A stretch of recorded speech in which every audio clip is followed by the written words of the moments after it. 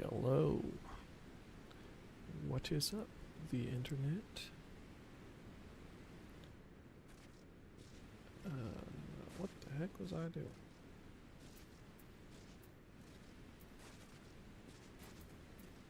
Tail feather. Get off here. What is even the maker's quarter? Oh.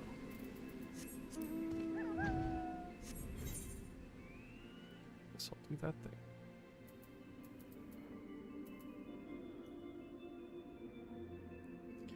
I suppose.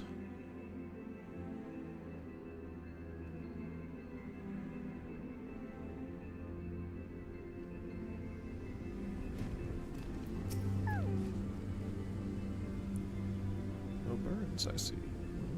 Oh, no reason. Tell me. Did the thing? What do you think that's supposed to be?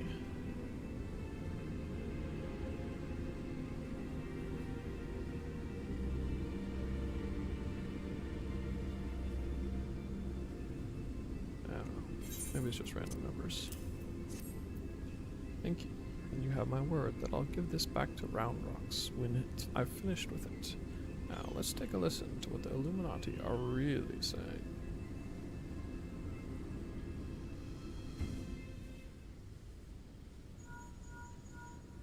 Goodness, all that infernal beeping is gone. Now it's a message clear as day. Let's see. Today's schedule for Gordius. Registration at 7th bell. Stop. Louse the curl cups at 3rd bell. Stop. Rest and recuperation at 2nd bell. Repeat. Today's schedule for Gordius. Curl lousing. But I'm sure that was the only message. There has to be some sort of jest. Don't be daft, Wedge. It's just another code. You need the proper crystal and the proper knowledge to understand it. Yeah, bleeding Illuminati. Should have known it wouldn't be so easy. Quite the conundrum you have there.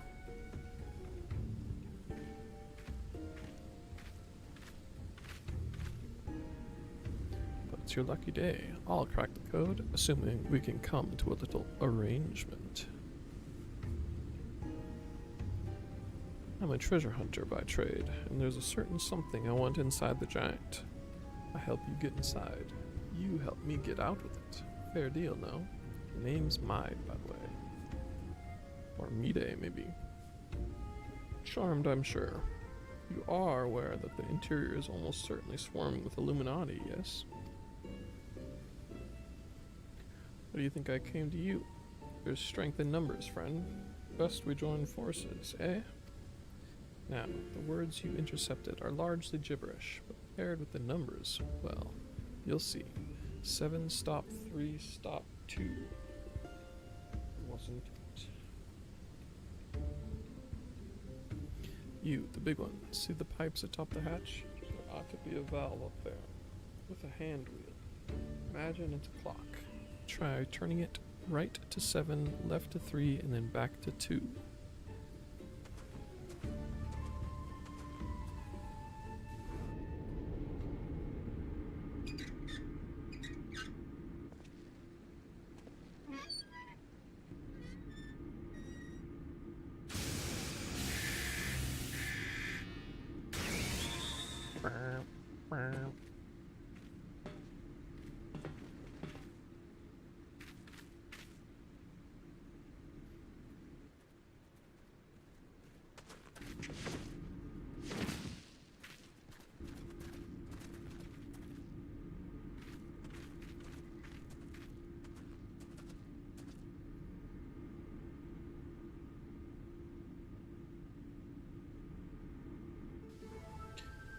Into a giant robot man. So the Illuminati have been announcing the way to enter the Colossus all along. Strange. Well, done for cracking the code anyway. Well done. I had less success, sadly. I'm afraid Brayflox knows little more than we do about the Illuminati's plan or the Primal. Come. things aren't as bad as all that. We found a way inside the machine. We'll just have to learn about it as we go. It's only a massive mammoth. After all, stopping it should be as simple as destroying its core. If we send in a suitably intrepid team of surveyors, I don't see why we can't trace the machine's power back to the source via the struts and piping. Nods. And I know just the man to lead the party. What say you, Fluffy?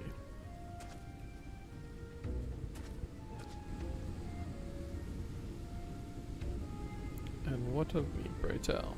I opened the way for this grand expedition of yours. Surely that's earned me a place in your little band to hunt for my treasure. Did as you promised, and you may do as you will now, but only so long as your treasure hunt doesn't endanger the mission. I'd join you if I could, but there's something I need to see to first. I'll leave Biggs and Wedge here in case of emergencies. Good luck, my friend.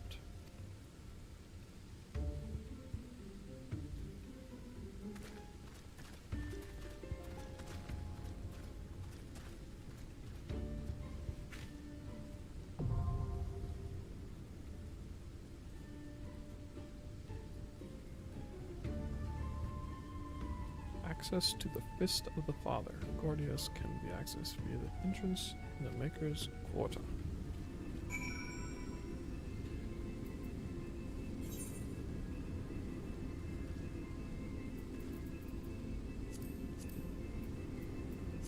Alright. Tail feather. Put off near Aziz Law. I'll go with this one, I guess.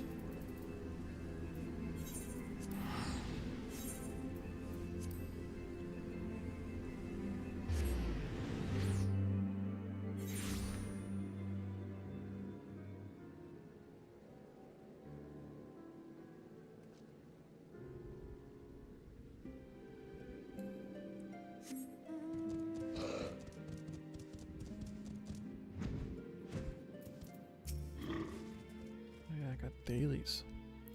Were I to find myself in an unfamiliar wilderness, my first instinct would be to seek out signs of civilization. Ordinarily, perhaps, but in his wounded state, he may not have wished to risk contact with strangers of unknown allegiance. Yet even had Thancred chosen to remain in the forest, the hunters would surely have stumbled across his trail. Tailfeather doesn't strike me as an isolated outpost though. Merchants and traders pass through reasonably regularly, do they not? In which case, we'll need to provide a more detailed description when we question the locals. Fear not, Cryle. I have already prepared several sketches of Thancred for that very purpose. This is impressive. You drew him from memory. Skill I acquired some years ago for reasons I no longer remember. I propose we split into two pairs. Shtola and I will inquire at the outlying encampments, while Fluffy and Cryle question the residents of Tailfeather. Afterwards, we shall regroup near Loth Astvath and share our findings. Assuming there are no objections, let us be about it.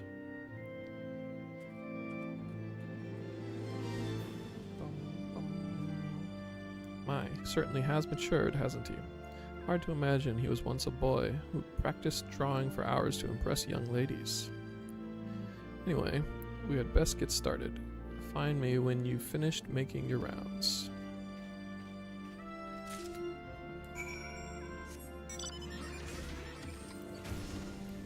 Big sister's always out in the poor kid. Searching for a friend of yours. Let's have a look then.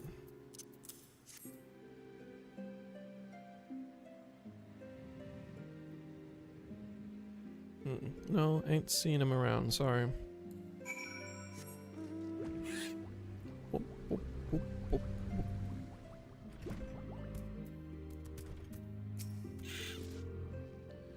What's that you've got there? A sketch?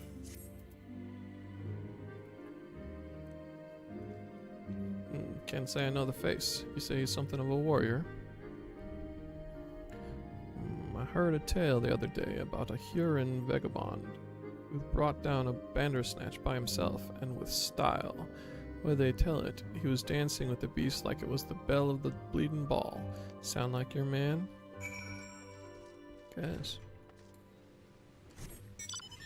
Little chocobo.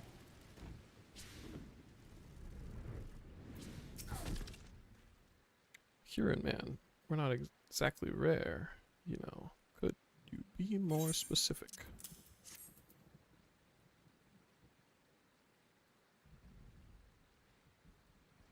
I did spy this one bloke a while back. Didn't get a good look at his face, but it could have been him. This was behind the forest, as I recall, along the river to the west of Tailfeather. I remember thinking he wasn't much of a hunter. The lad was making no effort to cover his tracks. See, that, and he was carrying an axe instead of a bow. Axe. Sounds like not the correct guy.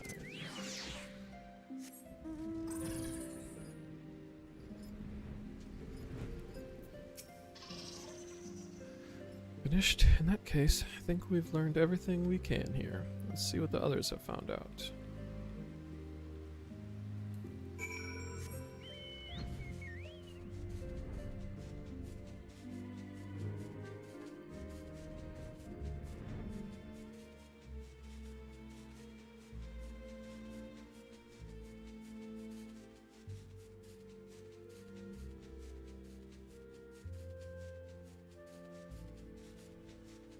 Bum, bum, bum.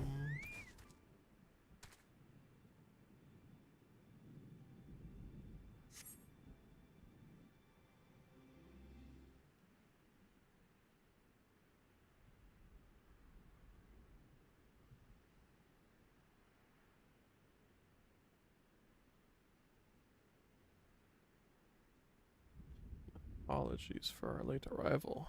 We thought it wise to question as many hunters as we could.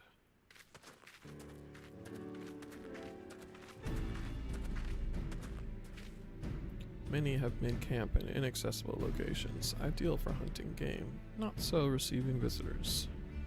Nevertheless, our time proved well spent. There have been countless sightings of an exceptionally capable Huron hunter with whom no one is familiar. Though none chanced to see the man's face, his height and build matched Thancred's description, as does his fighting prowess.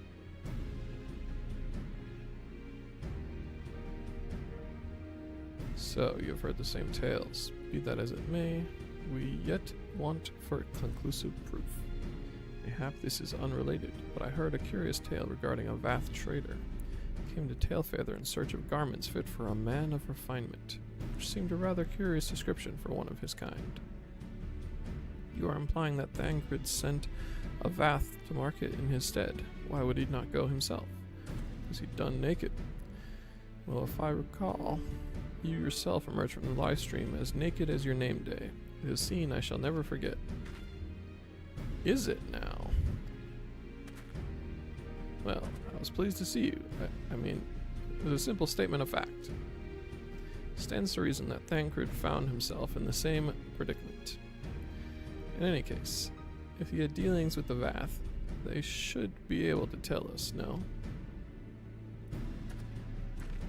Quite right, Kryl, quite right.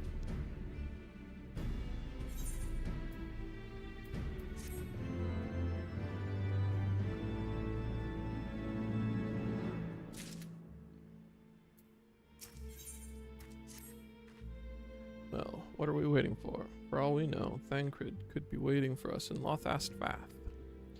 We must go and see the Vath right away. Come along, everyone, come along.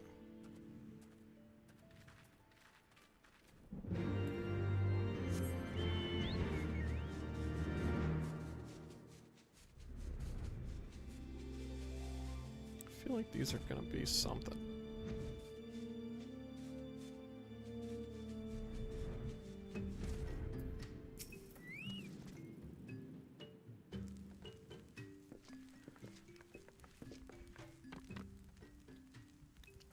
Great hunters, we welcome you once more to Loth Asvath. What do you seek this day? We seek a man with whom we are told you may have had certain dealings.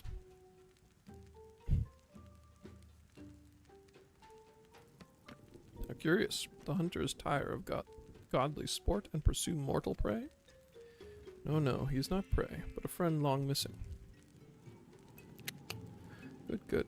He is a friend to the Vath as well, one with whom we have traded many times. Truly, you were quite certain it was this man.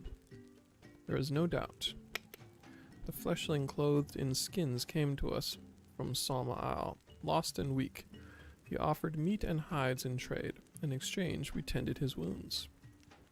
He brought us much flesh, so skilled a hunter he was. Much flesh. When he asked for garments, we were glad to provide them. And where is he now?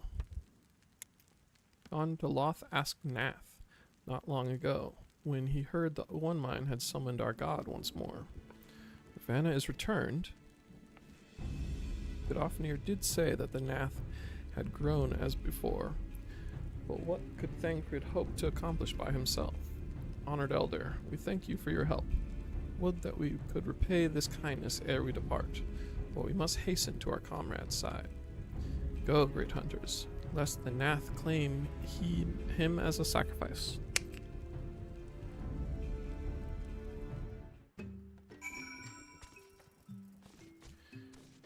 Bum, bum, bum, bum, bum, bum, bum.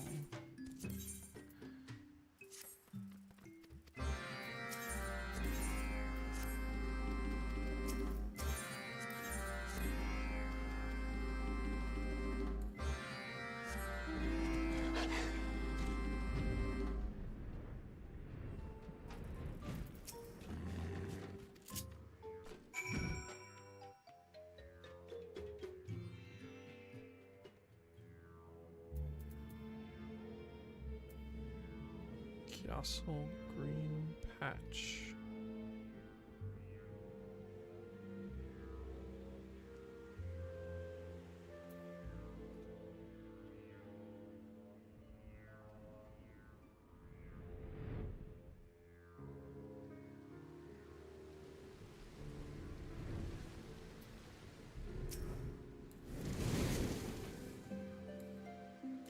Stinky. Double stinky.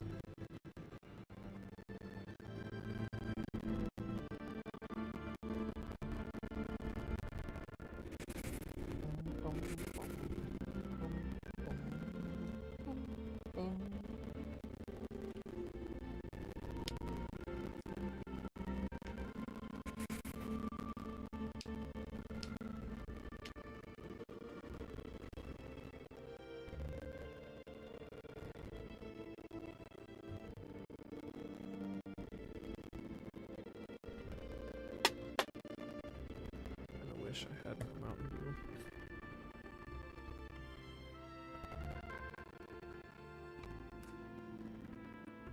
So addicted to soda.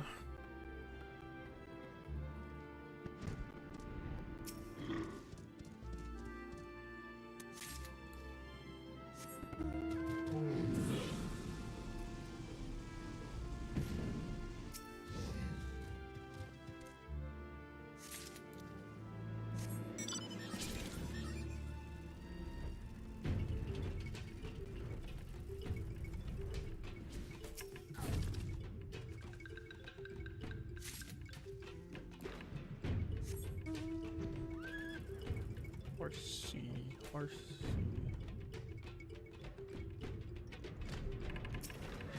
Earthbender horsey.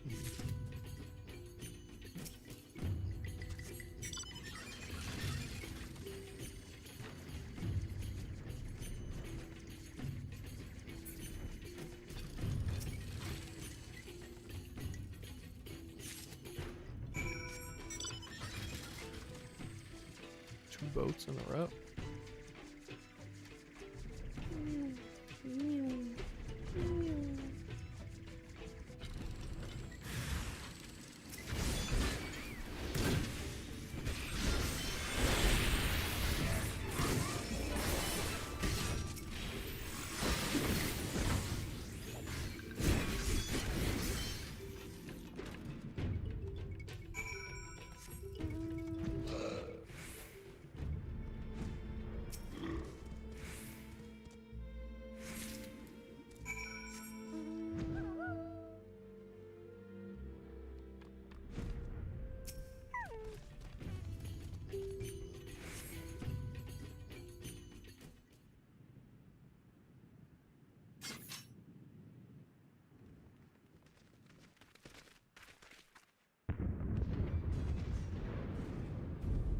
Who else could be?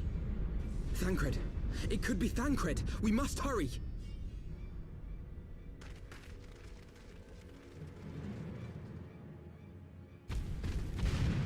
Damn.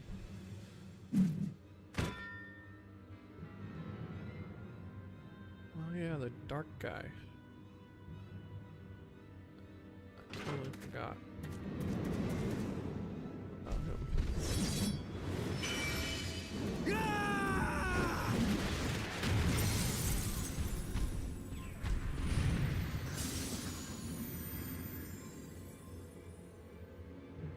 So they tricked the guy into coming outside.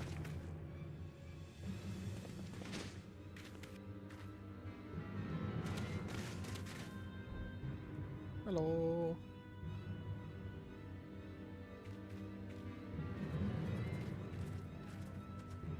Moshy mosh.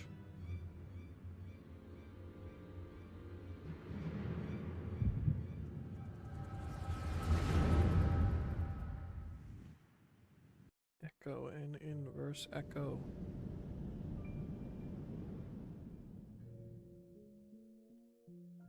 This day, we reclaim the reins of history. This day, we rid ourselves of the Ascians forever.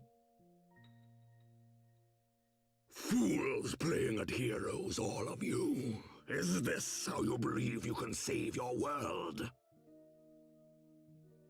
We can and we will, Ascian. You shall see. Or perhaps you will not. Got him.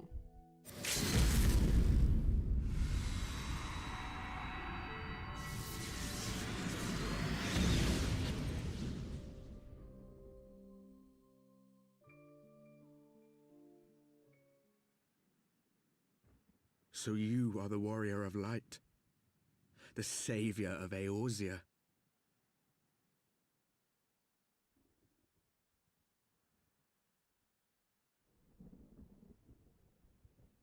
It's a wonder you didn't come sooner, what with the primal and all. Lost a step, have we?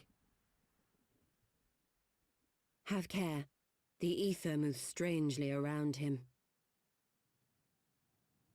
It would seem we share a common enemy. Mayhap you would tell us who you are.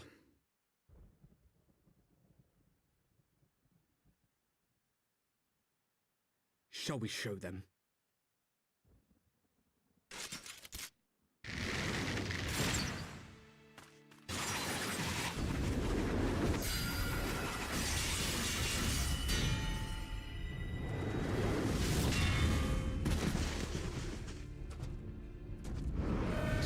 thing, it's a 1v5. Otherwise, somebody else would have responded to that attack.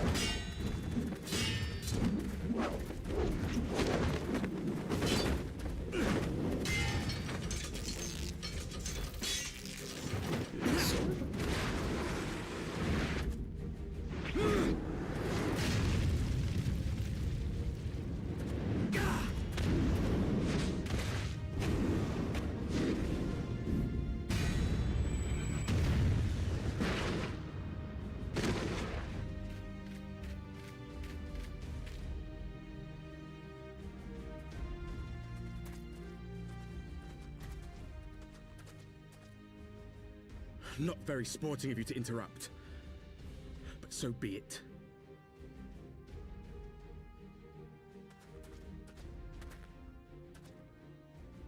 Mark well our faces, warrior of light, for we are the warriors of darkness, walkers of a different path, and we shall meet again.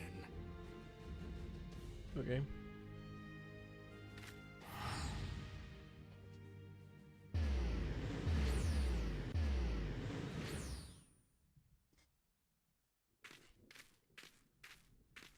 Warriors of Darkness? Really? Based.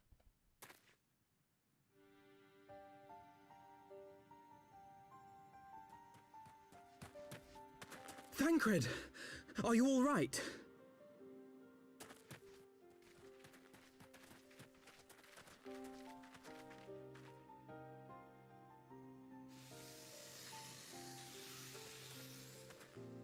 Pleasantries can wait. I'd rather not be here when the Nath arrive. Agreed?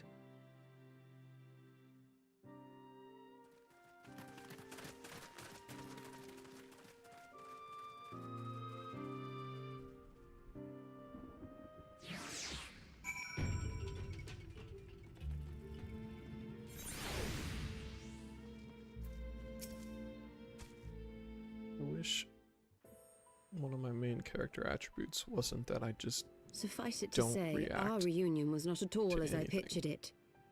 Waiting until the last instant to join the fray. 'Tis plain you have not lost your appetite for the dramatic. My appetite for the dramatic. Have you forgotten the circumstances of our parting? The heroic last stand, the tunnel filling with light, and then... Had I known you intended to use forbidden magics to deliver me to some god's forsaken wilderness, I would have thanked you in advance. Thancred.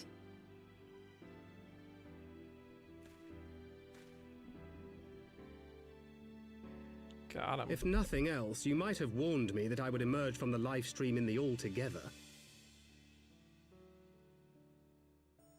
Eventually, I managed to fashion knives from some obsidian I found, and set about hunting for meat and hides. Given that I'm not all that skilled in leatherworking, it's probably for the best that I met the Vath before I was reunited with you.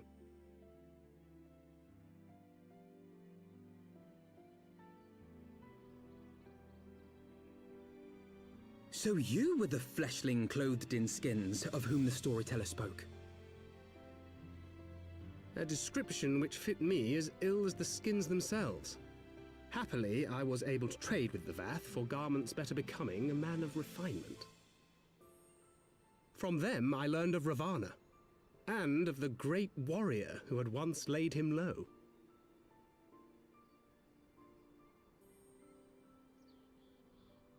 And thence did you conclude that were you to track the Primal's movements, it would surely bring you into contact with the Scions once more.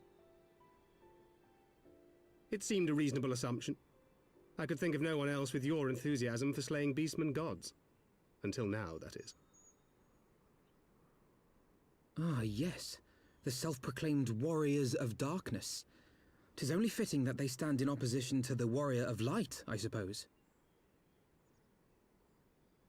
I glimpsed the leaders past, if only for a moment. They were confronting a man in black. An Ascian, I think. That was his name. If these Ascian warriors are Black. capable of doing battle with Ascians and Primals both, they must be possessed of powerful protection. Protection not unlike the Echo.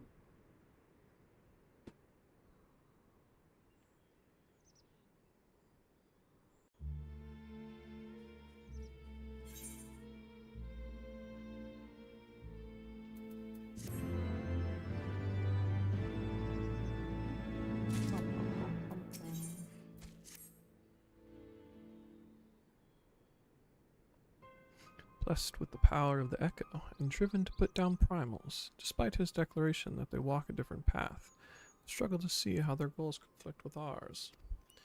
Nor is that the only oddity. I find it passing strange that such exceptional individuals should have wholly escaped our notice until now. Surely we would have heard rumors and attempted to recruit them to our cause. I recall no such adventurers, and I would not soon forget their like, nor would any of us, I think. One of our primary duties was to scour the city-states for promising candidates, which is how Yida and Papalimo found Fluffy. Ah, the memories. It seems like only yesterday that you slew your first primal. Speaking of which, I had the distinct impression that it was not the first time that band of merry men and women had killed a god. I labor to believe that a band of preternaturally gifted adventurers has been traveling the land slaying primals without our knowledge. Would imply gross negligence on our part. Speculation will avail us not. There is far too much we do not know. For the present, we must needs concentrate on what we do know, namely that Lord Ravana is no more, but oftener must be informed. The news may render her more receptive to Sir Americ's invitation. Since you seem to have affairs here well in hand, I shall take my leave. Simply being in the vicinity of this colony is giving me a stinking headache. If you have need of me, I shall be with Master Matoya. I would beg her assistance with the search for Minfilia. Wait, Minfilia is missing. I thought she escaped with Fluffy. I shall explain on the road. Much has happened in your absence. Yeah, I did absolutely nothing in that escape plan.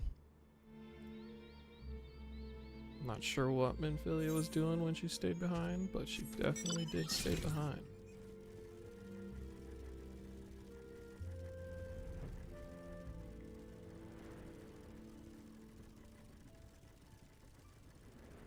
Bum bum bum bum bum bum bum.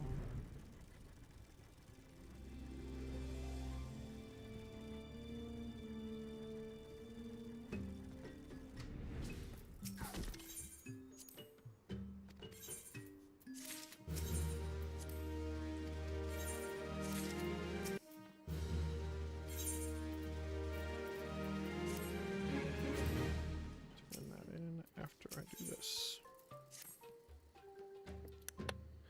It seems like it took days for the sun to set when I had no purpose. Now I barely notice until the braziers are lit. Our guild is so busy. Master is so generous to help us with our clients' tasks. After the guild was constructed, we did not know where to begin, but we watched you and we learned many things. We traded for cannons with the rewards we reaped for our colony's defense. Although they are not new, they should work well enough. There is a problem. We have no fire sand to use them if they are needed. I sought to find sulfur to make our own stock, but the one mine has claimed all the deposits for themselves, and they guard them fiercely, very fiercely. I asked Marchamp where else I could procure fire sand. He spoke of a group of fleshlings who slay dragons for glory, dragon slayers. They live far in the south, in the land the hunters called Cortus. Do do you know of them? He said these dragon slayers use cannons much like ours, but bigger. Much bigger. Bigger cannons must mean lots of fire sand, yes? Will you come with me to speak with them? Thank you. This will be a long journey for me. Very long. I must prepare. Let us meet at the edge of the forest. Bum, bum, bum.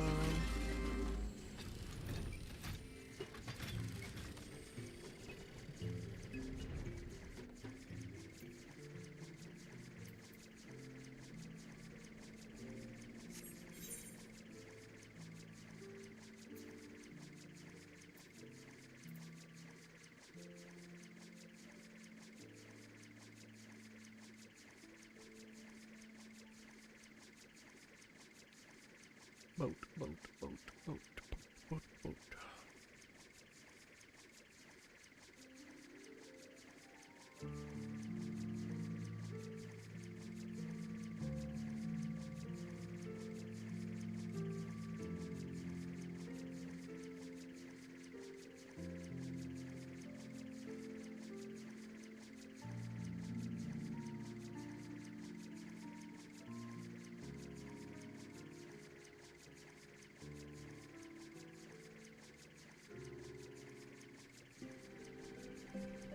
This boat feels so slow.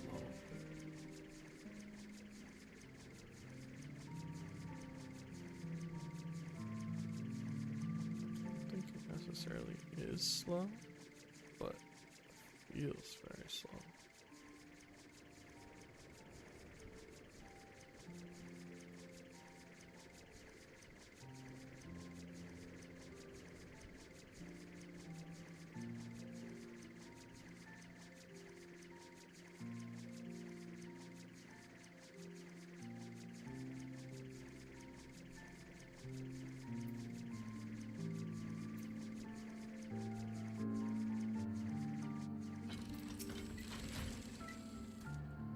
I am nervous, Master.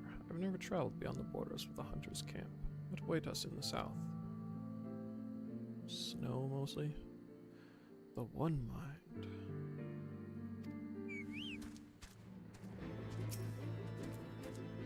That's why I'm going so slow.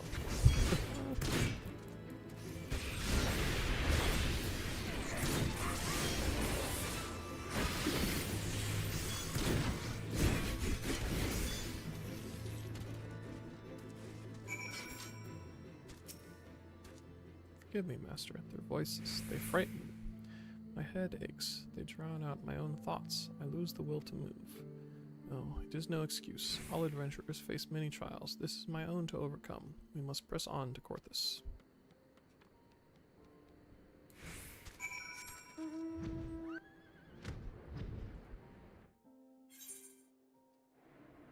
So much snow immediately. The hell is this thing? What a beautiful land. Everything looks so clean, but my body shivers as if I had fallen in a river. To feel cold all the time, what an unpleasant feeling.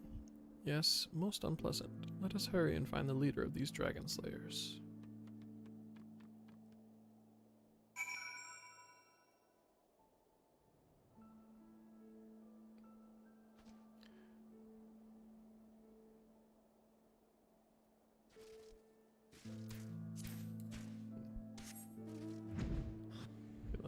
I'm gonna go. Well, maybe I'm not going all the way to Ishgar right now. Who could say?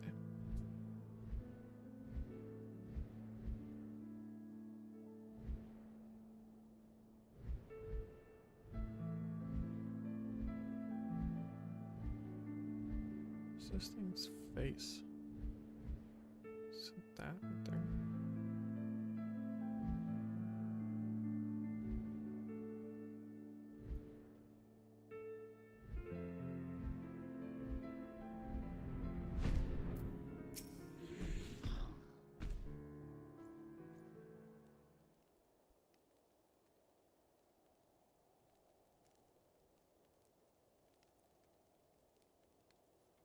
Apprentice. Oh well, so where is this aspiring adventurer?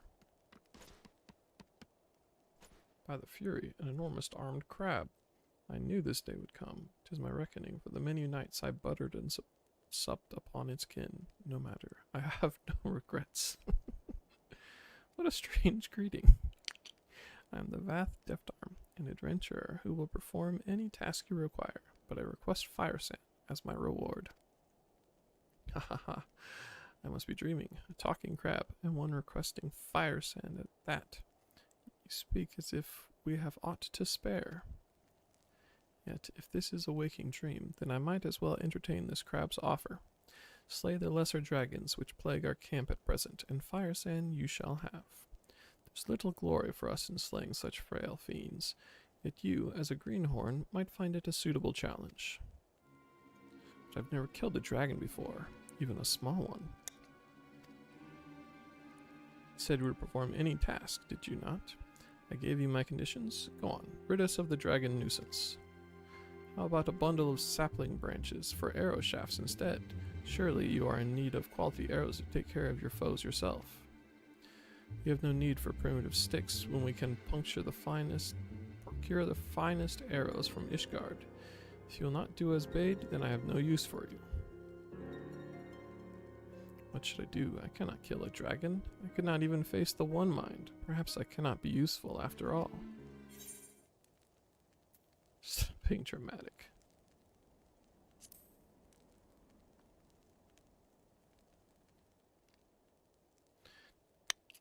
Yes, an impossible task. How is one of my size able to rid his camp of an entire horde of... But of course, killing the dragon is beyond my skill, but driving them away is the Vath's specialty. Master, I have a plan. Could I ask you to prepare a fire outside of the camp? I will return once I have found the herbs I need. Herbs? For burning? I've heard tales of smoke screens used to keep dragons at bay, but never seen it done. I suppose you will need some firewood.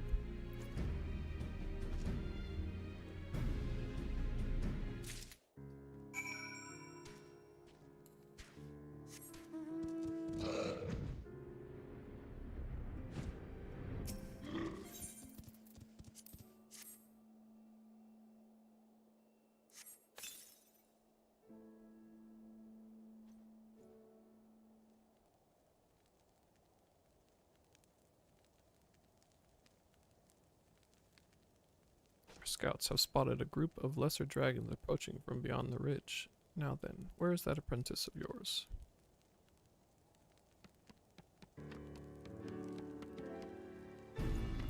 I found them. I found them.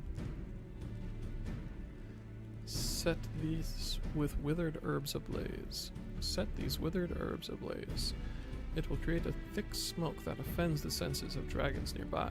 They will have no choice but to retreat. Said better work. If I find you have wasted my time, I shall be most displeased.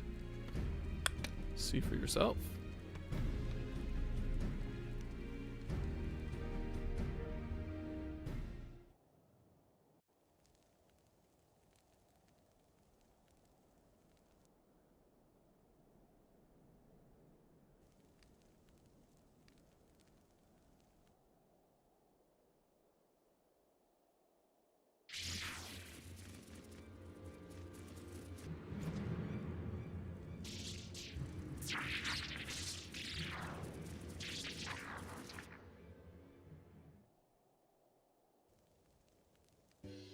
By the Fury, it does work.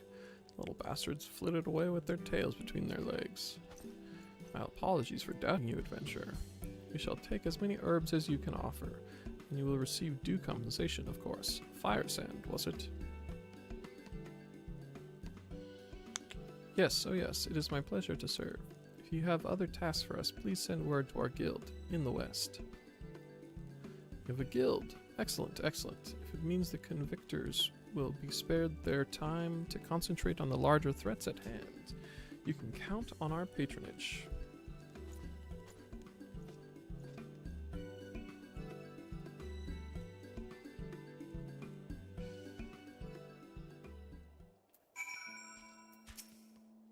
I am glad I did not give up. Although it felt like slaying the dragons would be less work, my legs grew so cold in the snow, I feared they might freeze and snap. Let us return home. I must speak with the storyteller about our new client.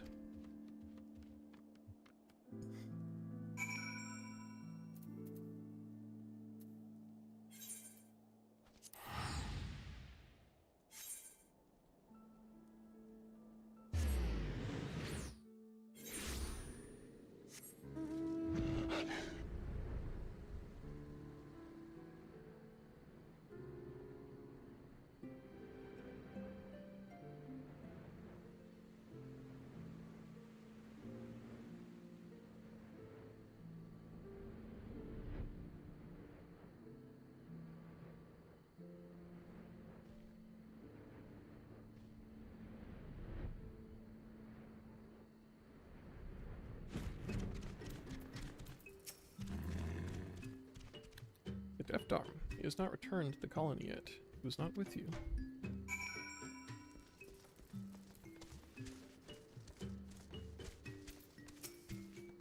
Welcome back, Great Hunter. Were you able to find the special paste in loam? Oh. Oops.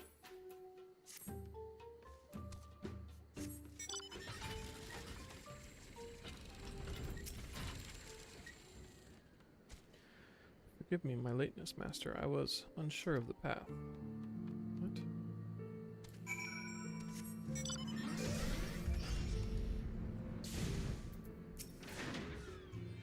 We have secured much fire sand for our cannons. Much fire sand. The colony's defense will be guaranteed as long as we maintain relations with the Dragon Slayers. How vast this world is, and I am hungry to see more of it. But for now, the guild needs tending. Our clients have many tasks for us. Until next time, Master.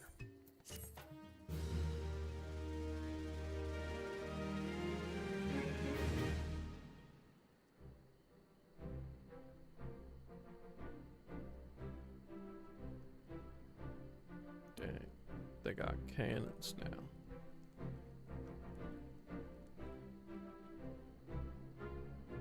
Look how pleased with himself he is.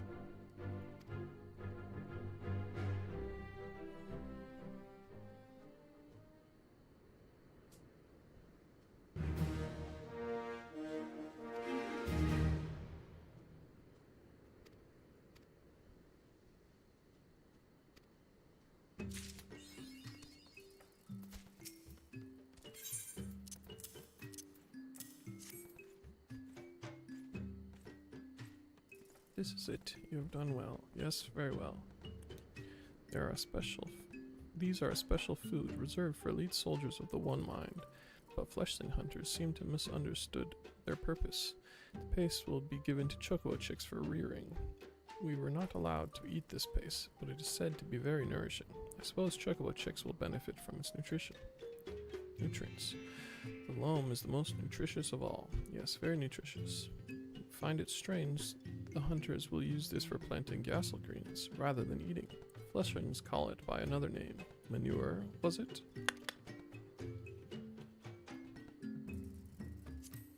Cannot remember. Some blah blah blah.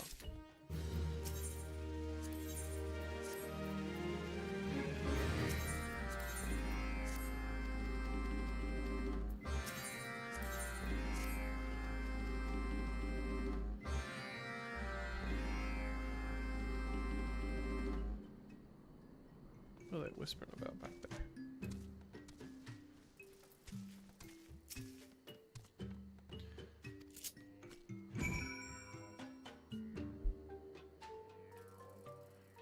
On the wyvern, plowing ahead.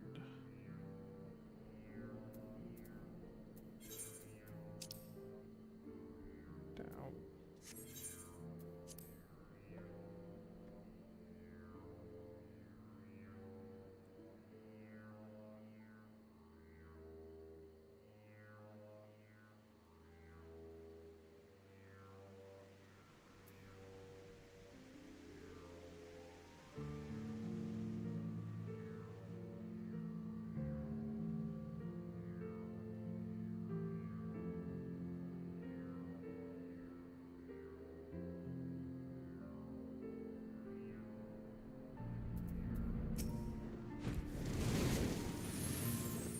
What is this? The smell, it is unbearable.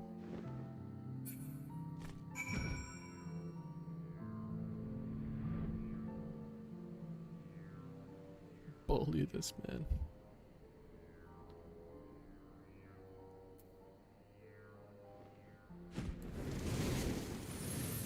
How dare you spray this offensive smoke in my face for a second time?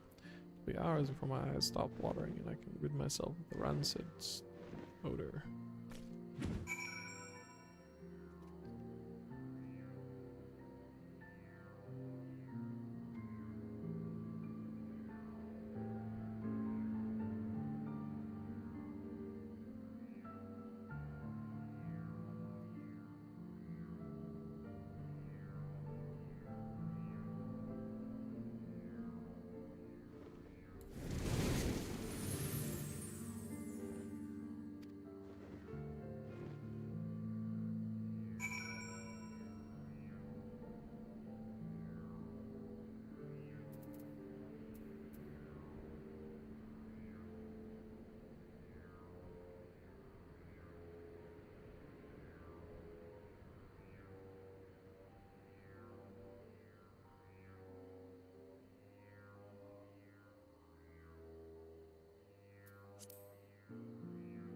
Meow.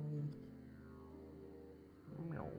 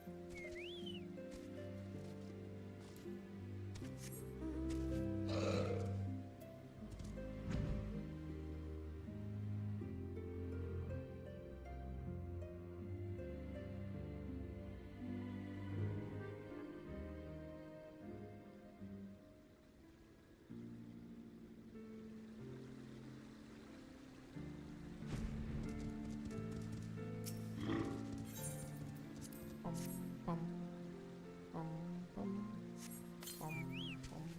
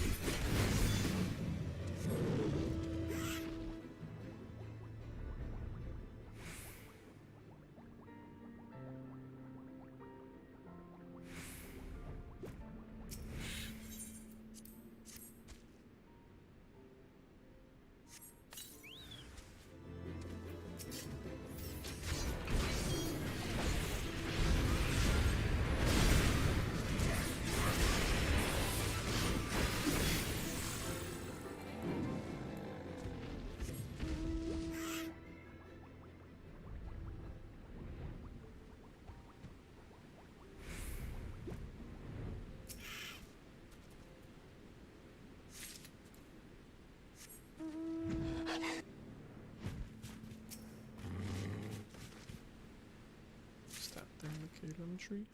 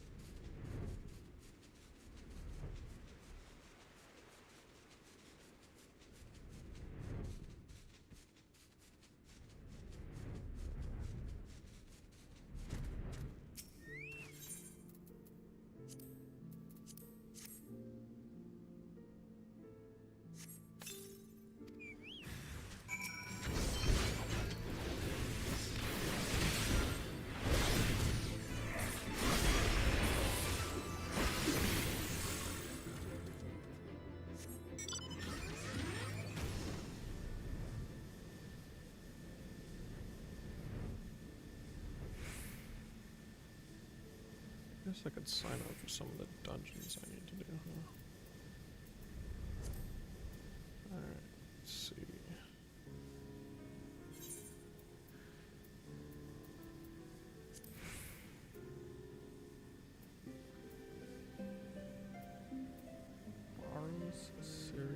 hard.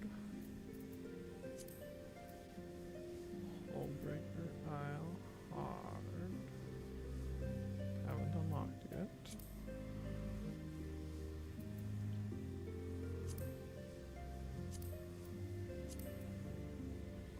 Fractal Continuum.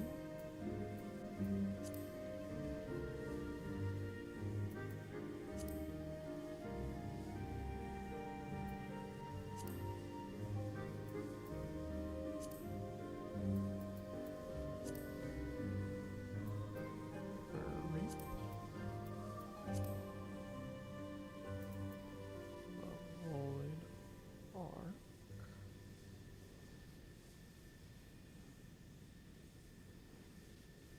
Yeah.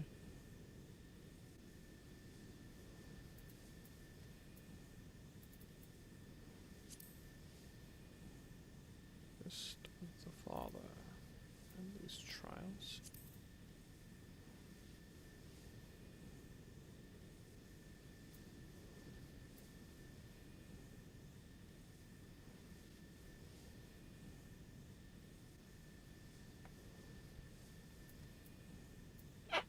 Oh, excuse me. What?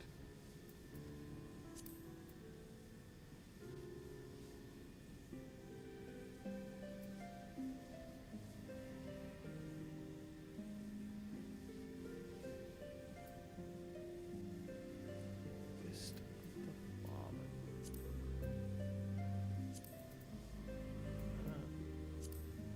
And better items.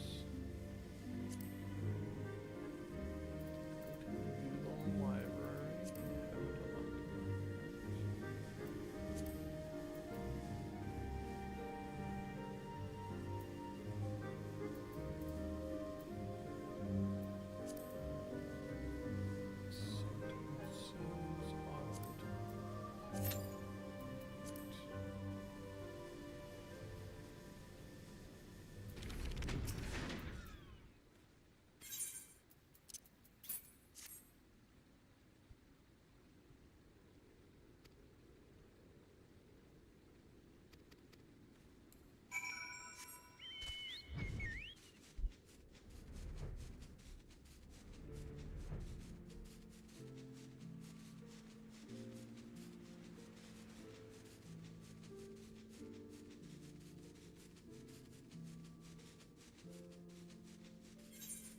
Apparently I can...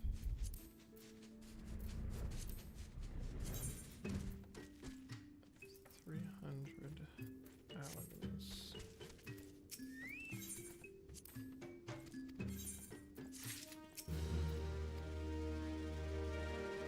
Guess I'll get those by working on the other ones.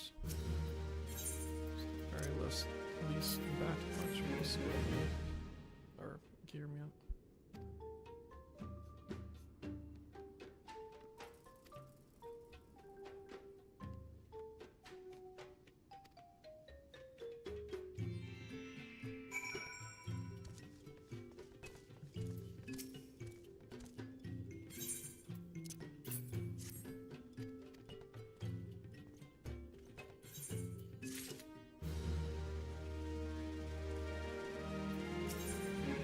What do you got so far? It's fun.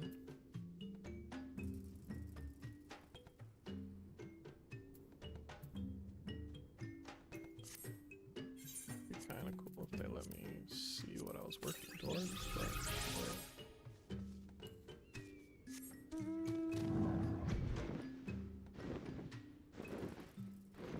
the wagon.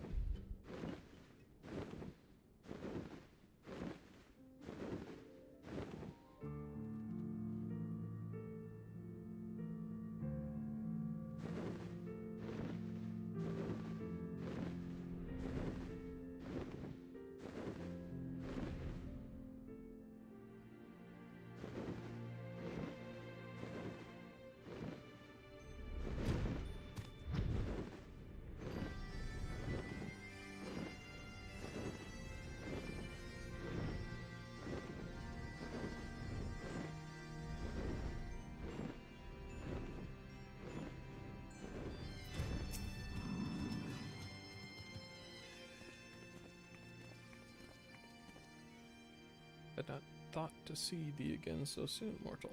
If thou seekest the night, know that she hath long since departed for Ishgard. My thanks, Vidofnir, but it was not for her that we came. We bring good tidings for you and yours. Lord Ravana, who had been summoned by the Nath, has again been laid low. Truly, once more you mortals have succeeded where mine own kind did fail. We have our deepest thanks. But that we could take credit. The god fell by another's hand. Another, revelation upon revelation. Regardless, it is cause for celebration. The Nath will have no choice but to withdraw. But to another matter, I have tidings for thee as well, regarding the Ishgardian's invitation. As promised, I brought the matter to my sire. Hearken to his answer now. For 1,000 years have I mourned my beloved, who gave her life to forge blah blah blah blah blah blah blah blah.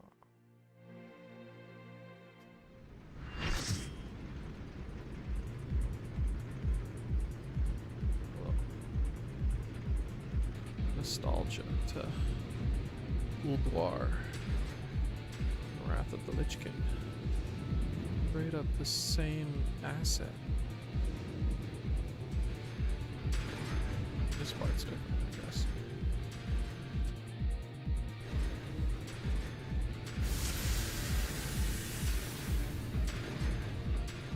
Bum, bum, bum.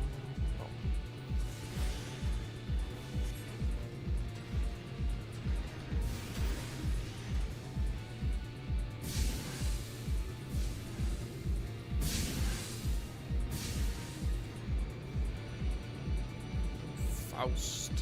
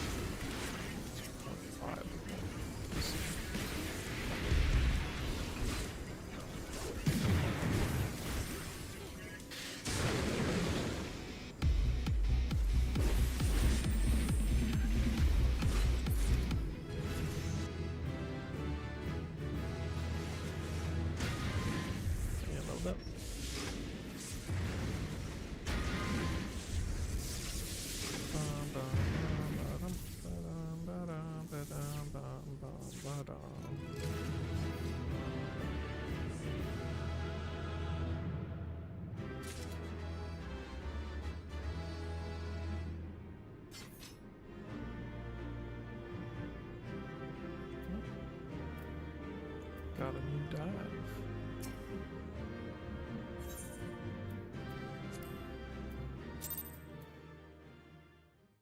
Tarnished Gordian. What are those things?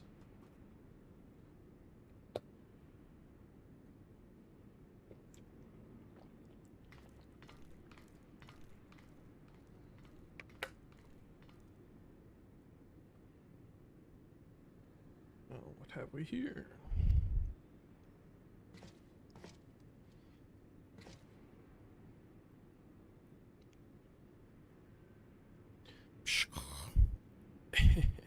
Sorry.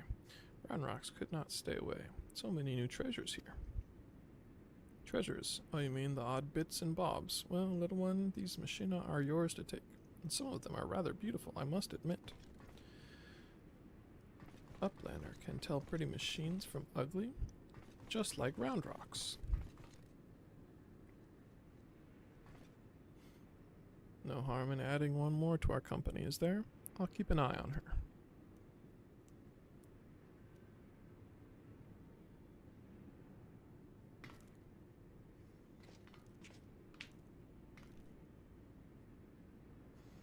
Damn it, I was so sure. Uplanders are unwise to come. Most of all is Treasure Hunter. What she seeks is not here, not in all of Gordius.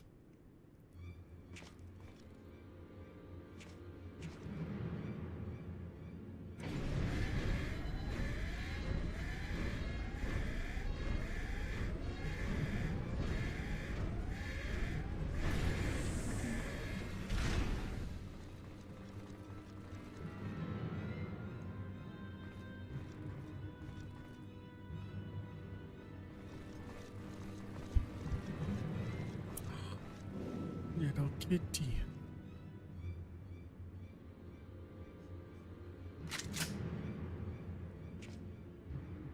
As I live and breathe, Quick thinks all thoughts, master of the Illuminati.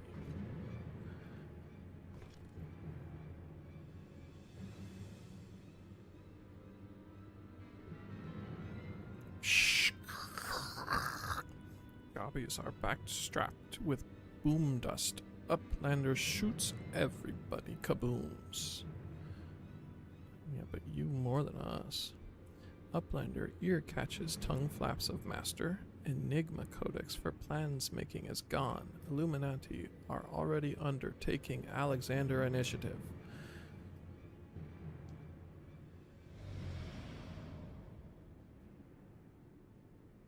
Psh. Foolish Gobby. Secrets are kept silent. Tongue flaps never traded with outsiders. Has Quick Thinks not ordered so many times. Master, forgive noise-making empty head. Gobby did not think. Please, Gobby will take any punishment, just not worst one.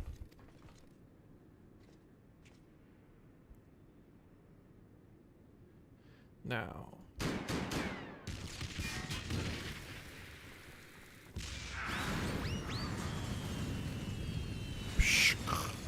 What? Uplander is shooting Gobbies? And boom dust does not harm Uplanders.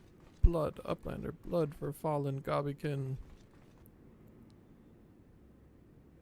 I think now would be a good time to leave.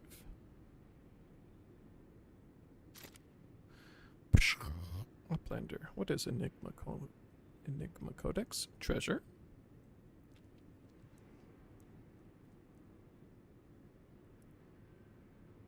So edgy. Yes, young one. My treasure.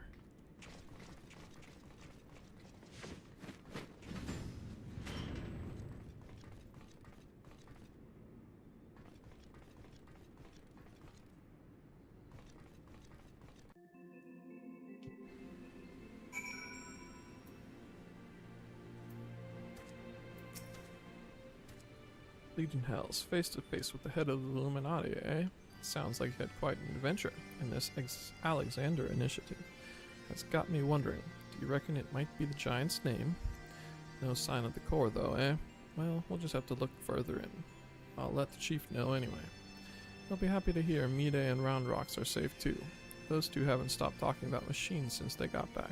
Can't say I've ever thought of junk as pretty, but each their own. Ah, Fluffy. Ready to have another go at finding the giant's core?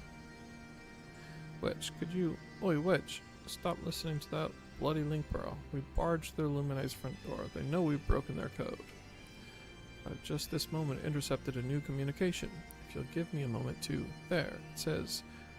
Oh, death to Uplanders. Death to Uplanders. I think we may have started a war.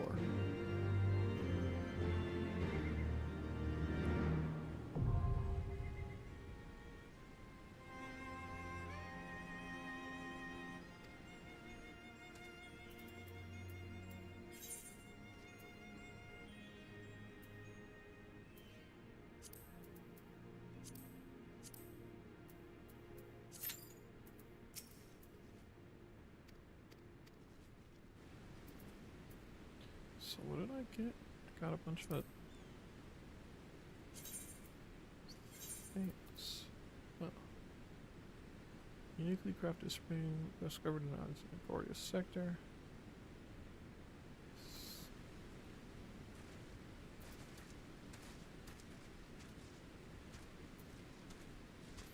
Foot gear, arm gear, head gear.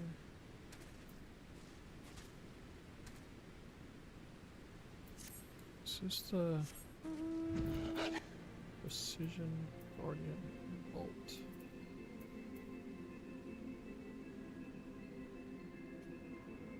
One bolt can be traded, so I can get 2 accessories, theoretically.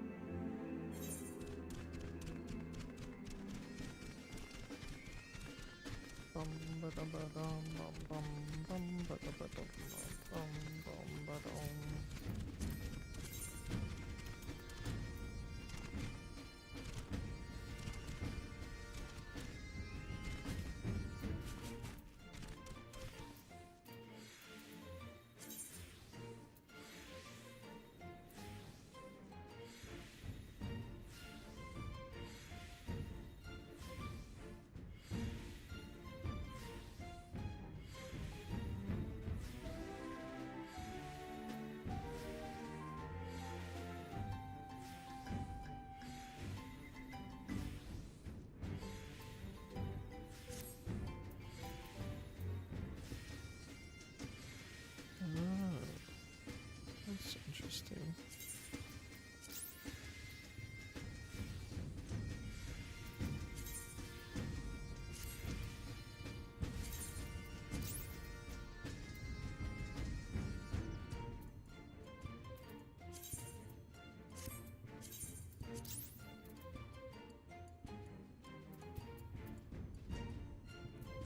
Nice.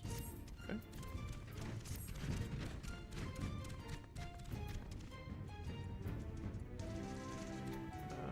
Here we go.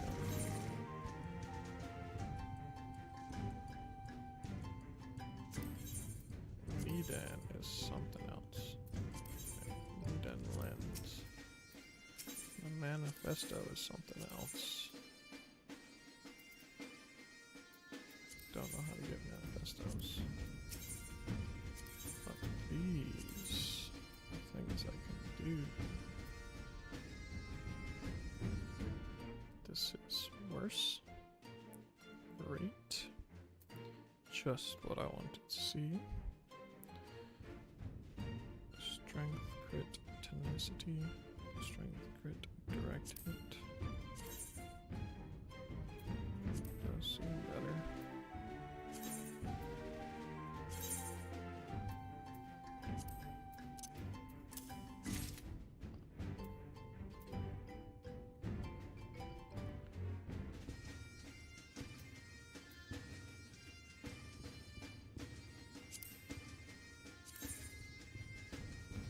Bum bum ba dum ba dum bum bum bum ba dum.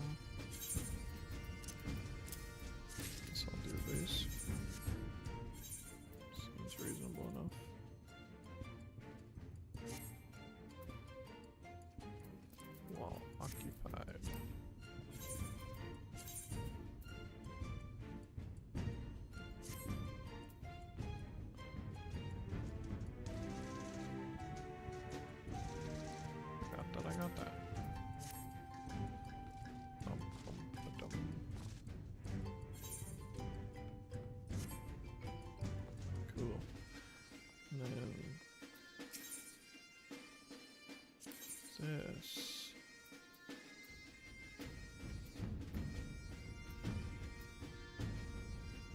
Alexandrian gear. Hive expanse.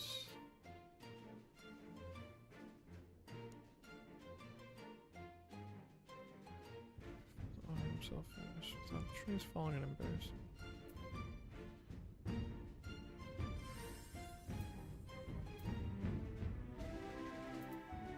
Huh. As long as I'm interested in.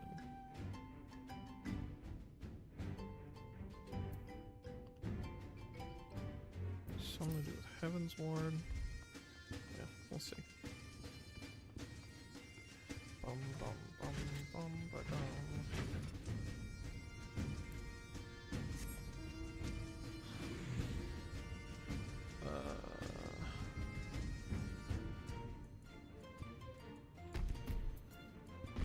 Half of father. Don't need to track.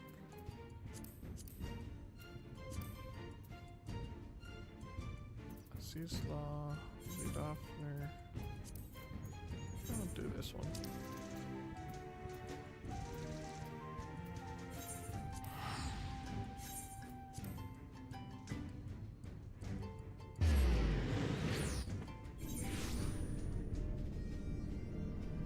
Pretty sure this one's less of a path before I get to the dungeon or whatever.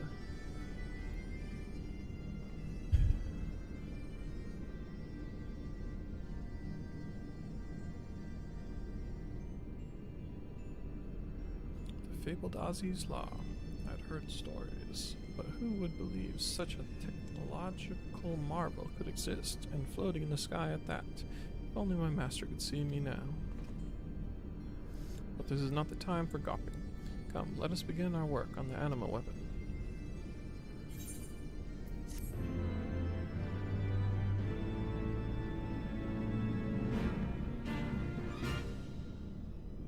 Whoa.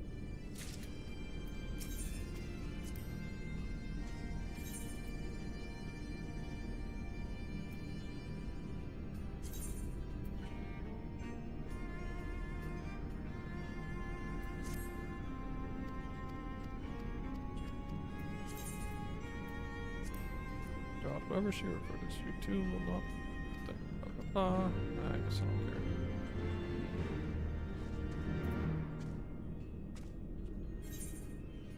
To Revenant's Toll, huh?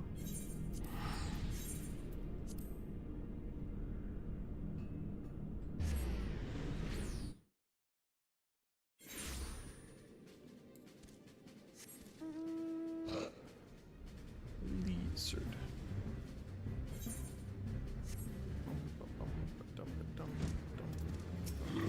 Hello again. It's my favorite adventure. How's that animal weapon coming along? Astral and umbral nodules might be as Sidoni will have what you're after. She's a jeweler by trade, but her work with crystals is something to behold. Let me tell you, they say she can strip them of elements, charge them with new ones, even make them out of thin air. If you can believe such a thing. Can't vouch for the rumors myself, but her profits say plenty. She can be a bit picky about clients, but you being the warrior of light and all, I'm sure your sparkling reputation will catch her eye like the crystals she's so fond of. If you go upstairs, you'll find her out on the terrace.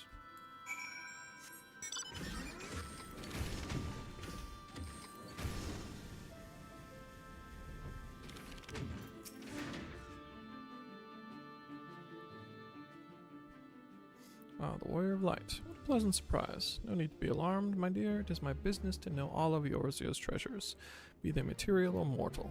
But tell me, to what do I owe the pleasure? Astral and umbral nodules. My, I see you are a man of unusual tastes. Might I ask what you plan to do with such curious crystals?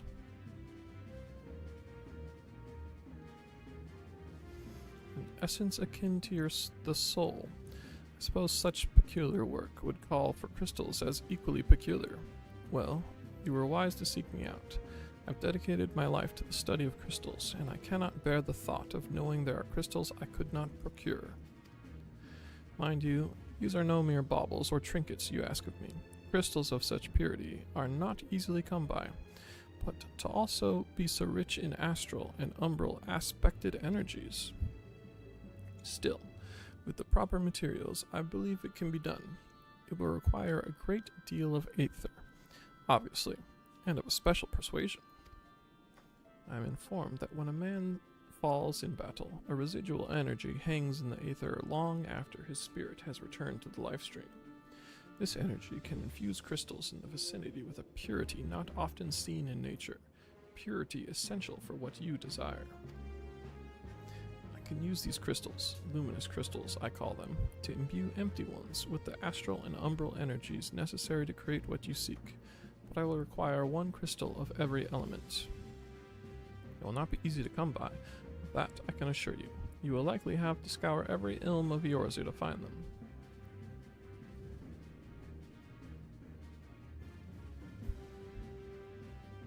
However, there may be one other way to acquire the aether we need. It requires something of a rare sort, something much more precious than luminous crystals. As I mentioned before, it is my business to know all. Fucking, you're so slow. There's treasures, and if the rumors are true, there exist certain weapons of legend said to have shopped upon.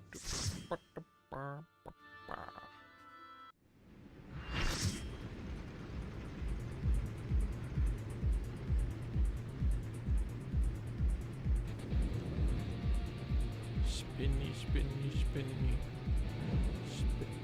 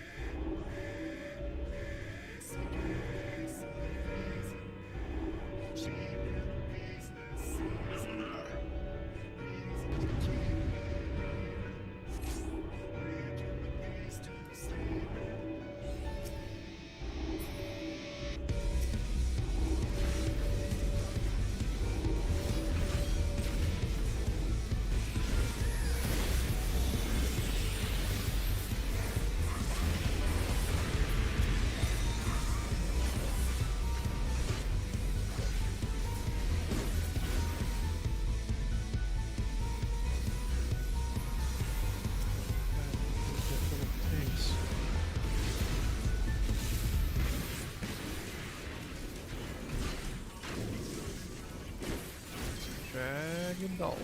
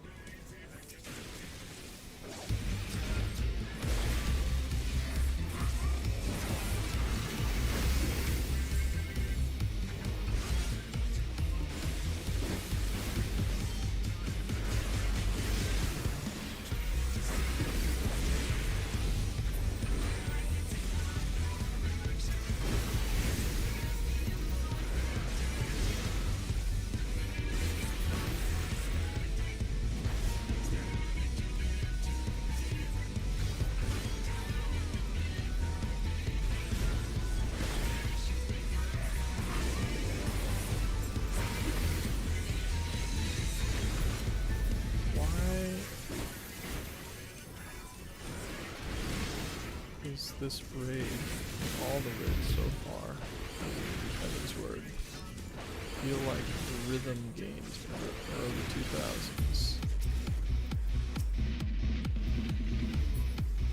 That's pretty sick.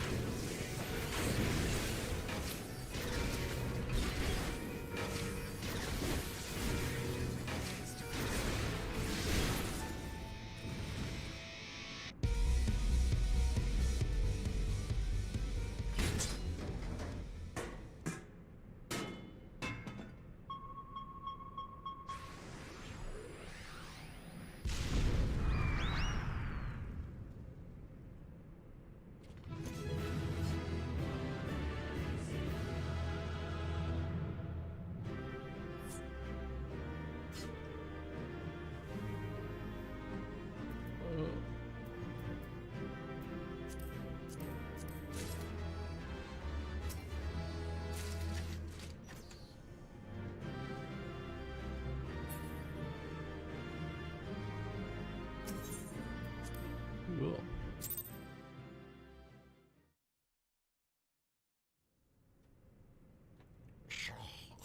Uplander is amazing. Uplander is stronger than 10 gobbies.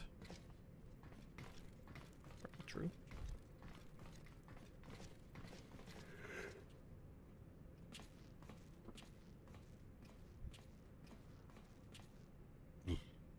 Excuse me. There you are, old friend. I was beginning to wonder if I'd ever find you.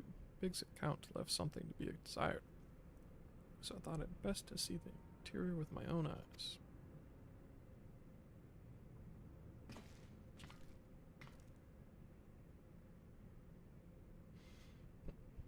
A treasure hunter, through and true. Tell me, what exactly do you hope to find here? Ever heard of the Enigma Codex? It's a book of ideas written some 100 years past, the life's work of one of the greatest technologists ever to draw breath. Within its pages are found myriad wonders, from designs to machina that could operate ceaselessly for centuries to novel ways of cultivating cheese. Even a fragment of the book could bring a king's ransom. But most remarkable of all are the plans for the walking citadel. It was to be a beacon of logic and reason for all the world. A walking citadel, 7 hells. We're standing in it, aren't we? The Illuminati's primal took its form from that idea, but I sense that none of this is news to you. You've read it then, this Enigma Codex? The sign catered for every needful thing. From warm beds to crops of grain, its occupants would never have to leave, and all in a fortress on feet, impenetrable and ready to move at a moment's notice. The citadel was meant to bear the most brilliant scholars and artificers of the age to all 4 corners of the world, that they might set about unraveling the mysteries of creation. In this utopia, this shining seat of erudition was to be called Alexander. If Round Rocks lived in Walking Castle. Round Rocks could collect treasure from everywhere. Indeed you could, little one. And anything you found, be it junk, forgotten teachings, or lost secrets, would be yours for the taking. And what exactly would the Illuminati do with all this knowledge? They would use it to take control, most likely. Create a world ruled by a few chosen scholars. Unless I'm mistaken, that's why the Illuminati exist. Bloody fanatics. Take a perfectly good idea and make it into an object of faith. What could possibly go wrong? I can well imagine how a people who have spent decades carrying their homes on their backs might crave a home that could carry them, how such a place could seem like a utopia. But we're not talking about a machine here, we're talking about a primal, and primals will be the death of us all. I trust you'll be ready when things come to a head, Fluffy.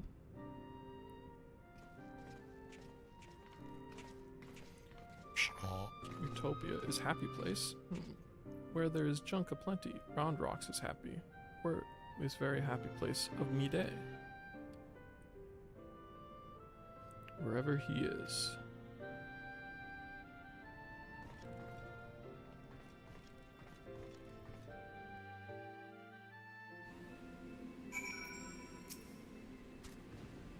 This Enigma Coda sounds amazing.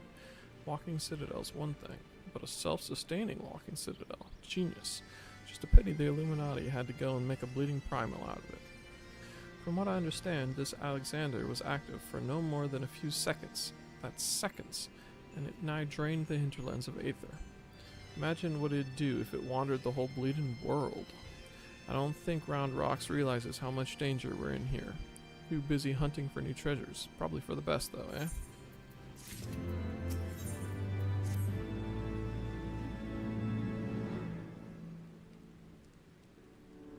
Got ourselves a problem, Fluffy. But don't worry, the Chief has a plan. Speaking of whom, Chief, over here. All present and correct, I see. Good. Something has been nagging at me for a while, Fluffy, and I've finally realized what it is. It concerns the communications Wedge intercepted. So we know that the Illuminati have managed to establish a base inside the Colossus, meaning they must also have found a way to pierce the magic barrier. Assuming that's the case, what need have they to use the only hatch which the barrier doesn't protect? And why go to the trouble of sending coded messages on how to unlock it? The answer? Spies. I believe the Illuminati have an agent outside the Colossus, most likely in Idleshire itself, who is using the hatch as a back door. Now, this agent will know we've broken their code, and that the hatch is constantly watched, so he won't have been able to use it for some time. As such, he'll doubtless be desperate to re-establish contact with the inside. That's why I've cleared the area around the giant's hand. All we need to do now is watch and wait, and follow whoever makes a dash for the hatch.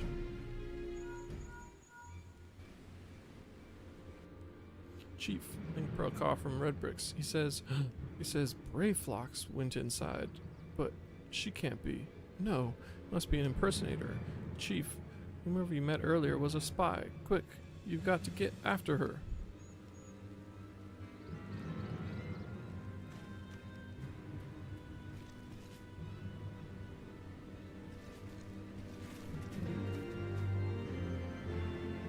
I don't remember which one Brayflox is.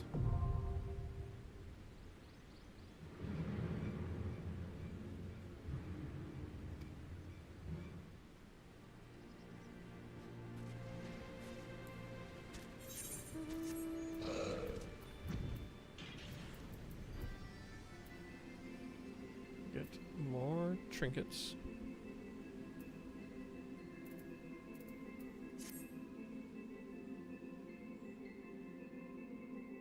What do I do with all the stuff that...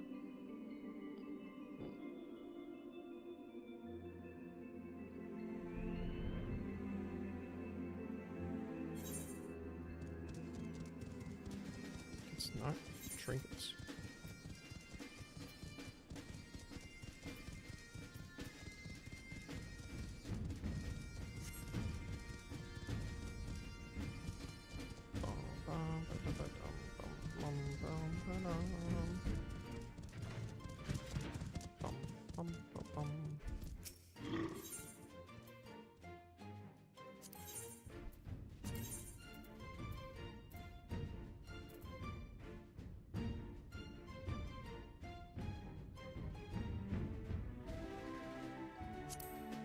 This is lower, right? Yeah. Not just on the armor.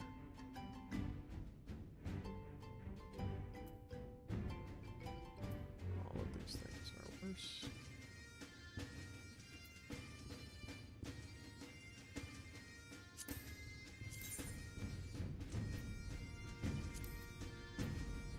Earring.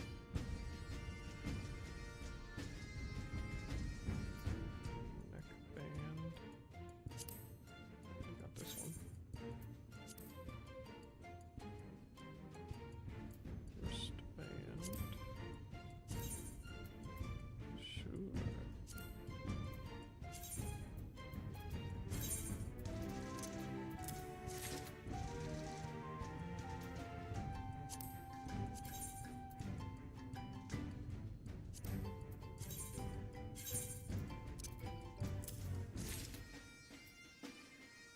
What else can I do with these things, I wonder?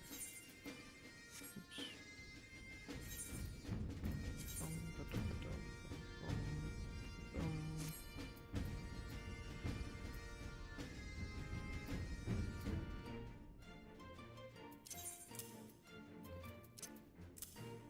Can I get a second one?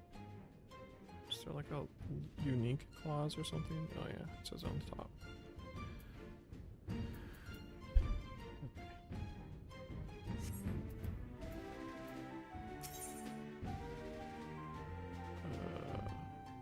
Medan Manifesto Exchange. Right. Medan is a whole different thing too.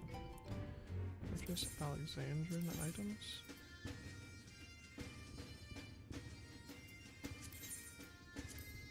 Alexandrian is a different thing apparently.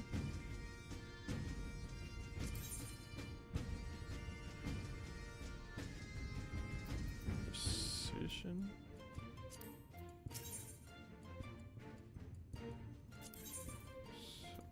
So is there nothing I can do with this stuff?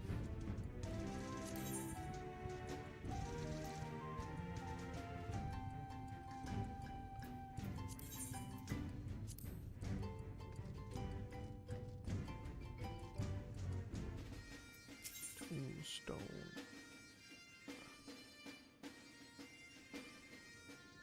Of war. This is special arms again. Yeah, some other thing. Great.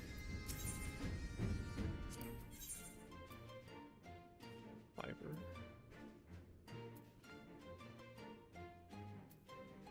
Materia. Some songs. Nothing I care about.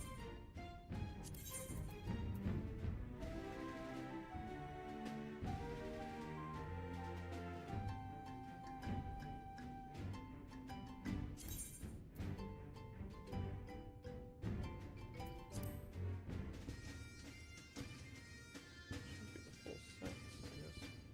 Whichever piece I want to place first.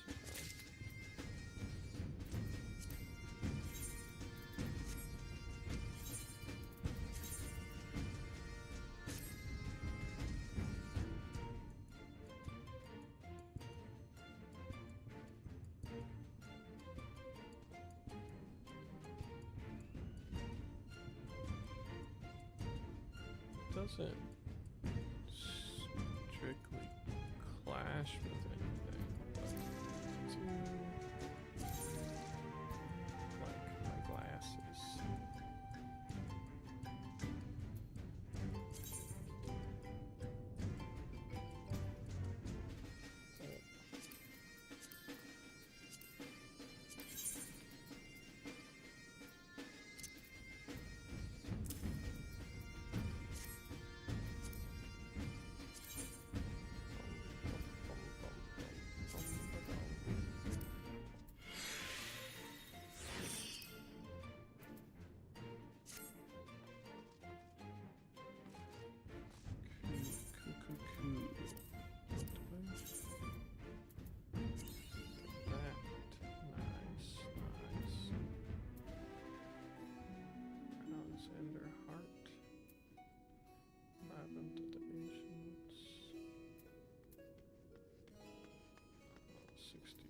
again.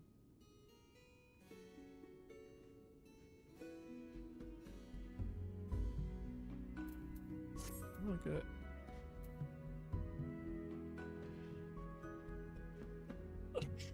See?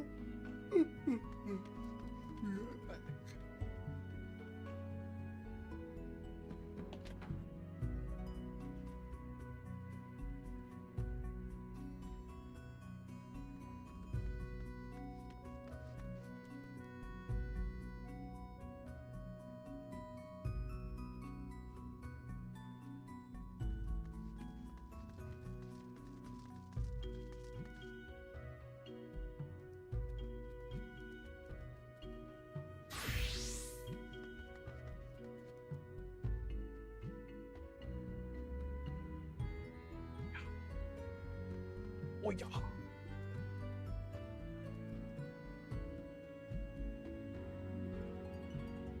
Just now noticed all this shenanigans.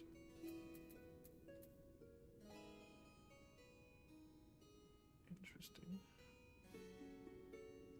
Presumably that is relevant in crafting.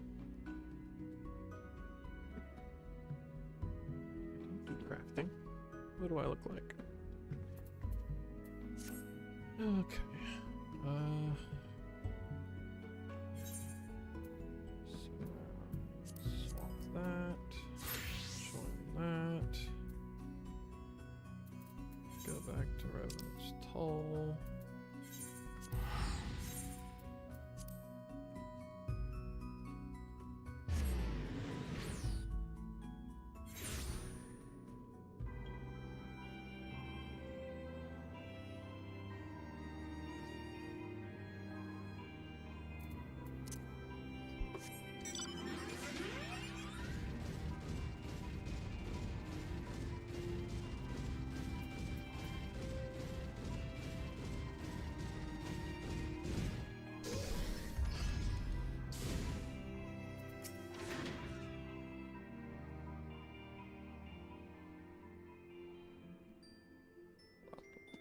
Skip.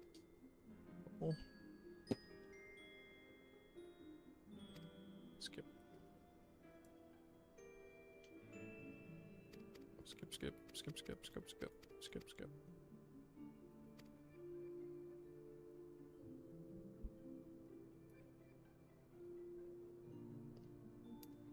There may be one other way to acquire the aid that we need.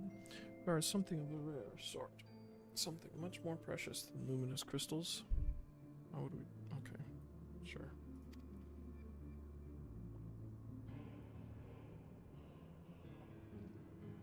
As I mentioned before, it is my business to know all of Eorzea's treasures, and if rumors are true, there exist certain weapons of legend said to have supped on the souls of countless enemies.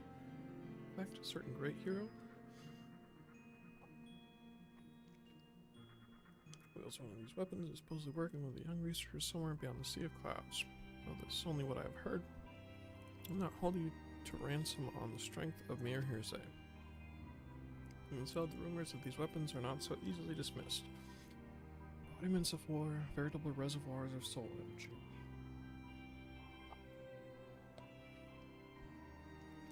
True possession of such a weapon, creating these astral and umbral nodules would be as child's play.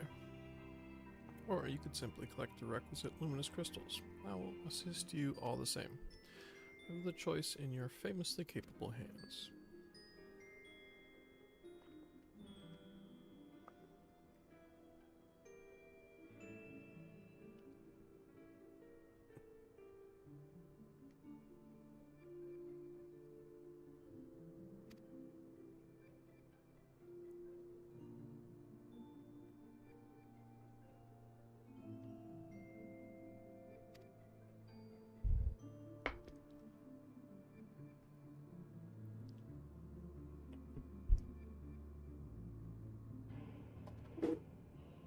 Just gotta do more fates.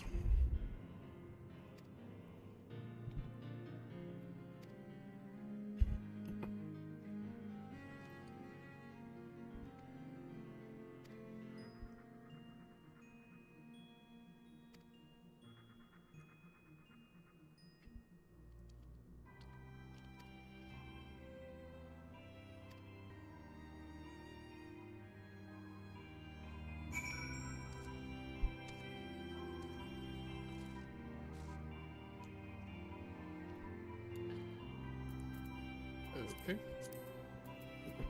Just remembered my dudes. What the hell?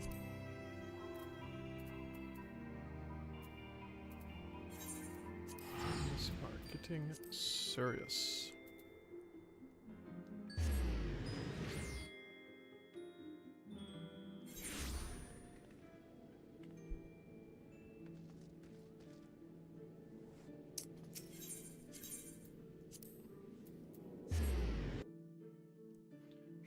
Hello, my dudes.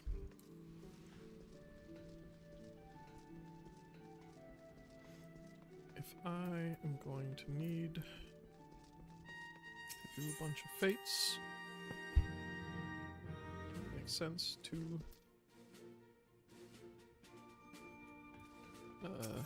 have something to spend whatever points on, which maybe I don't even get anymore. Whatever. Excuse me.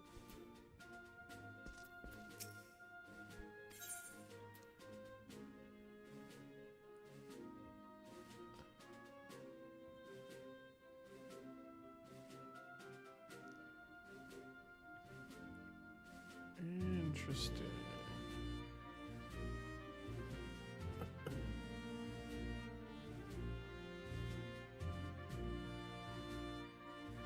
I get 2 more archers. I could change him into an archer.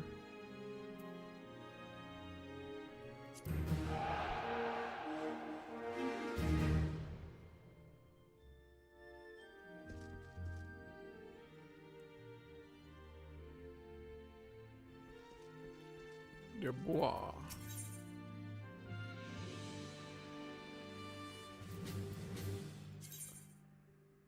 I only have the contemporary warfare offense. Could change it that way though. 11 down for 9 up. No, thank you.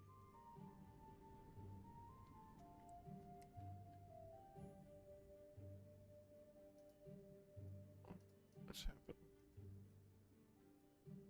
What do I? Oh.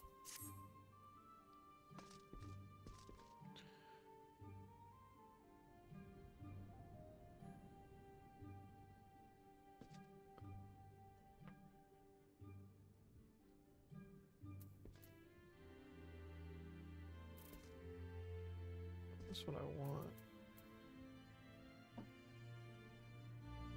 'Cause I don't need defense things. I have one. Or I need more than one for. I put in the bank. That's okay.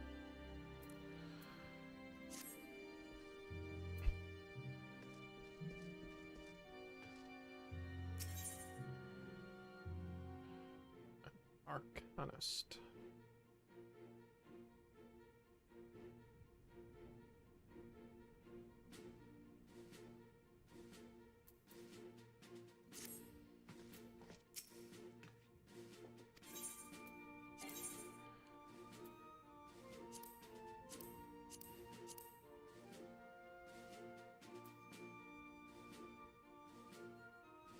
Ooh, all raw. Wait, what happened to the... Eh?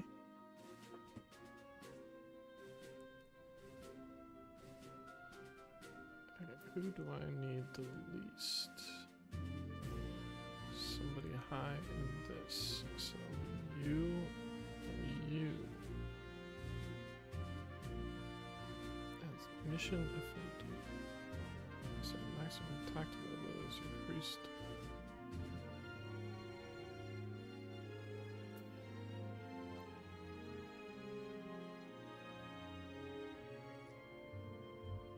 All raw. So her.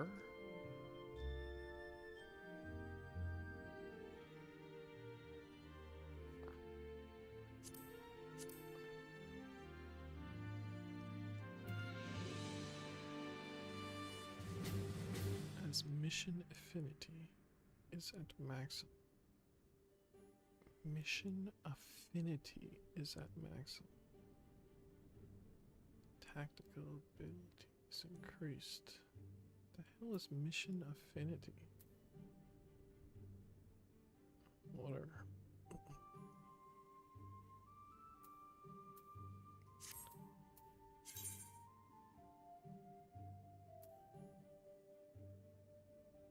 Wait, is there unassigned chemistries? I forget. So yeah, confirmed chemistry would be at the bottom. When not accompanying someone. Oh, when not accompanying.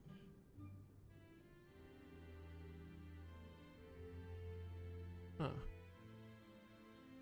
Modifier defense. Interesting.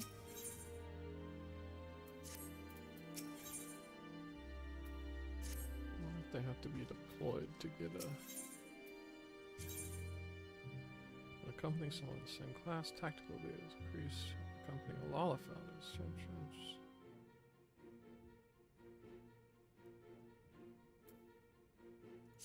I guess I prefer that.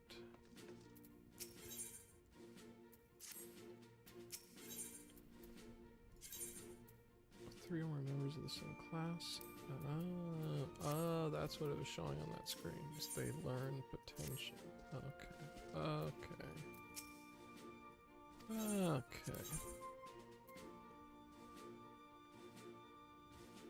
Not accompanying another archer.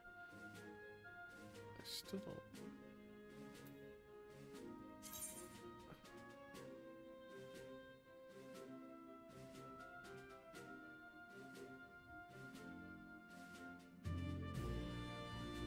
Whoa. Oh.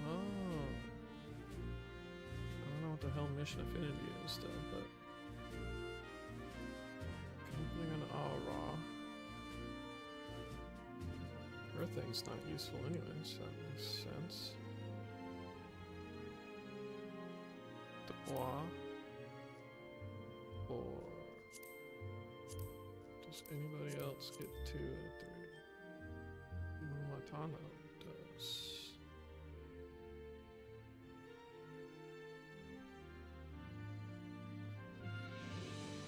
Don't need to turn people into defense, probably. I'd rather learn new things.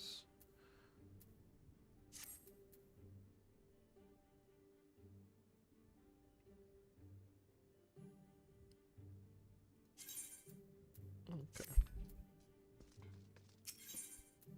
Starting to learn some amount of what the heck is going on.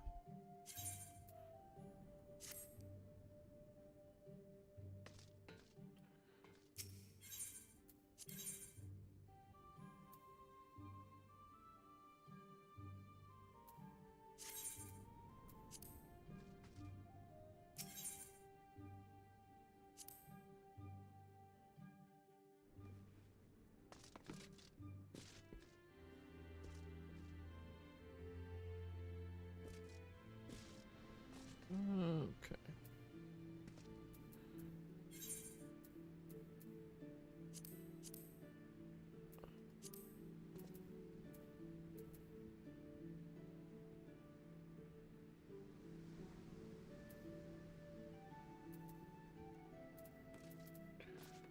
Off here. In 2 different places.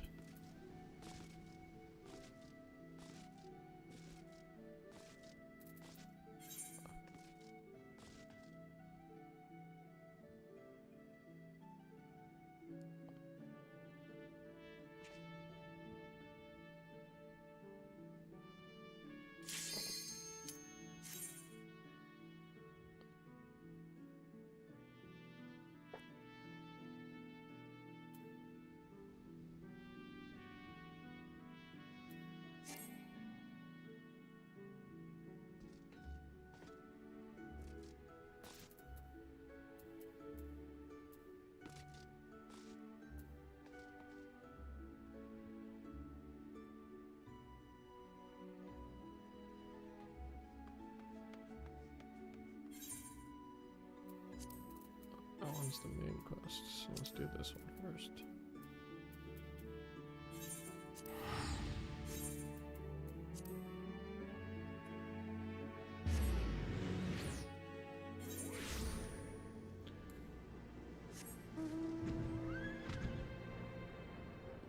Vidolf, ne? Hanging out.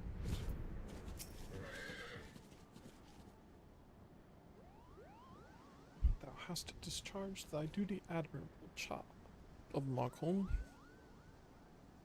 And greetings to thee, warrior of warriors. Thou dost have my gratitude for thy hasty arrival.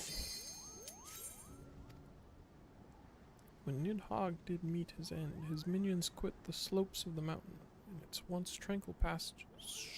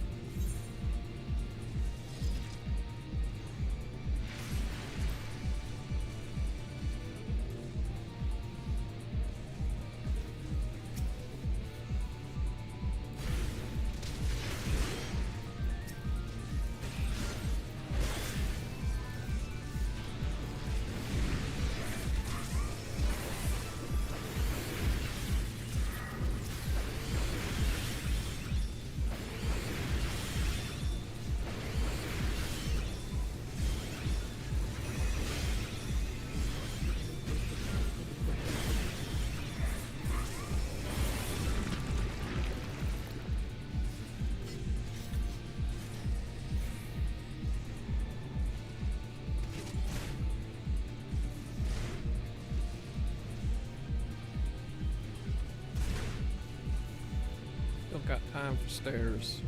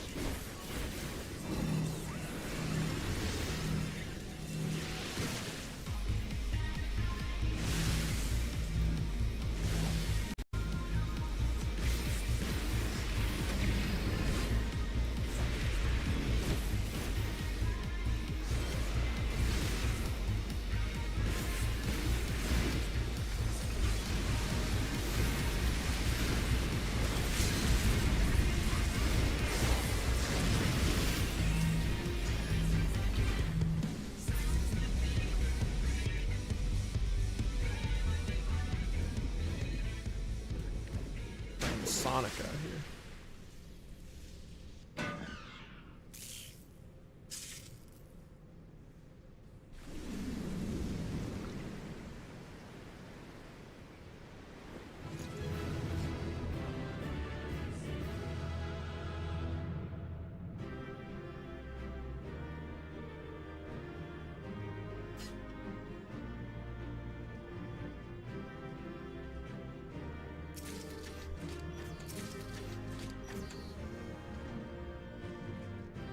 Entirely possible. I don't know those either. But I'm gonna collect them.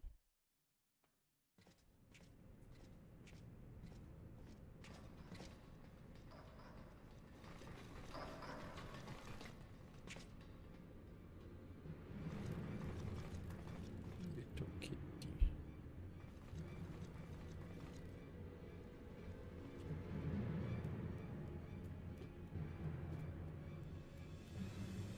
Sure. Gabi found it. Good. Knowings of missing piece are with Illuminati.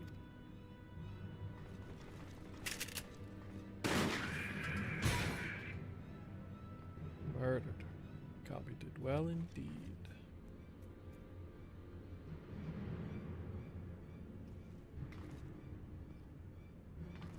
This is how you treat those who please you. Now is Rome in chaos, broken, machine with too many parts, but Illuminati plan needs one thing, missing piece to bring world order, give world harmony, make world perfect. And what of those who don't fit your vision of perfection? How many must die to pay for your utopia? Don't you see? You summoned a goddamn primal. It will devour the aether of every land you visit until Hydaelyn and everything on it is dead. Inside fortress of Illuminati, chosen will live on. If inferior on outside die for progress, so be it. This is cost of seeking for knowledge, knowings. Hells take you in your damned seeking.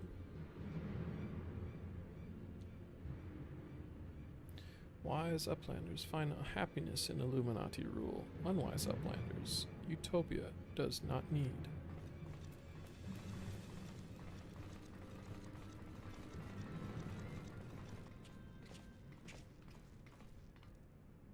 So it's obey or die then. The whole concept is grotesque. No, Cid. Like the rest of the ideas set out in the Enigma Codex, Alexander is wonderful in itself. Perfect even. But in the rush to realize its ideals, even the best of us can be led astray. Oh, so once upon a time, these Illuminati were starry-eyed philanthropists. Is that it? And it was only after they got their hands on your perfect bloody codex that they turned into vicious killers. Tell me, was there any passage in particular that convinced them to abandon their last shred of empathy? I cannot speak for the precise contents of the codex, not anymore, but I haven't forgotten everything I read. I think I can stop the core, if you can get me close enough. You think you can, or you know you can, and what of its location? It's somewhere in the trunk. How close we are to that, I can't say. Trunk. Round rocks can say, 2 paces of round rocks are 1 yalm, so by count of round rocks, chest of whirlicog giant is only a little further. Ah, clever girl, you've been measuring how far we've come from the start.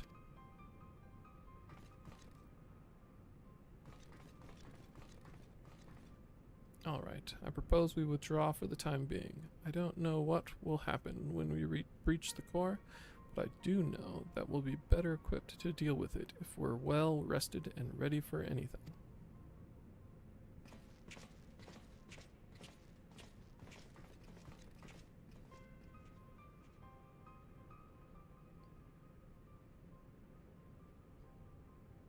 All should be well enough.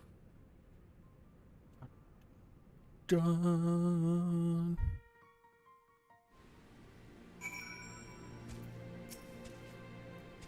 No one should have the power to choose who lives and who dies. The idea is too vile, too insidious to be left unchallenged. We have to act. If we don't, Alexander will awaken, and the Illuminati will be unstoppable. Make no mistake, Fluffy. It's now or never.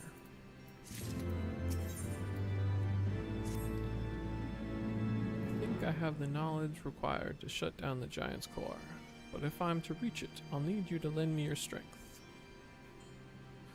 Well, really, the Illuminati's latest message is, well, let's just say it's unsuitable for polite company. I should be much obliged if you teach those privy-mouthed savages some manners, Fluffy.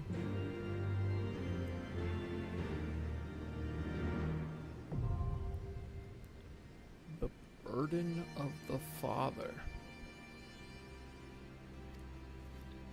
Bum, bum, bum, bum, bum, bum, bum.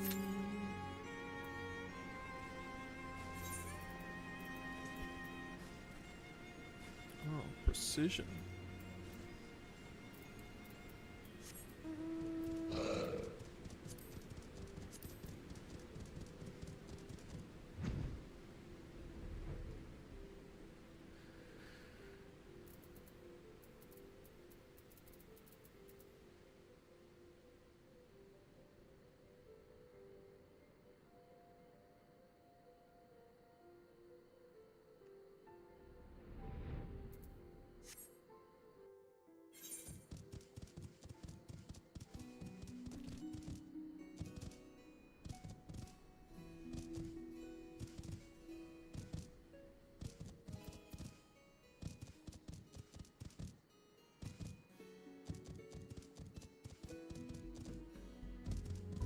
What do the precision bits do? Maybe that has them. Besto. Precision Guardian. Unidentified.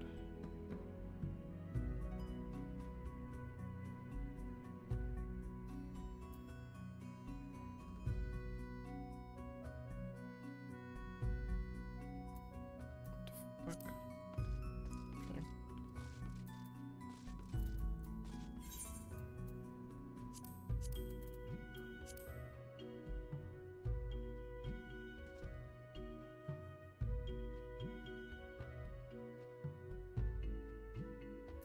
Slow.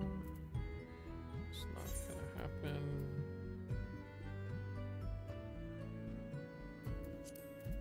Anytime soon. Oh yeah.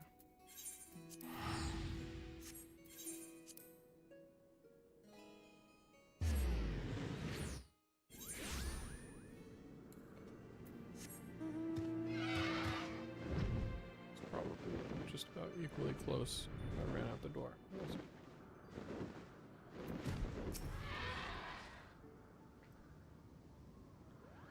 Thou hast discharged duty admirably. Greetings. Quieting of these sacred grounds. Nidhogg did me blah blah. Have become home to all manner of beastly intruders, and worse, the fires at the core of Somal rage and swell, as if roiled by some unwelcome parasite. The spirits of our fallen will find no rest until this disturbance is calmed. Thus would I have thee descend into the mountain's depths and sweep clean Somal's stony halls.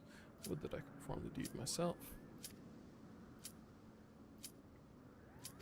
Whatever. Frig off.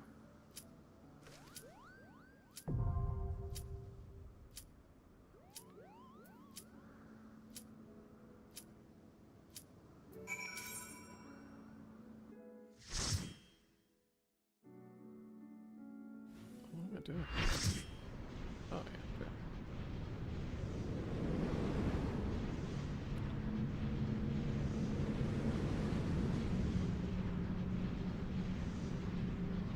Have the boy version, boy cat version of the mechanic. 15. I want to play 15 again.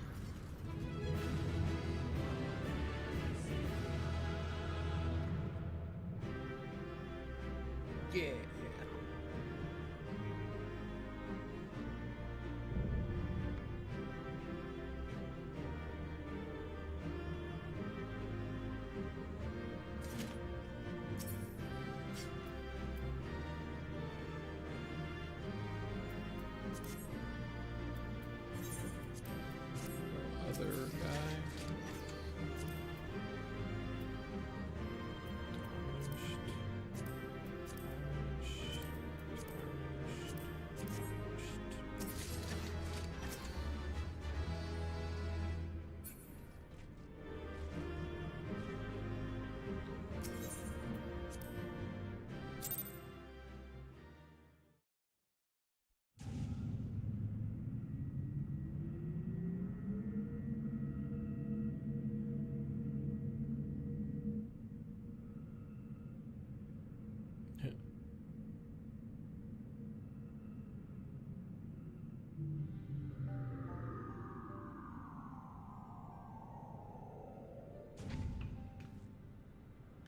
We're here, none the worse for wear.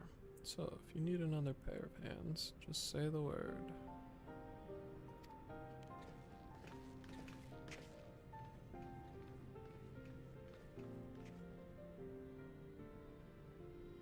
So, this is the heart of the machine, eh?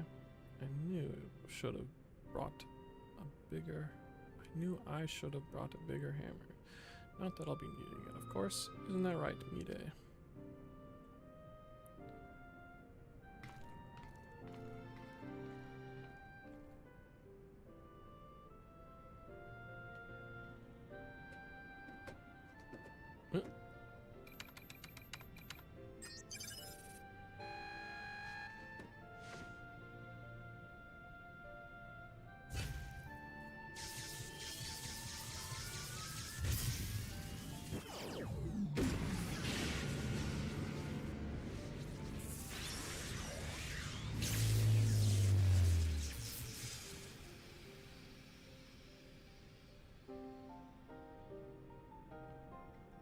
Now we have cancer.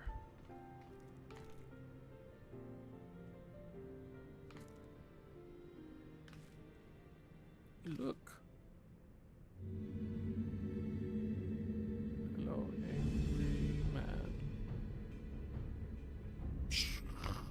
Greater our knowings in brain cases of unwise than quick thinks believed. Perhaps quick thinks judge too quickly. Perhaps Illuminati should study Uplanders.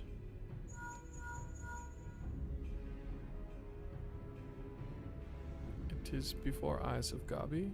Good. Do not fail. Illuminati have no use for failing Gabis.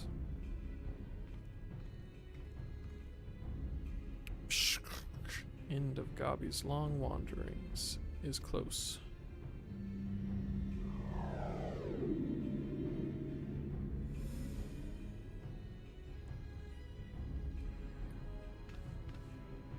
Something isn't right. Something isn't right at all. The way Kick Things spoke.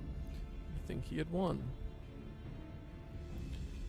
He didn't seem too bothered, that's for sure. Do you think he might have planned for us stopping Alexander's Corps? What was it the chief said again about the Illuminati finding what they needed to complete their plan? Something along the lines of a missing piece, I thought.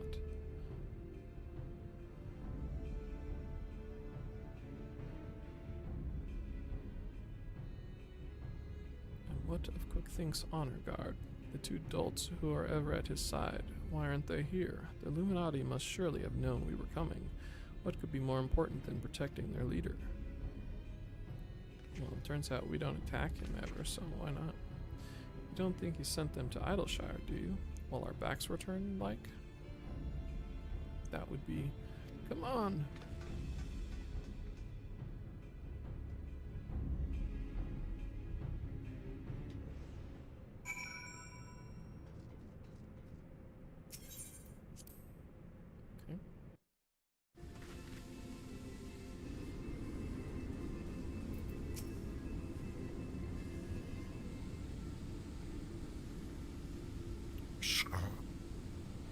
Giant loses power. Uplanders succeed. Never mind that, man. Did the Illuminati come? Is Idleshire safe? How does Uplander know? Yes, many Illuminati come to take stuffs of Gabi flock. Great was chaos, but suddenly Illuminati go and take only junk not worth jiggly shine. Jingly shine. Came barging in, ready to start a war, and then scampered with a handful of bleeding junk? Hold on a minute. Where were they last seen? Psh. Red Bricks thinks you're the shortstop? Round row. Round rocks. Right? So, come on.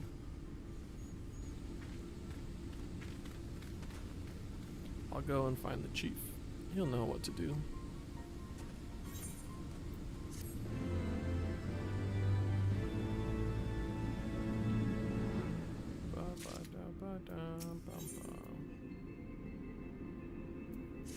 Okay.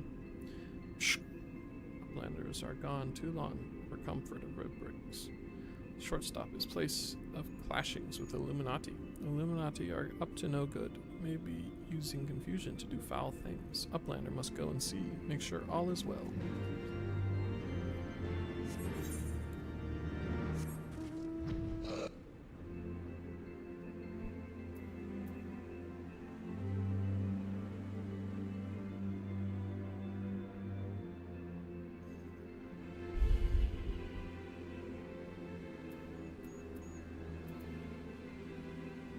Something else I wanted to do.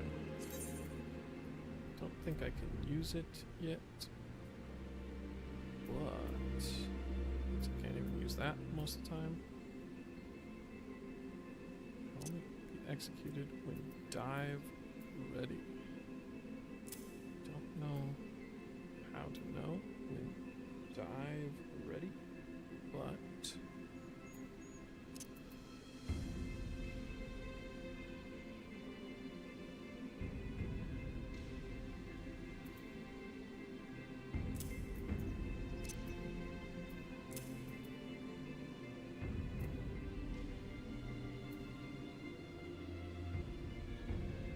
okay.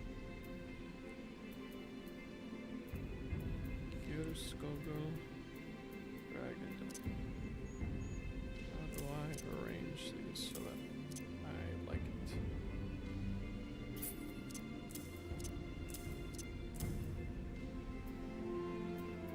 So that's okay.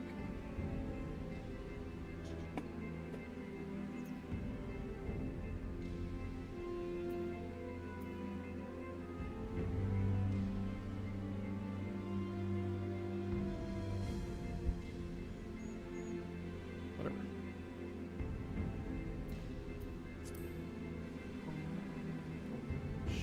Stop. Seems like everybody's okay.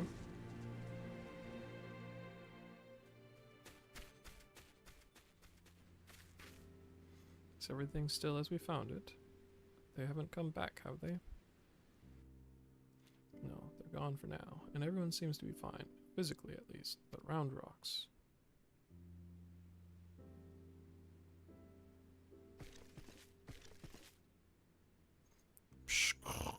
Gone, all gone. Poor thing, the Illuminati took everything. I'm just glad she was off collecting trinkets with backtricks when they came. I daren't think what might have happened had she been here.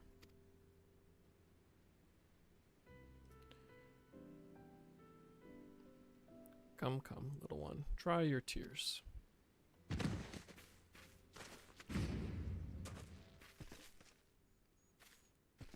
One thief, unconscious. We found him lurking near the edge of town, not far from your treasure, Round Rocks.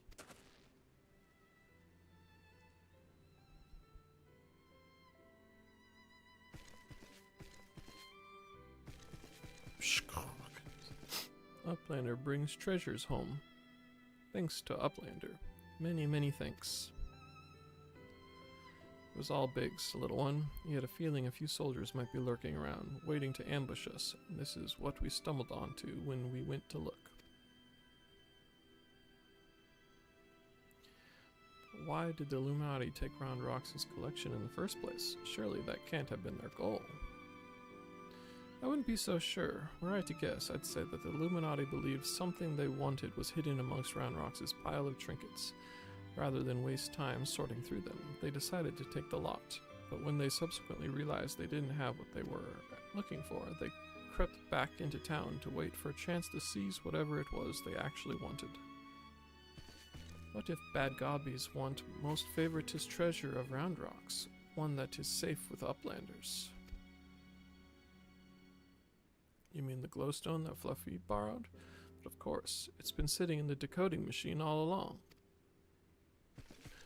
Yes, Round Rocks would be sad without pretty glowstone. It is special treasure from near Old Castle. Rusty one that was left by uplanders from before. Wait, what do you mean before? Round Rocks, were you near the Charlayan ruins when the metal giant first appeared?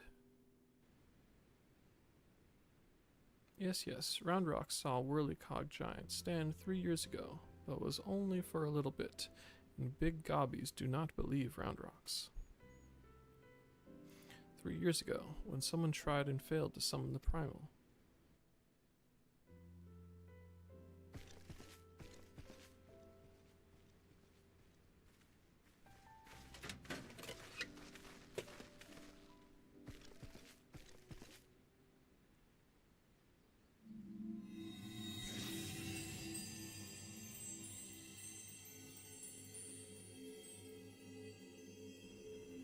Fragment of the Codex, of all the places in the realm.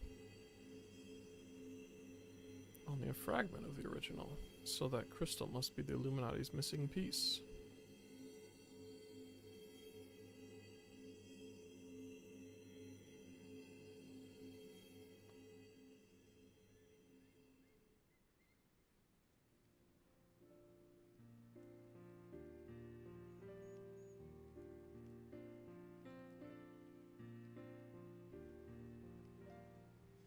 We may have stopped their primal and taken their prize, but our foes are not about to admit defeat. They'll be back, and out for blood like as not. But we've got you, Fluffy, and I'm sure you'll be ready for the onslaught when it comes. Might I suggest you make merry till then? Make merry.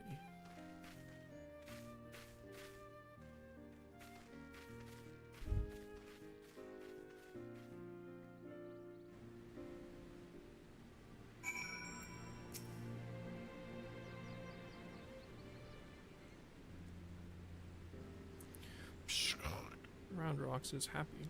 Many friends worry. Think of Round Rocks. Uplander is one. Round Rocks thanks kind Uplander. Let me chime in as well, Fluffy. Round Rocks' home needed protection, and you provided it. Not many would do that, and certainly not in the face of a primal. You have my thanks also. Mide helped Round Rocks too. Uplanders have good hearts, and kind. Only so many of us find Machina pretty, my dear. We have to stick together, don't we? Did Mide always like whirlycogs and bitty bobs? Not like you, Round Rocks, my love. Oh, Round Rocks, my love. He adored the things, inventing, building, and tinkering with them. Mide always touches hurt mark when remembering. Do I? Well, I suppose I do. 'Cause I'm edgy. Those times were something else, little one. My friends and I, we were lost in our dream. We thought to put back the pieces of the broken world with logic, reason, and technology, and we were certain we could do it too. I hadn't much skill with tinkering up things or making them, but I helped in my small way. And that feeling of aiding in someone else's dream, sharing it, washes over you like a wave of happiness. I've never felt that way since. Now it all seems so far away. Even the memories feel like I dreamed them rather than lived them. Well, enough of that. Round Rocks is right, adventurer. You're a kindly soul. Keep an eye on our girl till next we meet, will you?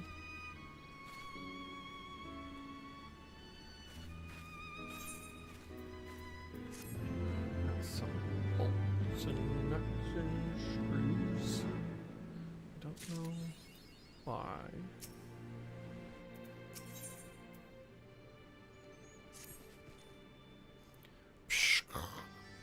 Round Rocks thinks long and hard on what to do with precious glowstone. It is most favoritist treasure of Round Rocks, but glowstone is also what Mide seeks all this time, and has already brought Round Rocks 3 whole years of joy. So Round Rocks decides to give it to Mide, so she can be happy too. For now, Round Rocks entrusts treasure to Uplander, to give to Mide at next meeting. Even meanest gobbies dare not try to take Lowstone from mighty Uplander.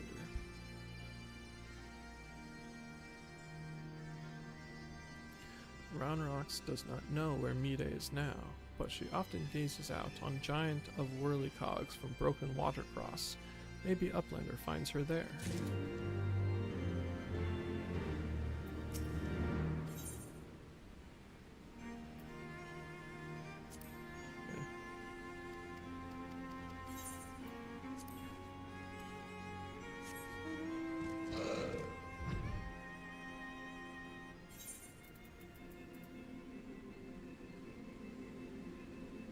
Walker shielding.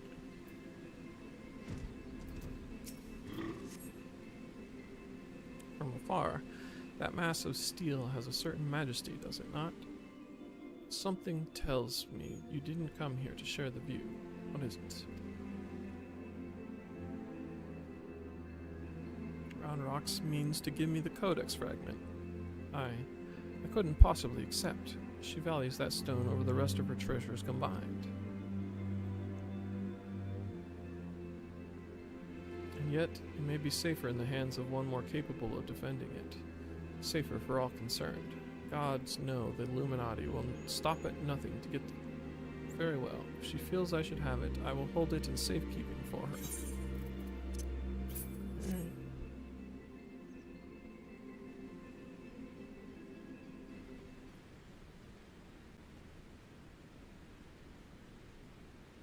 Alas, it is of no more use to me than any other rock. You doubtless recall the moment when Round Rocks first revealed the Codex fragment to us, yes? When she took the stone in her hands, a piece of the Enigma Codex burst forth unbidden in a brilliant flash of light. Yet it had been handled many times by others, yourself included, without ever betraying a hint of the secret contained within. Did you not find that strange? I myself was surprised, albeit for a different reason. The Codex is protected by an arcane mechanism, you see. Only those who share its fundamental principles are able to view its contents. It is rare indeed to find an individual with the qualities required to read it. That Round Rocks possesses such qualities is an unexpected blessing, to be sure. But if the Illuminati were to learn of her secret, she would be placed in grave danger. Even as we speak, they scour the hinterlands in search of their elusive missing piece.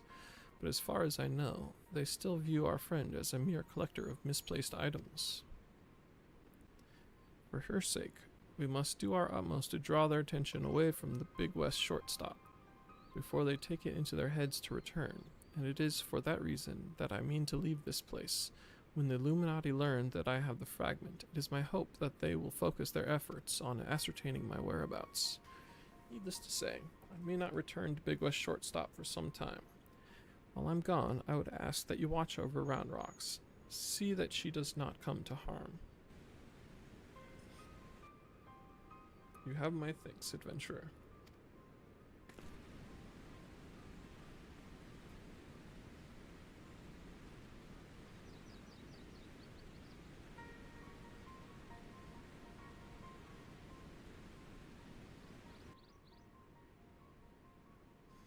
As I thought, I am no longer worthy.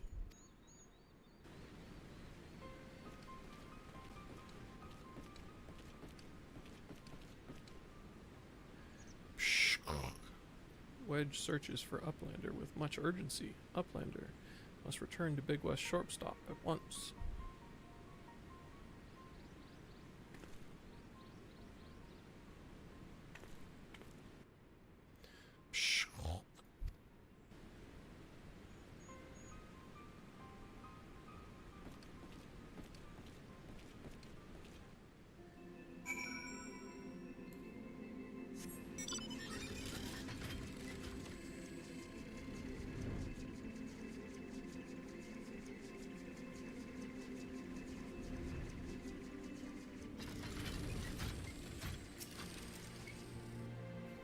There you are, Fluffy. Not a moment too soon. The Illuminati are getting ready for something big. Stoller reports that Alexander has started drawing massive amounts of ether from the surrounding land. which can only mean one thing. The Illuminati have resumed their attempts to revive it.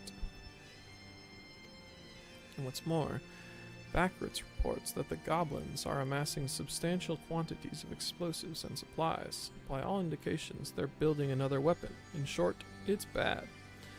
But it's nothing a bit of strategic thinking can't fix. They say he who strikes first strikes last. And that's exactly what I intend to do. I've devised a plan which should allow us to take the Illuminati unawares, and I'd like you to spearhead the assault. Our rendezvous point is to the south, on the cliffs overlooking the Thaliac. Biggs has gone ahead to scout the area. We shall await your arrival there.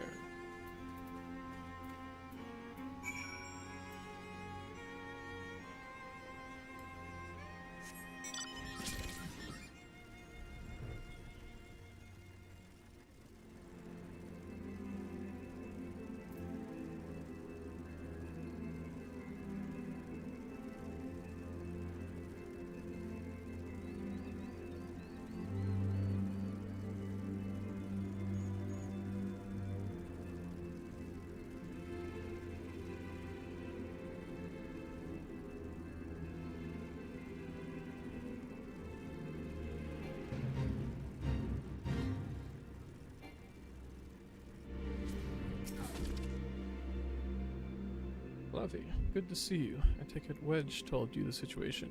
You ready to hit the Illuminati where it hurts? That's what I'd like to hear. The chief will be here soon, and then we can get things underway.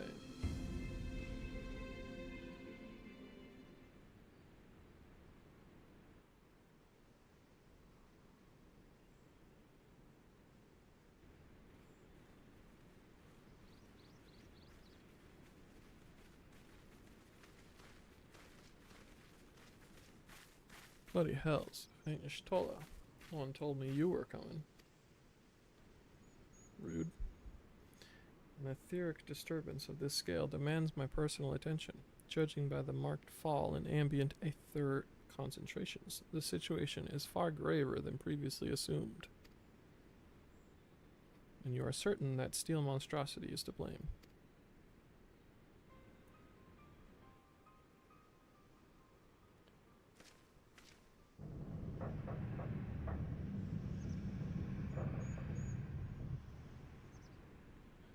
See no other explanation. The giant's innards are well nigh saturated with aether already, yet I sense something else, an irregular energy coming from within the barrier. Be that as it may, I'm afraid we have more pressing concerns. The Illuminati are up to something, and we mean to hit them before they can put whatever it is they're planning into action.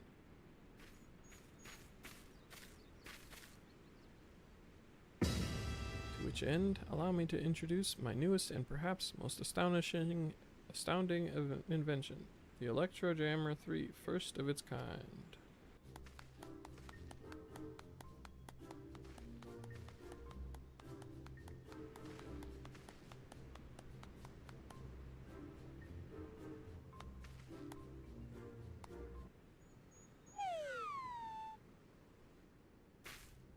Speechless with astonishment, I see.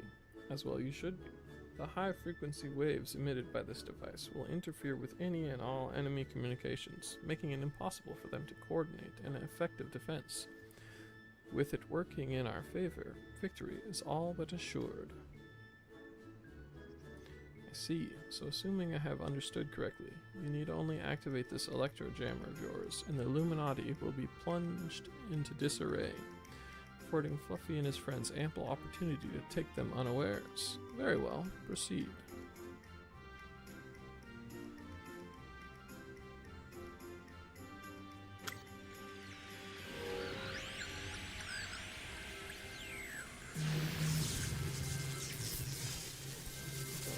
Wedge, is this supposed to happen?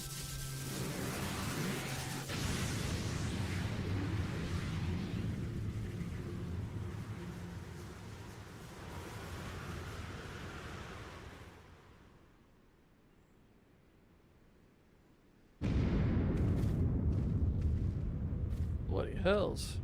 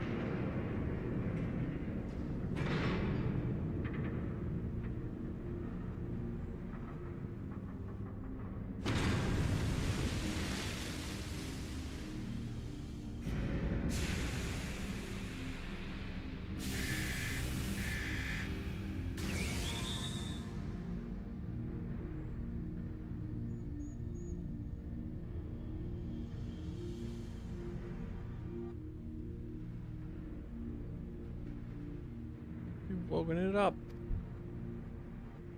Nay, only the left arm stirs. Could the waves emitted be your device have disturbed something within the barrier wedge? Could the waves emitted by your device have disturbed something in the barrier wedge? It's not my fault. Not to worry, Wedge. With the Illuminati hard at work reviving the giant, 'twas only a matter of time before parts of it started springing to life. You just gave this one a little extra nudge. On a brighter note, it would seem you saved us the trouble of finding another way in.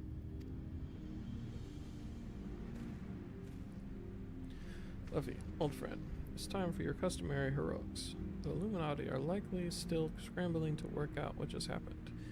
Before they do, I suggest you hop across the river and show them what for. What for?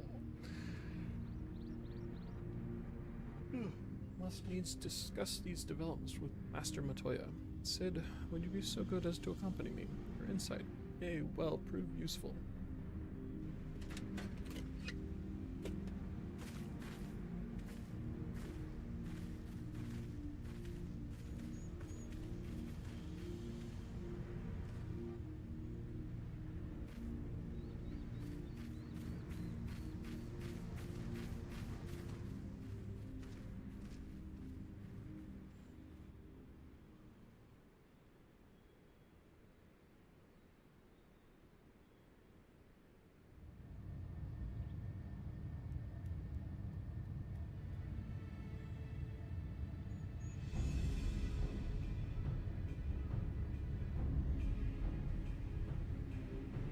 Don't really understand the cap order. Another chorus stirs to life. The future unfolds exactly as expected, exactly as written.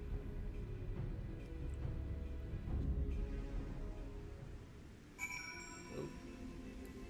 Rainy.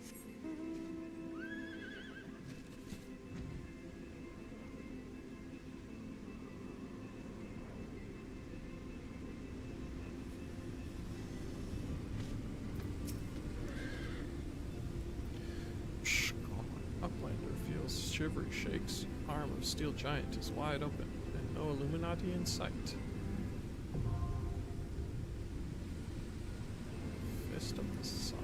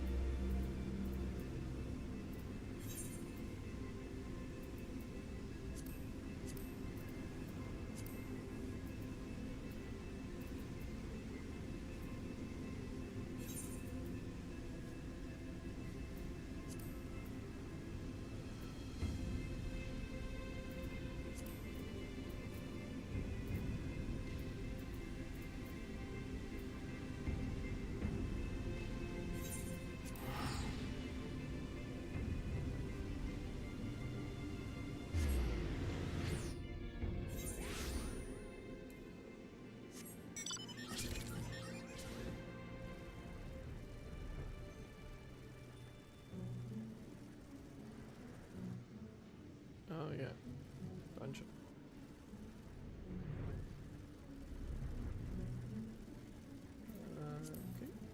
Okay.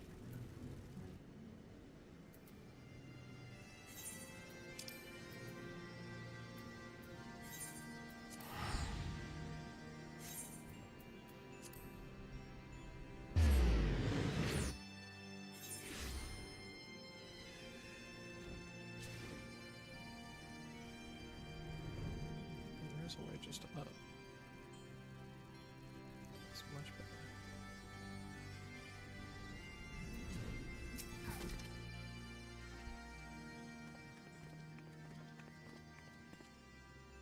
I had not thought to see you. Oh.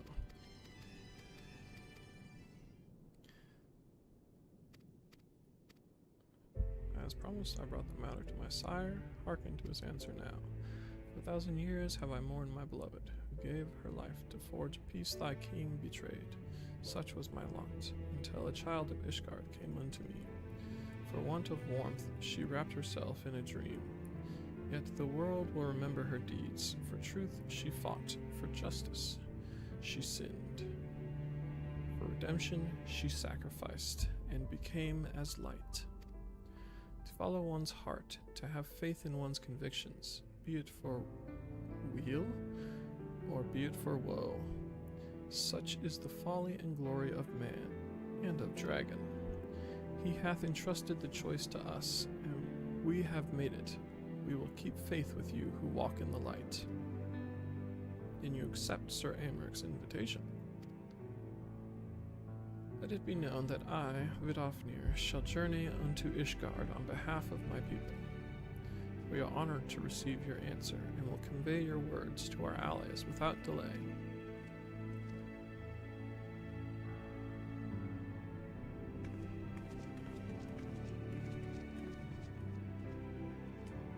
What is happening, Misael? Would that you were here to see it.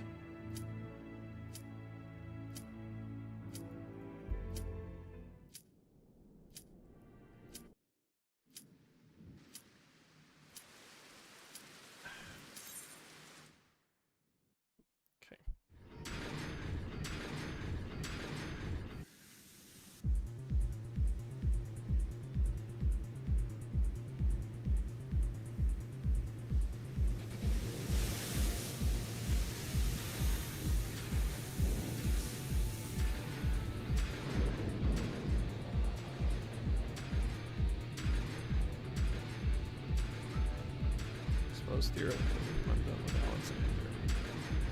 Probably more time than anybody's popping, so I'll actually get the quest done.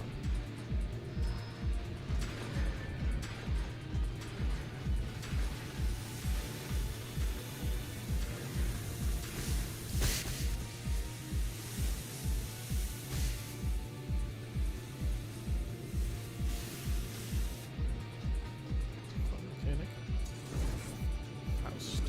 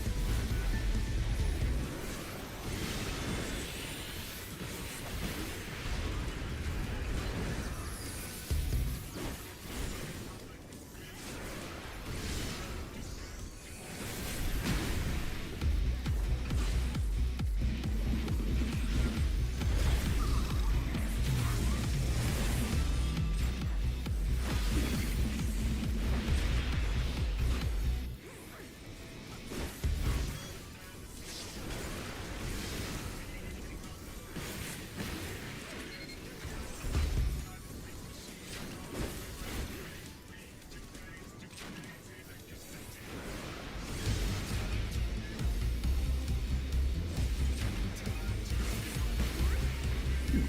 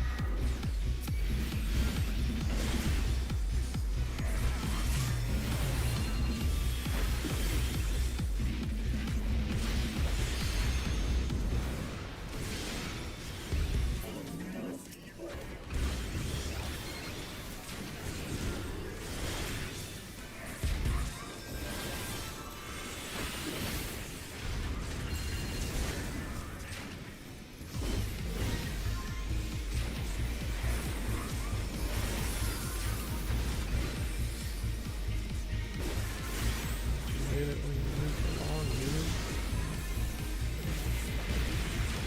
Fat idiot.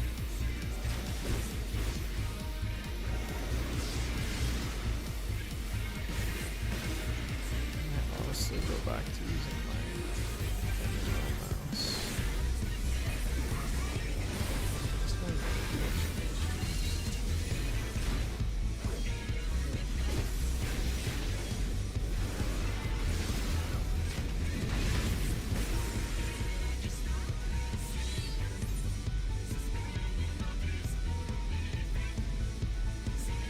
Bombs indeed.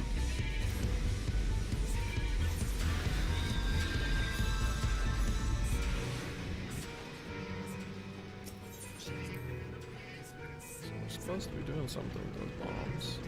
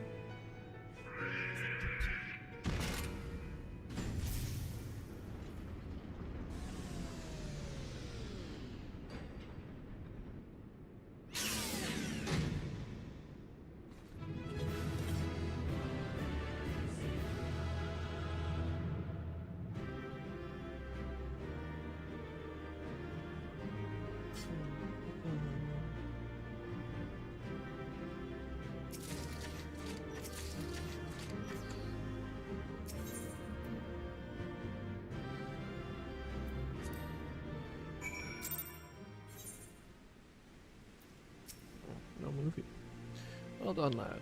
You let those Illuminati smarting, and without so much as a scratch to show for it. Now, I'm sure you'd like to finish them off, and we would too, if truth be told, but I'm sorry to say we have a problem. While Wedge and I were out on patrol, we saw something.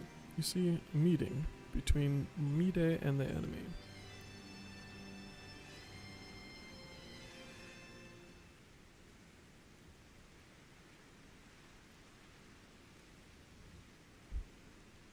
And then she handed the codex fragment over, just like that.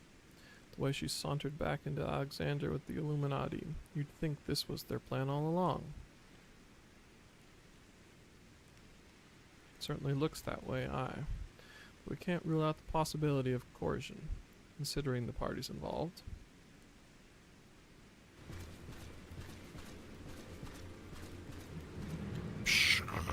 Foolish uplanders. Treasure Hunter was happy to give Codex, and why not? She makes busy deals with Illuminati since very beginning. And now, Illuminati hold all fragments of the Enigma Codex.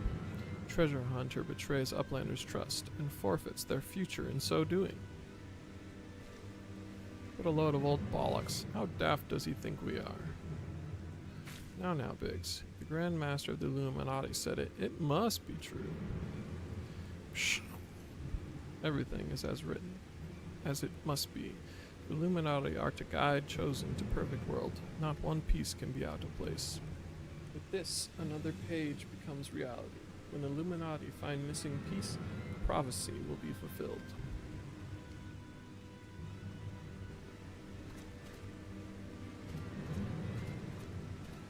Kid. Goodness me. That goblin hasn't the faintest idea how Uplanders' minds work. I would have been prepared to believe that Mide was a traitor had he not bothered to come here and confirm it. Now I'm inclined to think she isn't.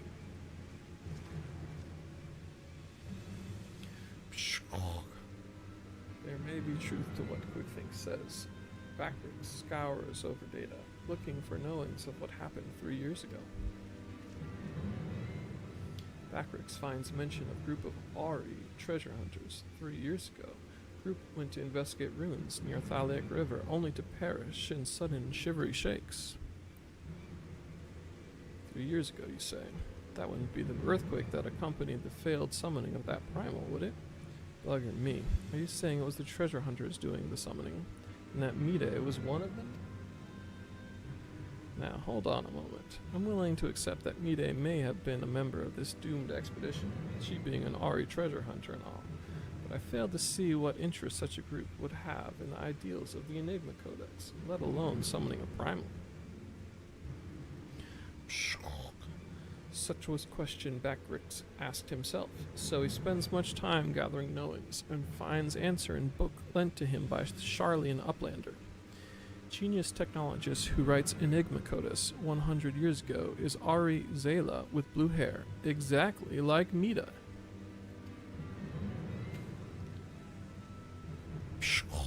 No, Mide would never make busy deals with bad goppies. Round Rock searches for Mide, hears truth from her. Round Rock's wait.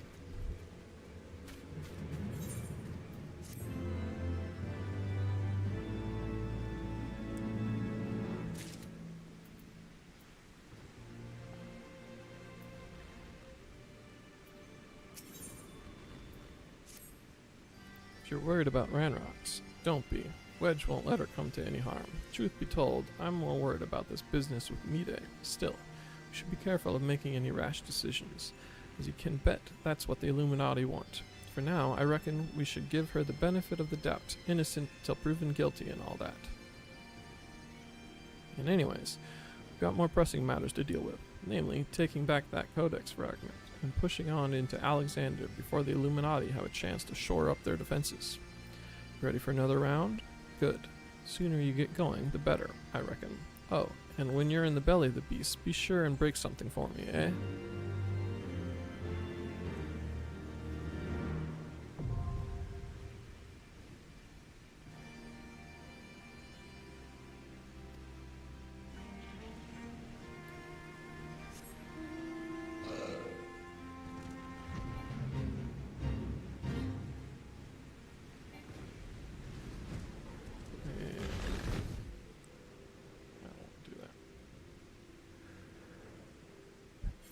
something I do want to do.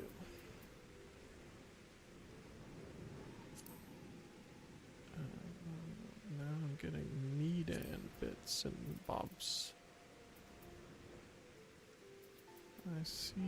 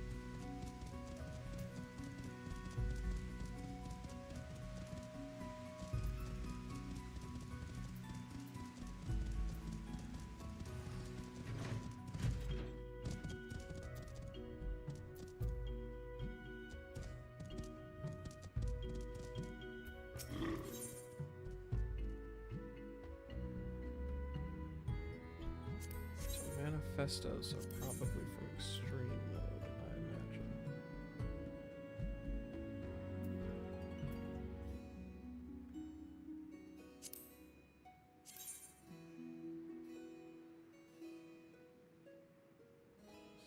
Slightly better.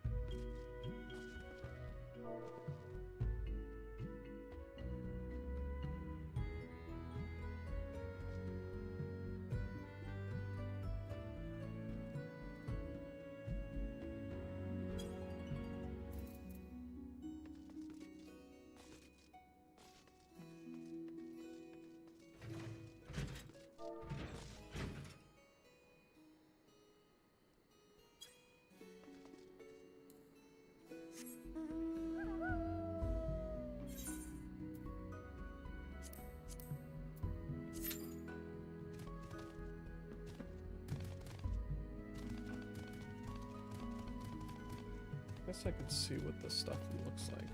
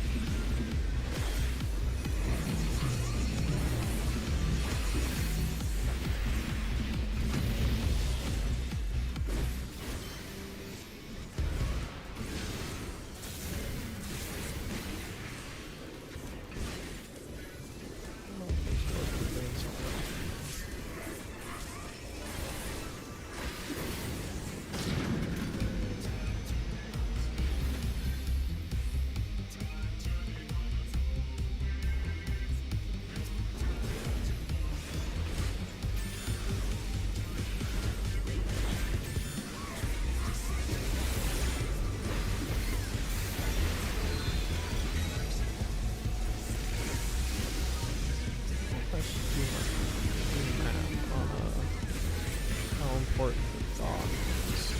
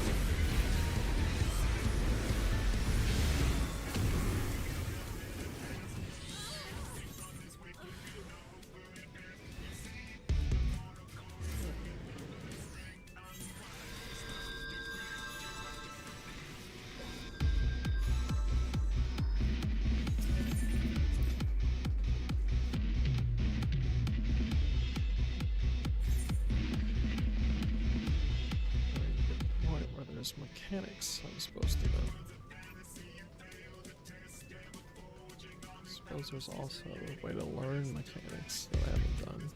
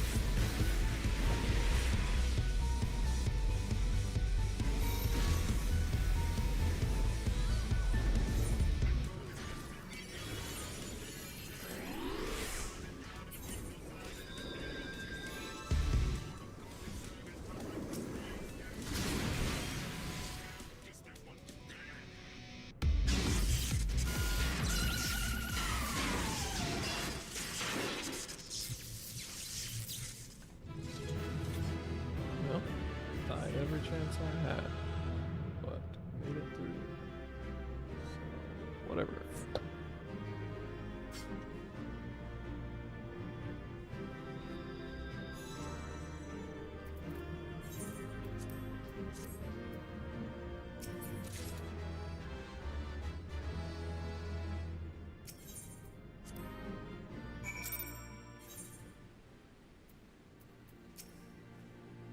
Ah, Fluffy McGee. You haven't seen Round Rocks, have you? I was looking forward to hearing about the new treasures she's found. I see. Well, I'll not lie to you. Some of it is true. I did meet with the Illuminati, but that is not the whole story. Allow me to explain.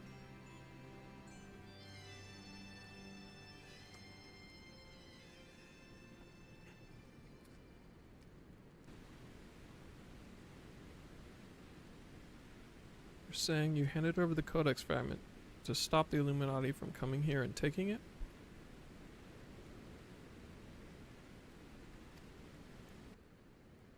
Yes, but the fragment I handed over to them was not but a stone picked from a pile of rubble. The true Codex fragment is here, safe and sound.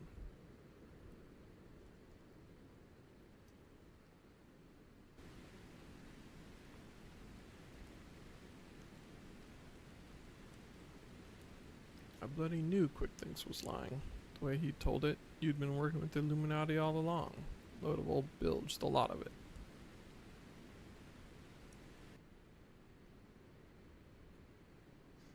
I am afraid not. Quick Things told you true. In fact, it was I who first taught the goblins how to summon the primal. I meant only to use them for my own ends, of course, much as I did you.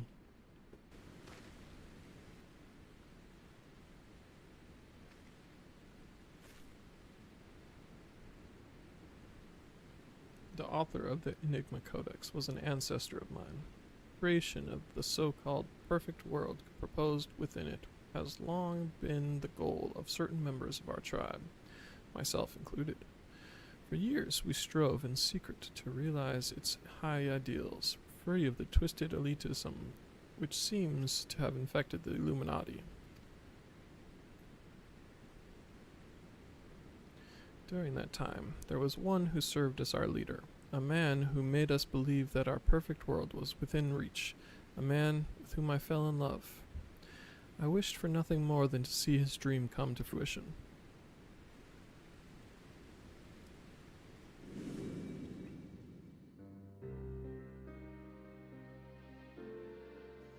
So blind was my devotion, I agreed to help him summon Primal without a second thought.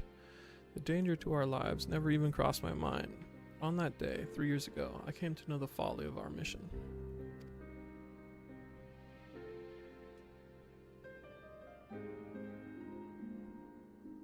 In an instant, the infernal machine laid waste to our hopes, snuffing out the lives of my companions, and the man I loved was dragged into its core.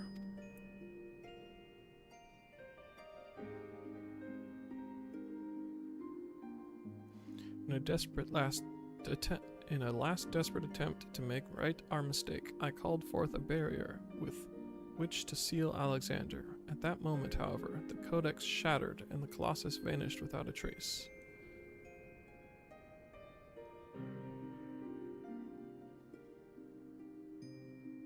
With the dust settled, I found myself surrounded by the broken fragments of the Codex, the cold, accusing remnants of our dream of a perfect world.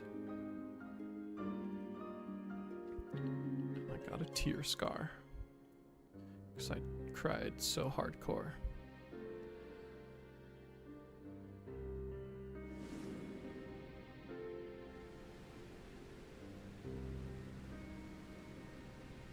We were fools to think only of the future. I did not realize it until my friends were gone, but the time we spent on our journey together, pursuing a shared dream, those moments were as precious as any paradise we could have hoped to build.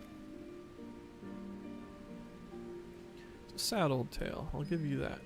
But it doesn't explain why you had the Illuminati summon the Primal, or why you had us help you infiltrate it. After everything you've been through, you can't seriously think any good will come of reviving Alexander. You all but said as much yourself. Good has nothing to do with it. Understand, I did not act out any lingering adherence to my old ideals. I simply wanted to see him again, and perhaps walk to the ends of the world with him. Now that's sunrise.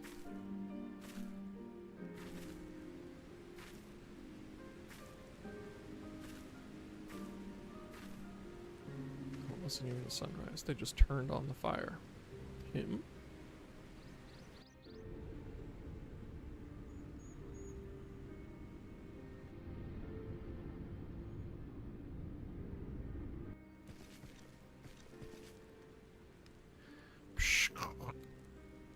Mide cannot mean Alexander.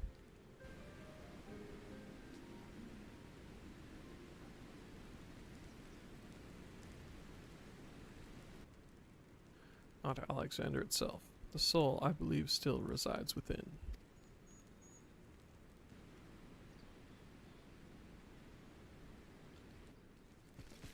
Soul of Uplanders sleeps in giant machine. Never has Bactrix heard such unsense. Mide must abandon this.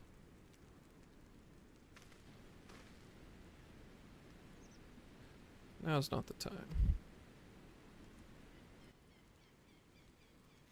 Got one more question to ask you. What happens when all the codex fragments are brought together? Alexander was born from hearts that yearned for a perfect world. The writings of the Enigma Codex inspired such a desire, but they are more than just a collection of texts. The Codex can also be used to control the primal. To be precise, 2 elements are required. A complete Enigma Codex and one capable of reading it. When both are present, Alexander can be commanded to transport its residents wherever they choose.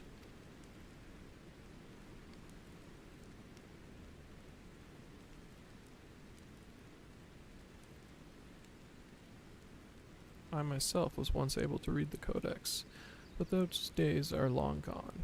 Now the fragments are as dead to me as the stones beneath my feet. There is another, however, to whom the Codex still responds, one we all know quite well.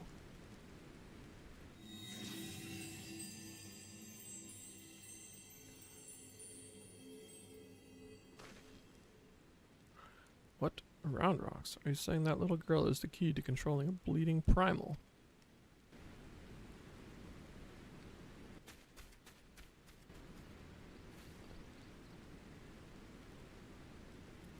Pant, pant, rup, pant, pant, gulp, round rocks. Round rocks has been captured.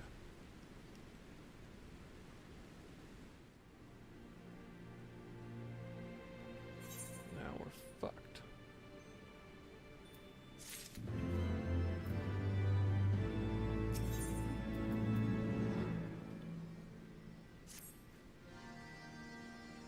Curse me for a fool. I should have known better than to underestimate the Illuminati. I assumed the missing piece in their plan was the Codex fragment. They were talking about round rocks all along. We must mount a rescue. Now, without delay, to the Illuminati, she's no better than a cog in their monstrous machine. It is like that she is being held somewhere in or close to Alexander's upper body. Continue your push through the left arm, and while the Illuminati are distracted, I will search for a way forward.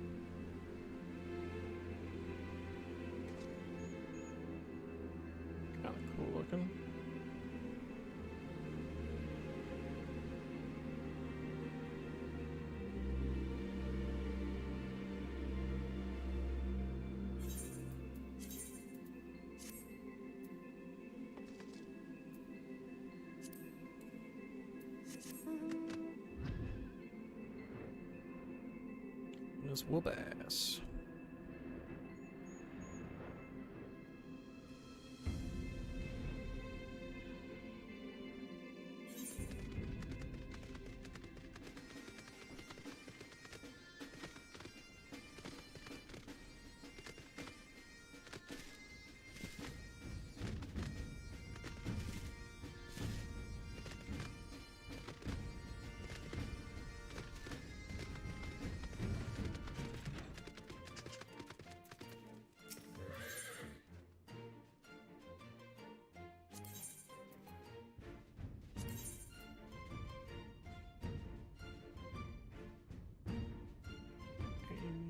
Scout.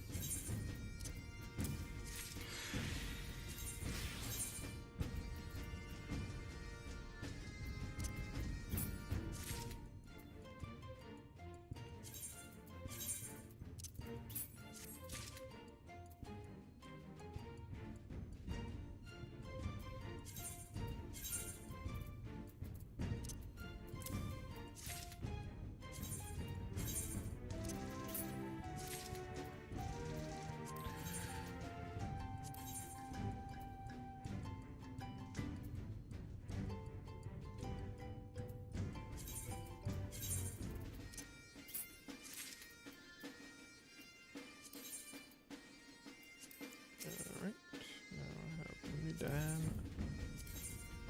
things, Mask of Bane,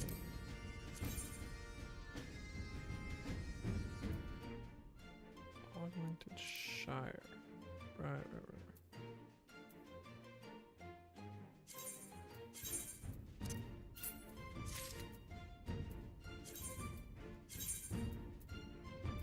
Maiming or striking?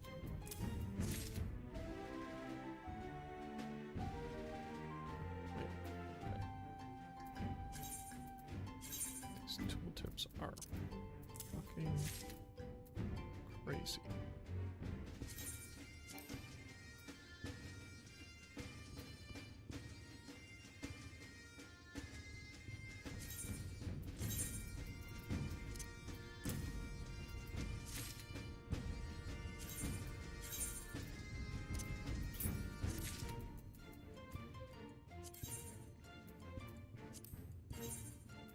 Bum, bum, bum, bum, bum.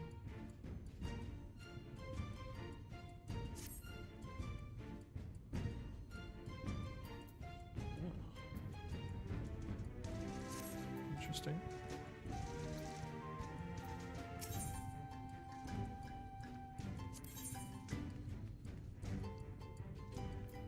So I did this one. Shire.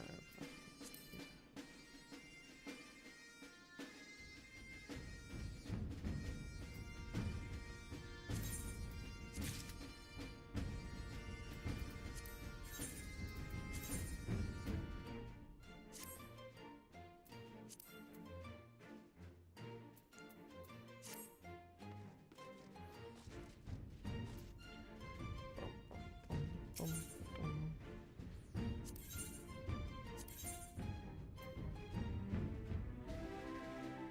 Just some of them are better. That's weird. Okay. Oh, I just don't have enough yet.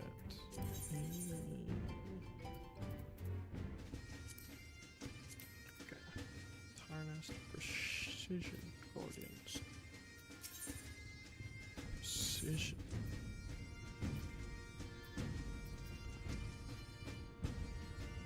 Precision Guardian.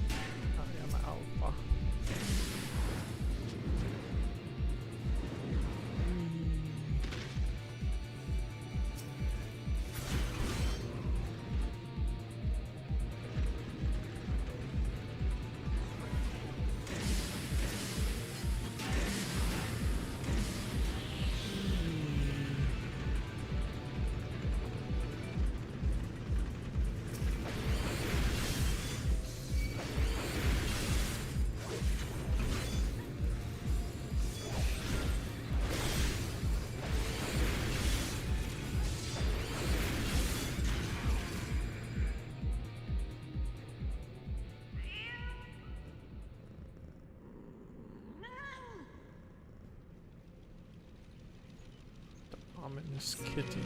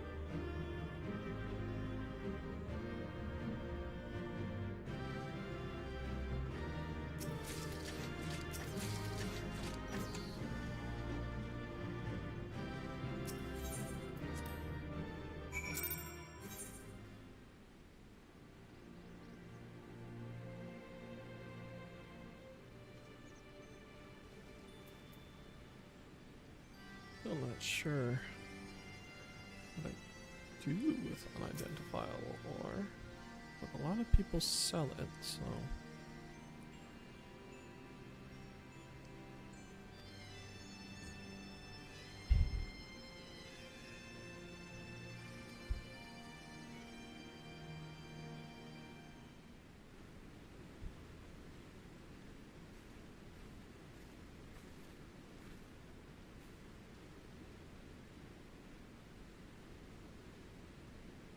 Congratulations on your victory over Quick Thinks. While you were busy dismantling his flying machine, I finished charting Alexander's interior. The chamber you reached is situated in the innermost part of the left sector, which means your next aim should be...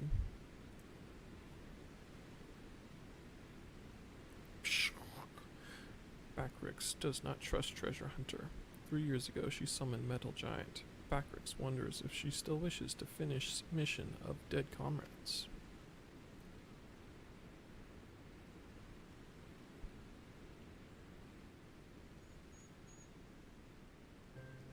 I do not blame you for doubting me. Truth be told, my former mentors often stressed that, were the unthinkable to happen, it would be my burden as the Ingus to carry on their work.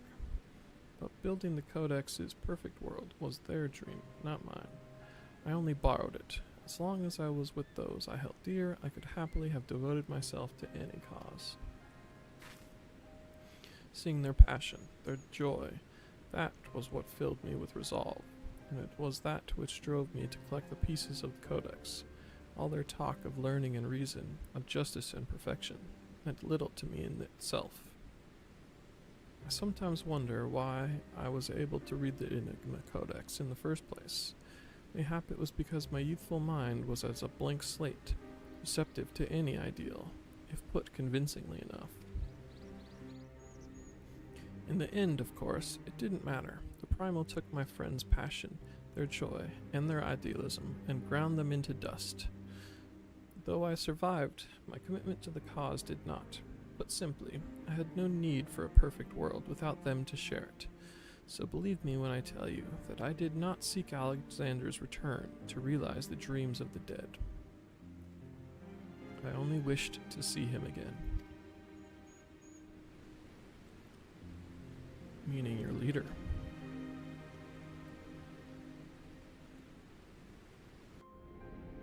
The section of Alexander you have been exploring is called Midas, after a king from a legend of Eld. Midas entreated the gods for a finger that would turn all he touched into gold, and the gods duly obliged, but in his carelessness he transformed the one he loved most in the world into a lifeless golden statue, and thus the thing he coveted became his undoing. So it was with me and mine. Had we but paused for a moment to consider the means, and not simply the end, mayhap my friends would still be alive. But we did not, and they are gone. My one remaining wish is simple, to speak with the man I loved once more. If I could do that, I would be satisfied.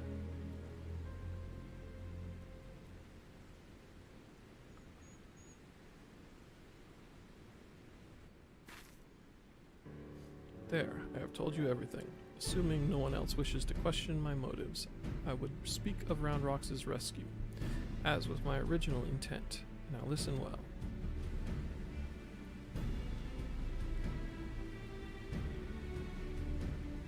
Alexander is divided into 3 main sections, each powered by an independent core. You have already fought your way through to the innermost part of Midas, the left arm. The core lies only a little way beyond, but you may be sure that the Illuminati will have deployed the bulk of their forces to defend it. Hold on a minute. Why would they choose to keep Round Rocks there? The cores are just power sources. You are correct, and the answer is they wouldn't. Round Rocks is most likely being held within Alexander's upper body. The Illuminati have locked the entrances from either arm, making it impossible to enter. Our only choice is to stop the core, and in so doing, stop Alexander. I see. Why, that's actually rather clever. The Illuminati need Round Rocks to control the Primal, but if it can't move, they'd have no need for her.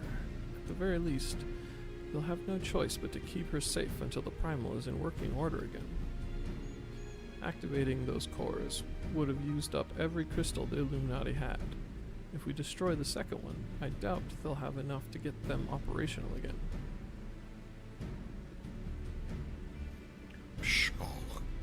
Do Uplanders truly think Metal Giant can be toppled?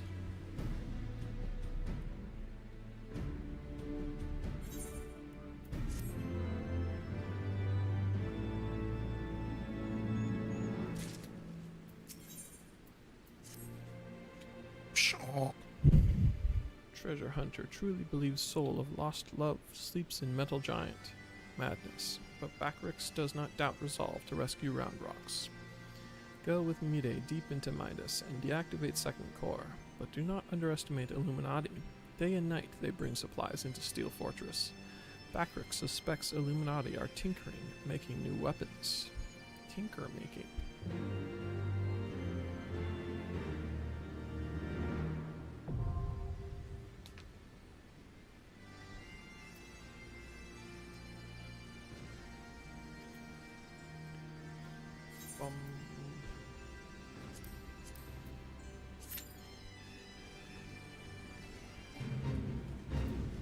So might as well do this.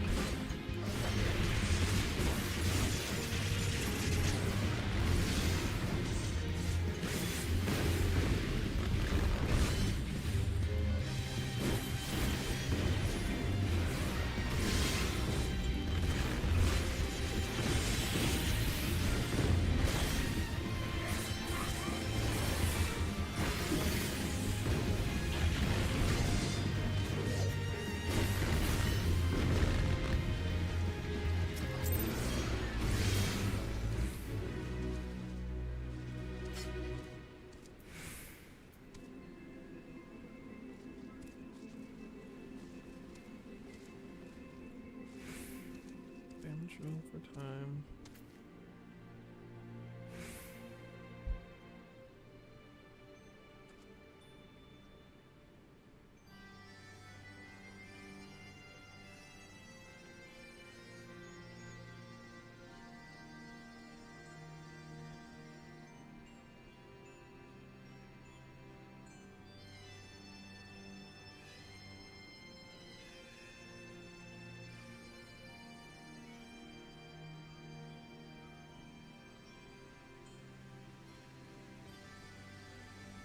Weird. Use an internal clock.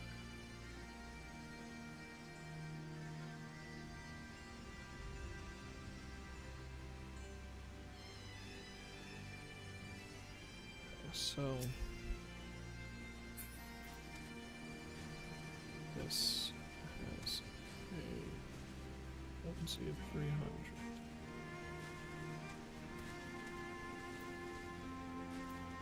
Which costs me maybe 1 tick.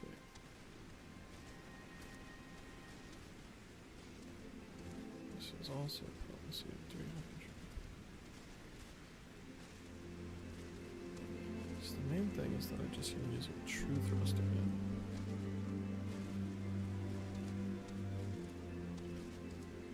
Disavow.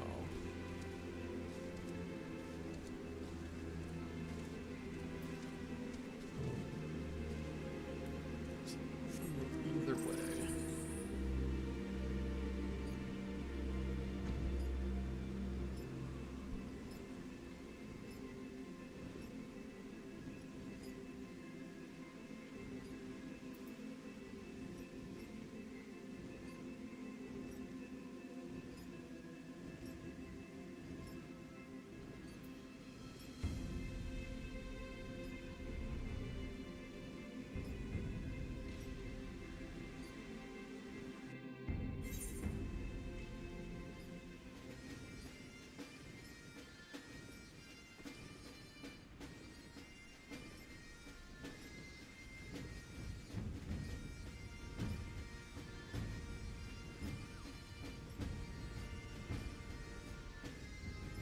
It's interesting that just how synced up with the server 3 count you are affects how good your DPS is.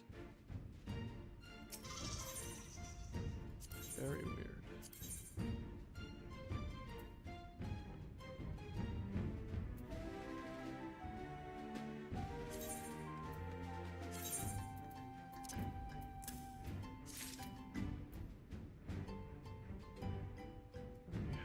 This one, is that true? Prototype recording males.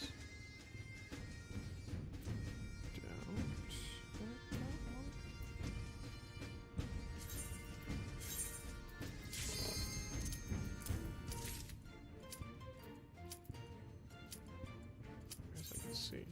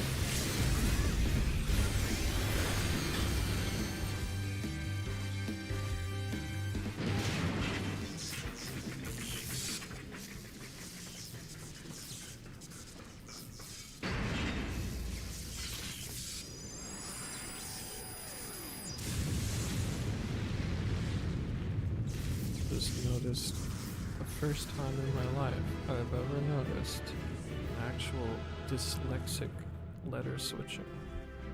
I legitimately thought it said Scion, but like spelled goofy. S-I-O-N. It was just Sun 1. Or Sun I, maybe.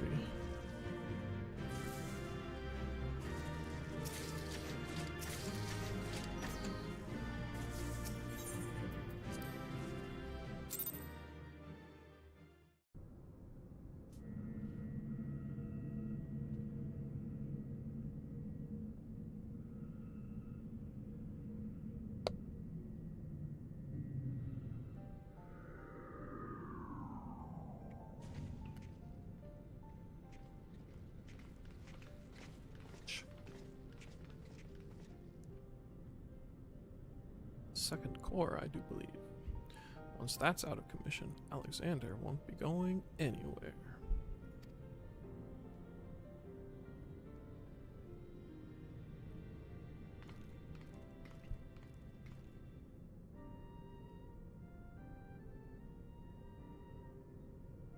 Diane, would that I could see you just once more.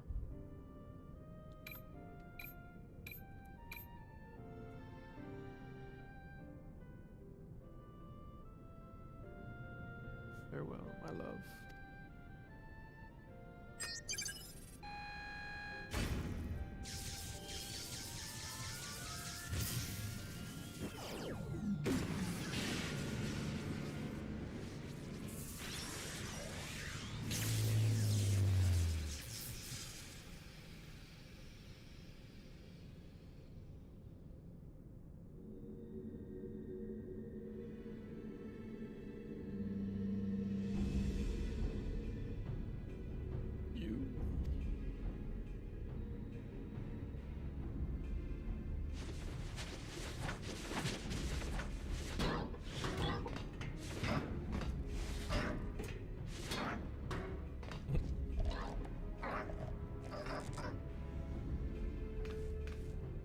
Frightened to face us alone, I see. Not that I blame you. We all know what Fluffy did to you last time. Usher in future that has been writ. Even strongest Gabi must sometimes pretend to be weak and let enemies win. Oh, pretending were you? And I suppose losing this core was all part of your plan. Don't make me laugh. You know as much about the future as we do. Quickthinks knows all. For example, Quickthinks knows one among Uplanders carries true fragment of Enigma Codex.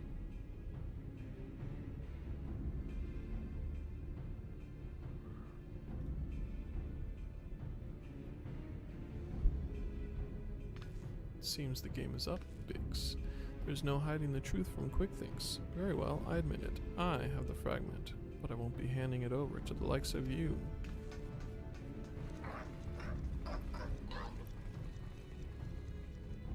Wait, Wedge, didn't you hear him? He knows all.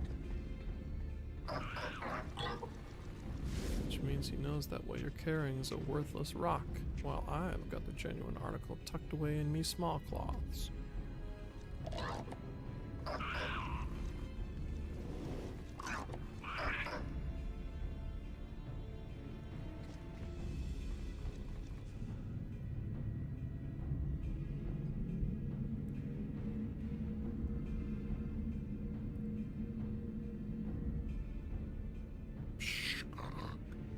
Quickthinks already knows conclusion of Uplander's childish games.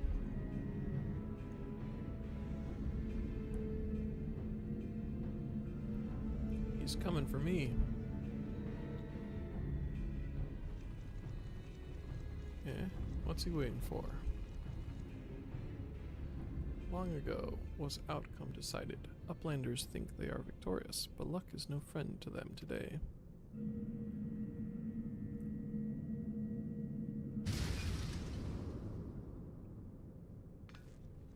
What?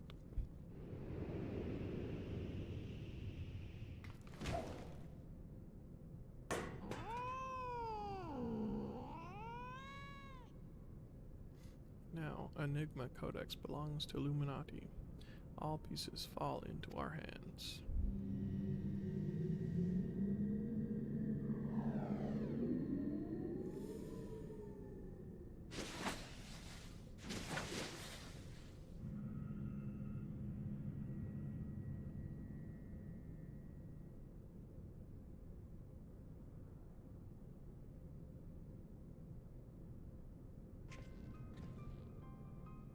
As far as I can make out, the thing's in good working order. No damage, no signs of tampering. I can only think it was an energy fluctuation that did it. Just bad luck. Bad luck? You're saying it was pure chance that the platform stopped at that exact moment? Then what was Quick Thinks? What about Quick Thinks? There is no way he could have predicted something like that. The odds would be infinitesimal.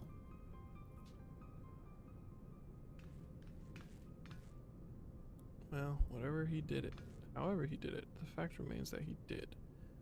But that doesn't mean we have to stand for it. When someone takes something from you, you just have to take it back.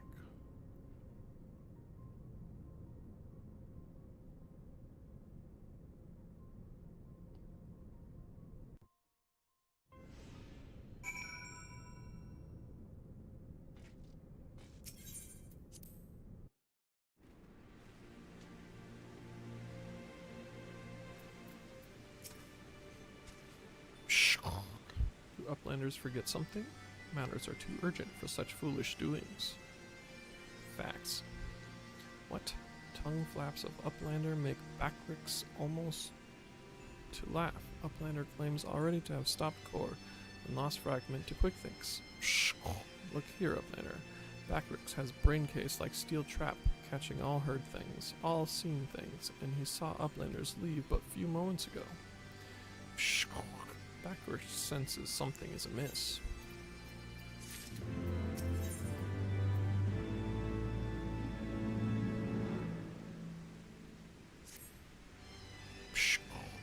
Backrix is certain that Uplanders left for Metal Giant only moments before returning.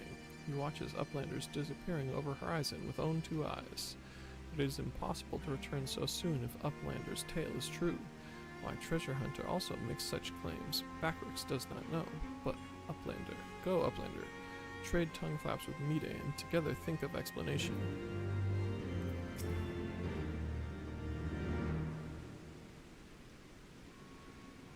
Have you been able to make any sense of Backrix's account? According to his version of events, we would scarcely have had time to reach the core, much less shut it down. But we were all there. We all know what happened.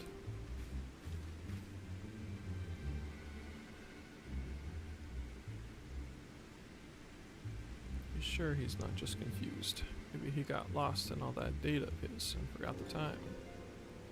Afraid not. That is, unless the goblin standing watch near Alexander was also confused. His reports corroborate Backrix's. No, something else is going on here. I'm certain of it. The question is, what? If we assume for a moment that the goblin's account are true, then hardly any time has passed since we entered the barrier around Alexander. Time stopped? Impossible. Possible? You mean like Quick Thinks predicting exactly what was going to happen in the core room? Hate to say it, but maybe he wasn't talking out of his arse. If time doesn't work the same in there, maybe he saw the future. There may be another explanation for that. There's a device deep within Alexander capable of performing complex mathematical calculations. It's not outside the realm of possibility that it could be used to predict the outcome of simple events. Using mathematics to predict the future. Now, even if I could believe that, it wouldn't explain this business with Backrix. Biggs is right. Perhaps the presence of the primal somehow disrupted the flow of time within the barrier. It's only a theory, of course. That accident clicked. To be clear, you are implying that the Illuminati are aware of this temporal disruption and have been using it to somehow gaze into the future. Very well. If you are willing to accept that, then why not go further? Might it not be the case that they have found a way to bend time to their will? By moving back and forth in time, the Illuminati could effectively manipulate the present however they saw fit. They would ever remain one step ahead of us, Every effort doomed to fail from the first. Now that's a sobering theory. It's still only a theory, right? There's no point panicking just yet. Wedge, give the chief a call on your link pearl. Why don't you? If anyone knows how to untangle this knot, it's him.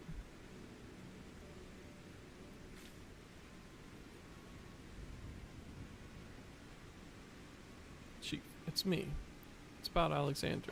I've noticed something strange about the time inside the primal. What? No, not our time inside the primal. The time. I mean, time itself.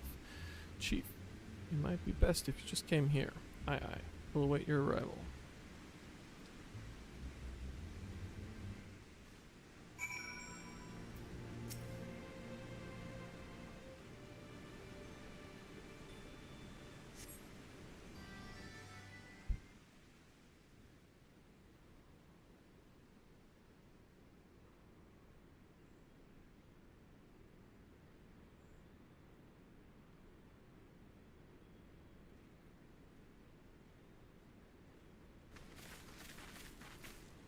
Is that a heated debate I hear? Boys, you started without me. Now, what was that you were saying over the link pearl? Something about running out of time? Sid insisted that I accompany him, though I would have come even had he not. Matters have taken a turn for the worse, I gather.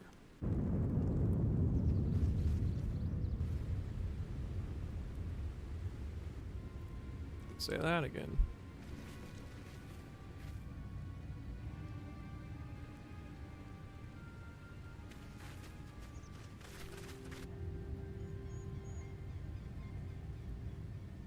Nods all around.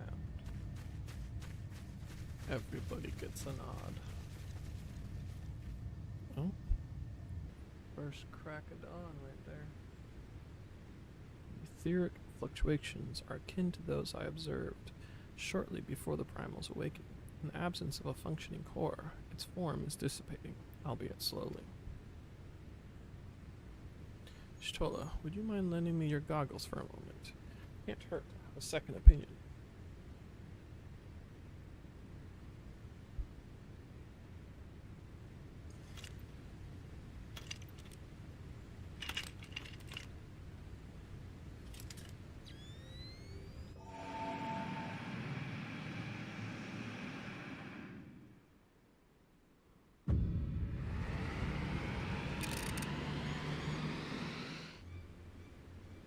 On the seven hells, the aether would be pouring from the primal is flowing backwards, as if time were passing in reverse.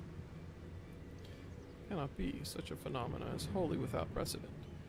Knowing so little of this primal's capabilities, however, it would be remiss to discount the possibility outright. If it is as we fear, then at this very moment Alexander could be undoing our efforts to shut down its cores. All of our labors will have been for naught. Ah, the treasure hunter of whom we have heard so much. You seem unperturbed by our outlandish speculations. Was this perchance the subject of Wedge's communication?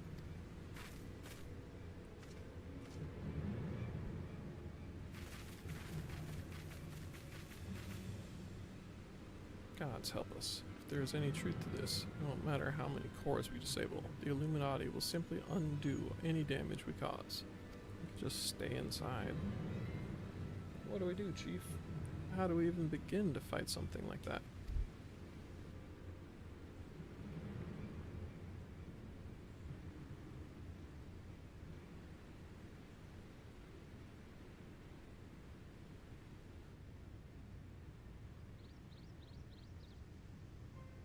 To erase the past, to return to a clean slate, could die and have known.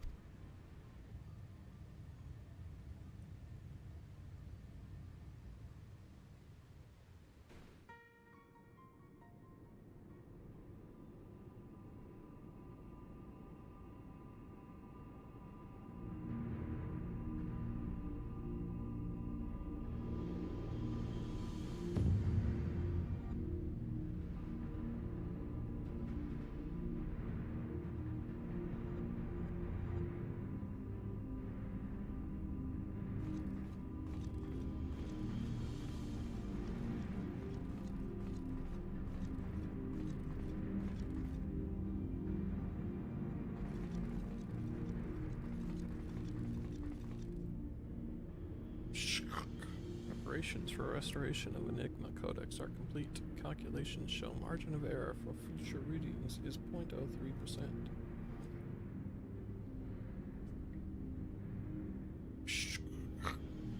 Foolish copy. When future is decided, there is no error. There is no failure. Listen well, chosen of Illuminati. Last, all pieces are in place. No longer must wise suffer foolishness of unwise. Time has come to backstrike. Inferiors will make way for perfect world, or die. Now, restore Enigma Codex.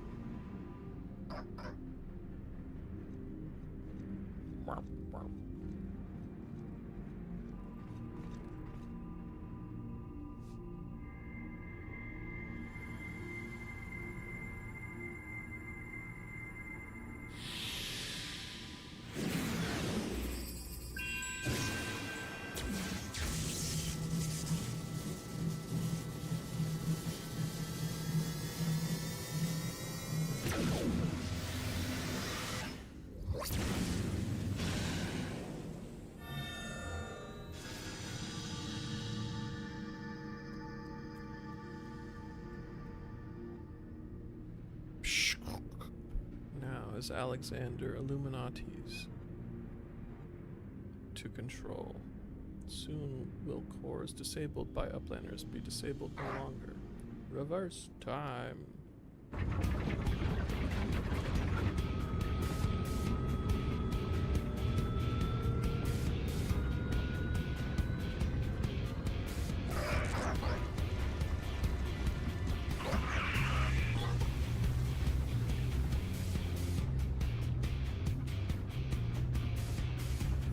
Once power flows to third core, Alexander will be fully operational, and the third core will its true potential awaken.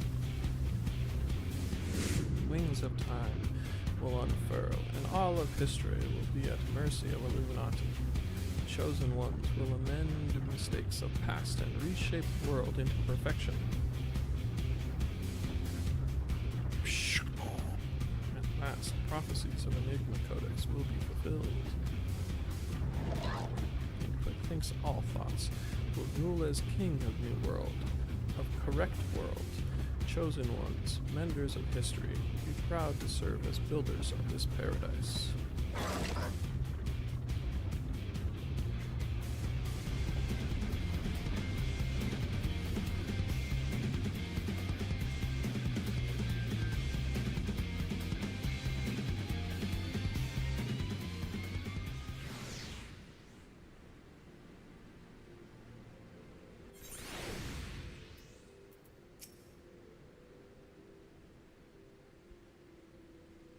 Stola and the chief have returned to Matoya's cave. Don't worry, between them, they're sure to find the answer to our problems. If it isn't waiting on a shelf in the Charlene annals, it'll be in some forgotten corner of the chief's brain. You mark my words. And the next time we meet Cookthinks, we'll be ready for him.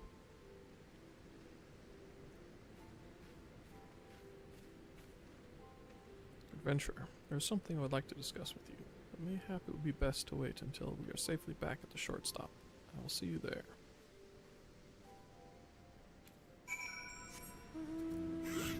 Literally round the...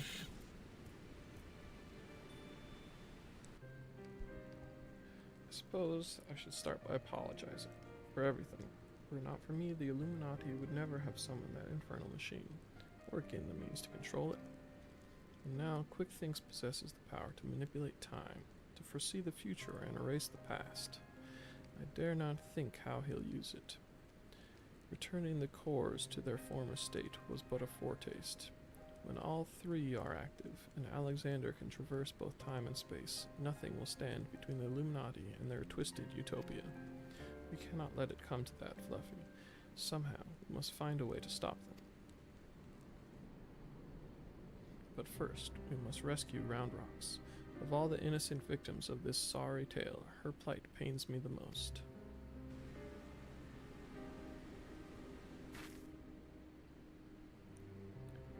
The short stop just isn't the same without her. I hope someone will keep her treasure safe until she returns.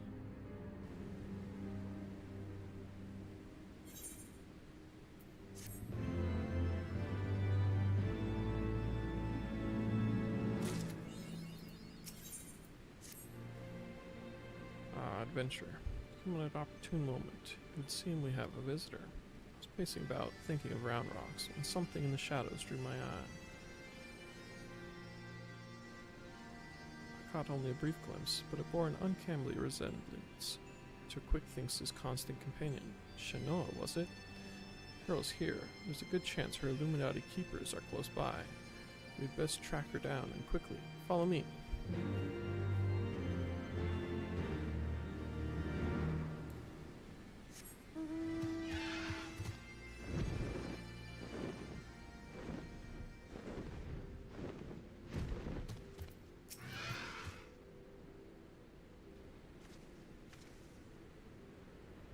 Just as I thought, it is Shanoa. Or is it? One Curl kitten looks much the same as another, and she doesn't seem to have brought any of her friends. Over there.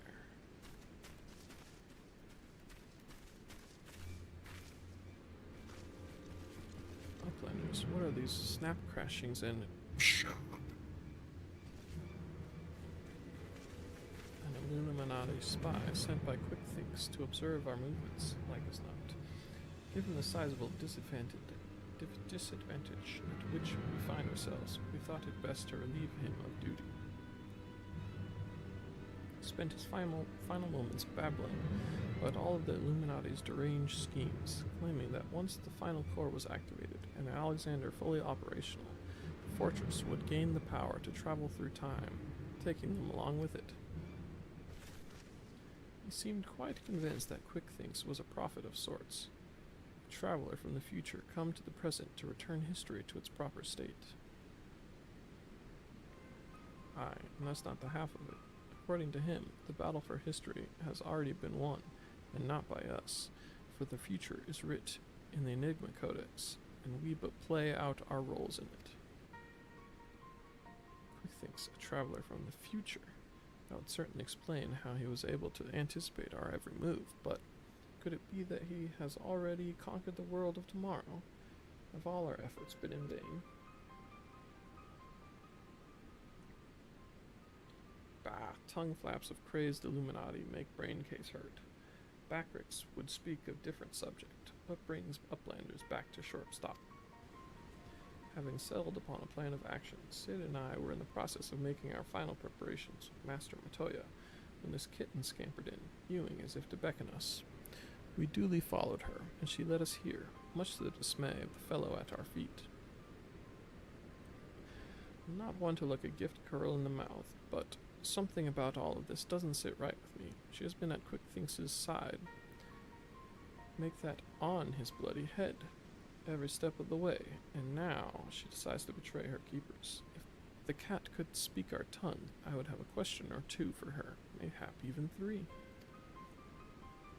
Ugh, I can't believe I'm even considering this, but then it wouldn't be the strangest thing I've heard today. You there, cat. You're Shanoa, Quickthinks' little familiar, aren't you? 2 moves for gay, 1 for nay. Mew mew! Did she truly... Did you want to go home? Mew... 7 hells. I think the bloody furball might actually understand us. That doesn't mean we can trust her. For all we know, she could be here to do her master's dirty work.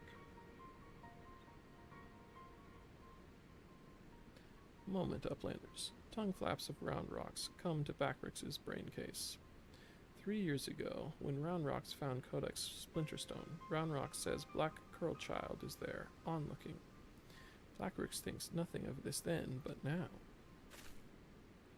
You mean to imply that Shanoa here was present when we attempted the summoning? Very much doubt that. If she were a kitten 3 years ago, she would be a fully grown Curl by now. Unless, that is, she took a shortcut through time, and I clicked on accident, to further his own ends.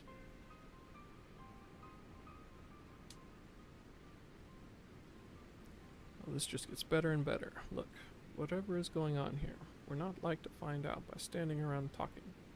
We need to delve deeper into that fortress. And as luck would have it, Wedge claims his latest invention will allow us to do just that. I've sent him and Biggs on ahead to the Maker's Quarter to perform their final tests. Meet them there when you are ready. I'll join you as soon as my own preparations are complete.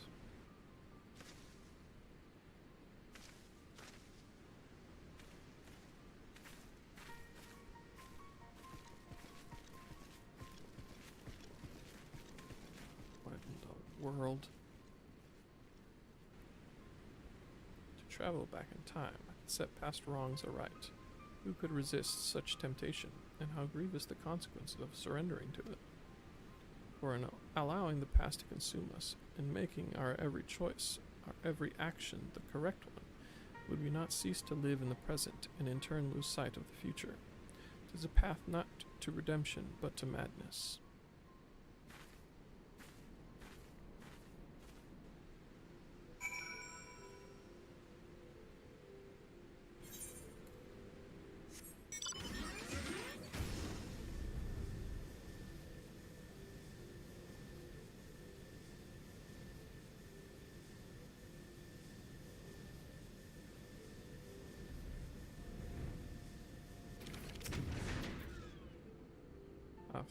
All fired up and ready to go, are we? Then I'd best hurry up and brief you on the task at hand. In a nutshell, we'll be attacking the Primal on two fronts. As we speak, Shtola's leading an attempt to cut off the Primal's source of ether. Our job, meanwhile, will be to head into the belly of the beast and rescue young Roundrocks, without her to view the Enigma Codex for him. The Illuminati won't be able to turn back time anymore, giving us a fighting chance of beating the bastards. Chief reckons that the shortest path is through the giant's great fat noggin. The only problem being that it's inside the barrier. Not to worry though. Wedge's latest wonder will take care of that. He's dubbed it the BBG-2, which he tells me is short for Barrier Begone. Of course, the barrier doesn't just serve to keep folk out, it also keeps the Primal in. That being why Medea and her mates raised the bleeding thing in the first place. So the moment it goes down, there'll be nothing to stop the Colossus from running rampant, if it has a mind to. Which means we're going to need to move fast. The Chief will take the Excelsior in as close as he can to Alexander's head, where you'll jump off and secure us away inside. Wasting no time, you'll then climb back on board, and Wedge will re-engage the barrier, all before our metal friend even knows what's happening. Got it? Good, because we've got our work cut out for us. Let's get going.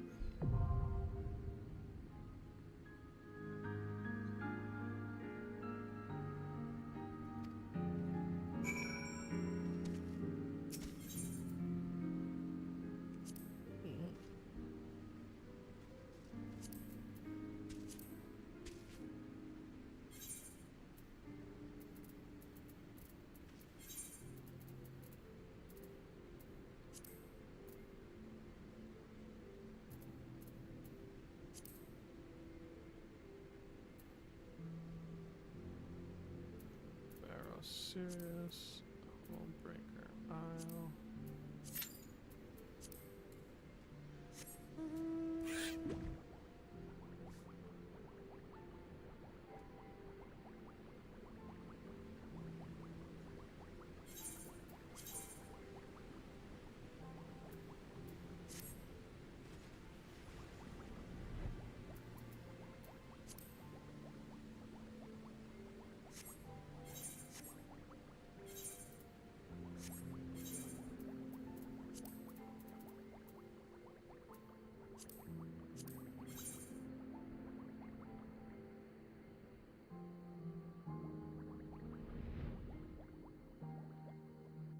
Kind of cool.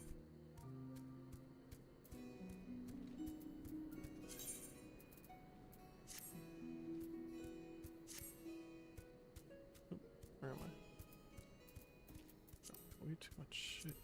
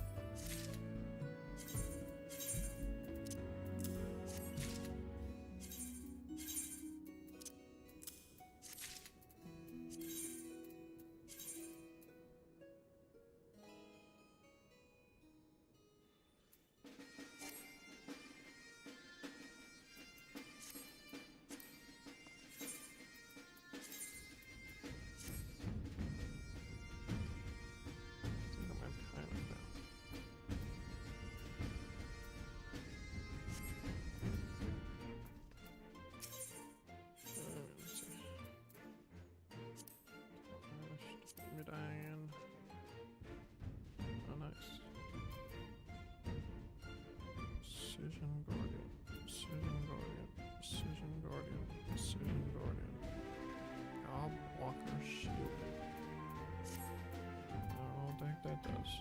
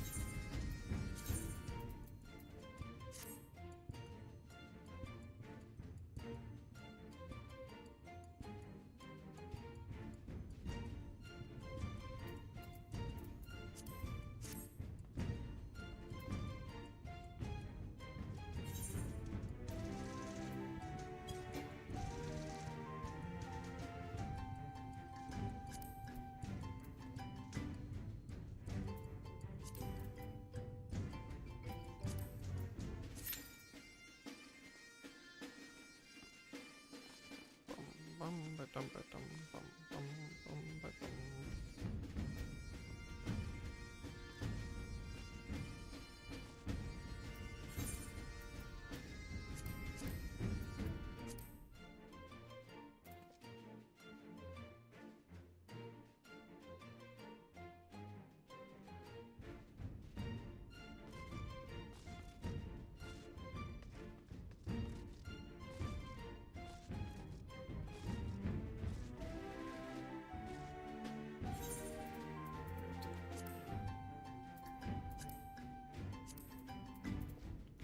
Some things.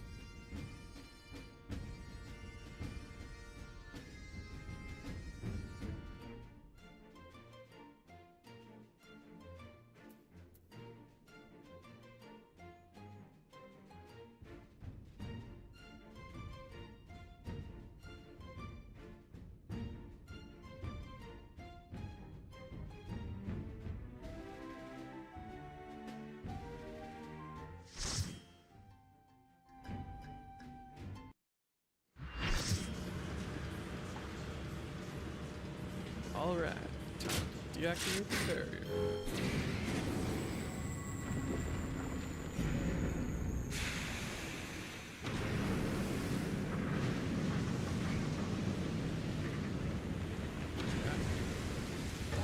Like me. Smoke is too thick, can't see a damn thing. Got to press on alone.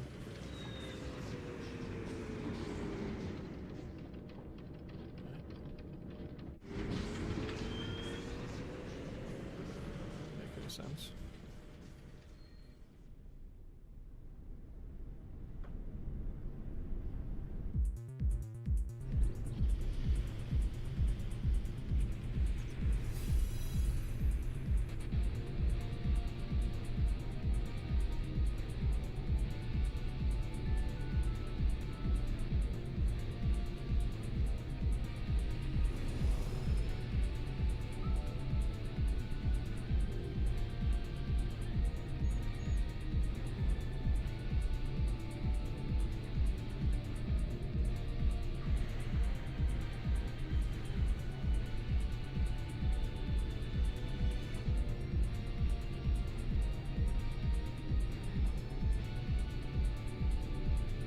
Internet must be very bad.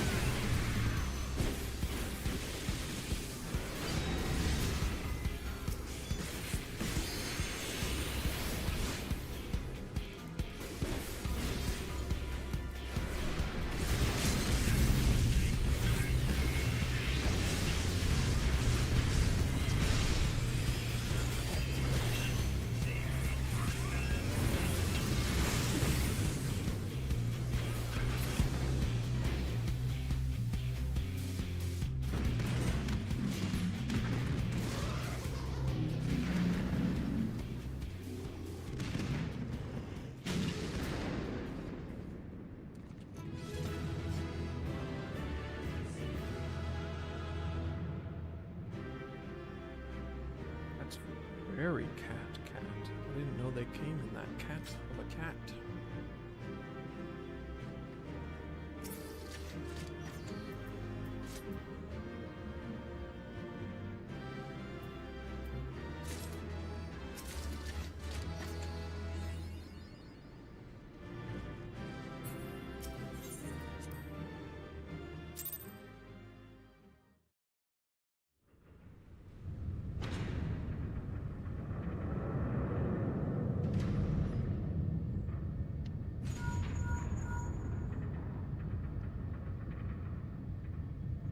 Fine work, old friend.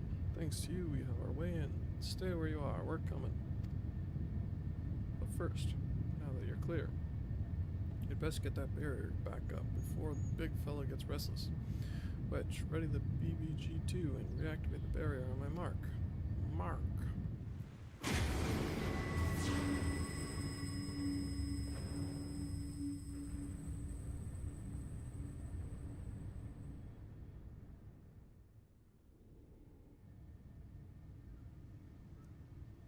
Don't really understand the causality of that barrier, but whatever.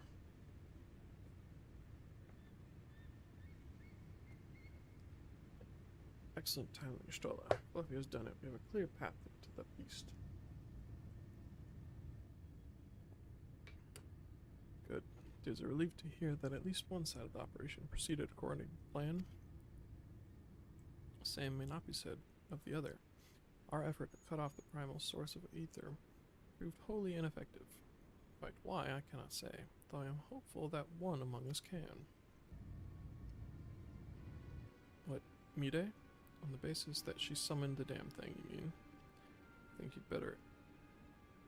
you'd better explain.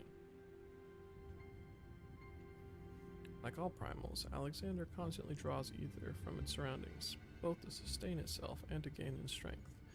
Master Matoya and I believed we could disrupt, or at the very least inhibit this process by means of Arcanima. They're creating a vast, impassable etheric membrane between the primal and the land from which it drinks. Which is why the old witch had me place those infernal devices of hers in every nook and cranny of this place. Are you telling me they don't work? Yes and no. As far as we can tell, the Arcanima are functioning precisely as intended, and yet, for reasons we have been unable to ascertain, they have had no immeasurable effect on the primal. Alright, out with it, Mide. If there's anything you haven't told us, we need to hear it now. We are running out of options.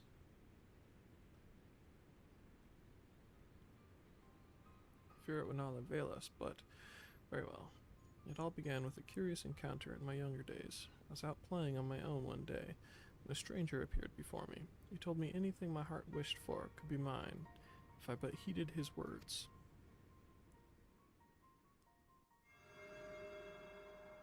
In my youth, I did not fully comprehend what the man was proposing at the time. Nevertheless, his words seemed to burn themselves into my very soul. Reunite the scattered shards of the Enigma Codex, he said, and perform the sacred rite before the runes that yet stand strong against the river's flow. Then and only then shall your hopes and dreams become reality. With that, he handed me a relic, a horn, with a tip of metal, which seemed so foreign as to hail from another world. It would serve as a catalyst for the summoning, he explained, a gift from your friend Travachet. And then he was gone.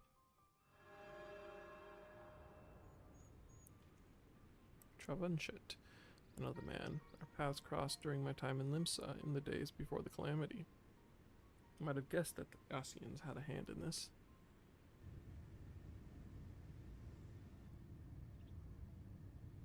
The horn of which you speak was once rumored to reside on Seal Rock. It is a lost relic of the ancients with the power to manipulate the etheric energy in the very air around us. The Scions have long pursued the horn, fearing the devastation that might ensue were an artifact of such power to fall into the wrong hands. Finally, I do begin to see. If I have the right of it, Alexander's third corps is using the horn to draw aether from far and wide. 'Tis little wonder our plan failed. Even without moving an ilm, the Primal possesses the means to drain not just this land of Aether, but our very star. Then our course is clear. If the old witch's magics won't avail us, we shall just have to get inside and dismantle the core the old-fashioned way. Indeed. And yet we must be wary. We've seen the course of time reversed once before. We may well see it again. Even should we succeed in destroying our target, there is naught to prevent the Illuminati from simply returning the stricken core to its previous state. Aye, they are free to turn back the clock again and again, the Primal growing stronger all the while. So what do we do then? Can't just give up.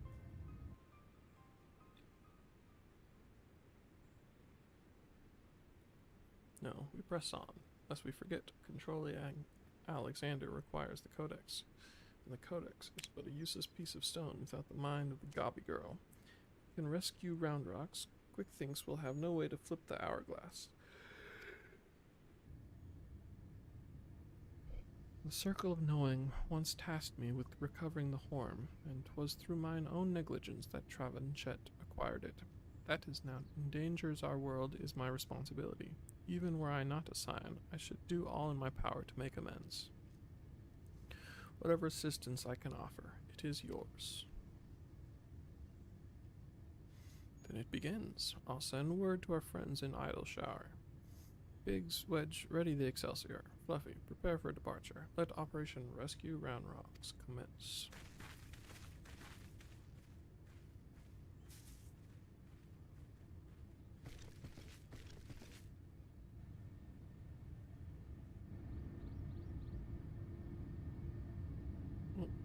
Hello?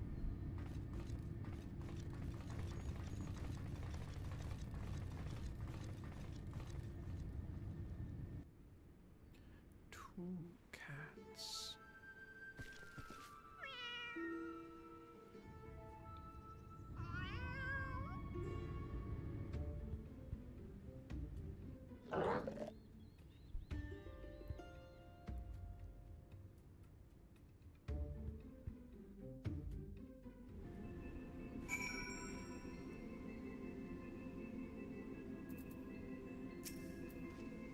Seven hells. It wasn't enough that those Illuminati lunatics had a bleeding time machine, was it? No, it had to be a time machine with the power to destroy the whole bleeding world.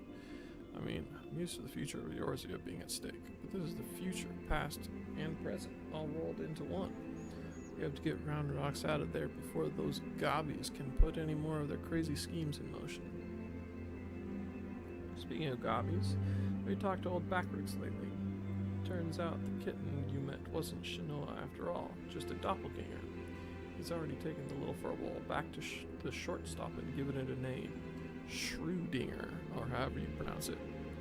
Anyway, I'd best be heading back that way myself. See you there, Fluffy.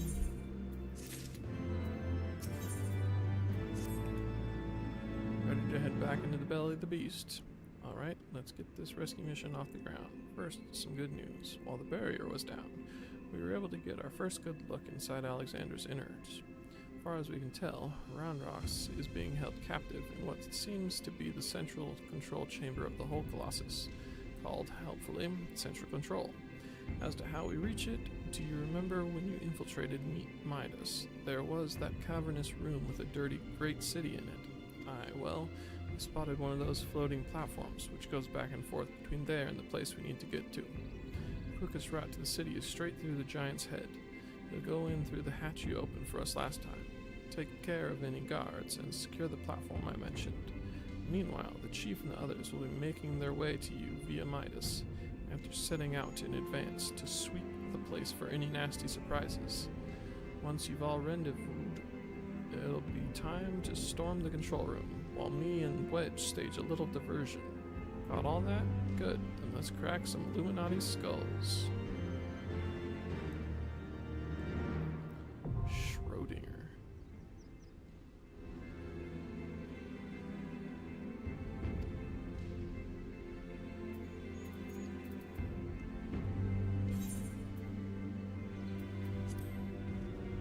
Biggs and Wedge's excellent adventure.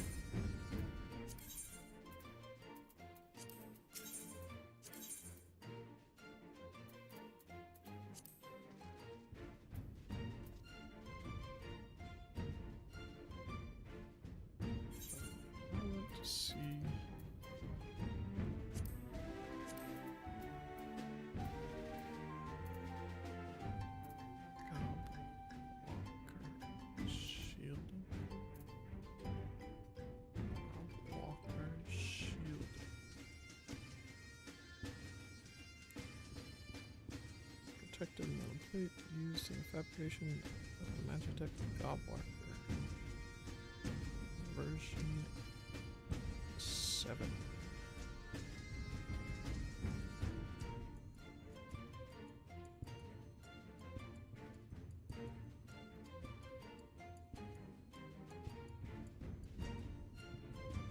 It's a minion. Takes a stuffed goblin.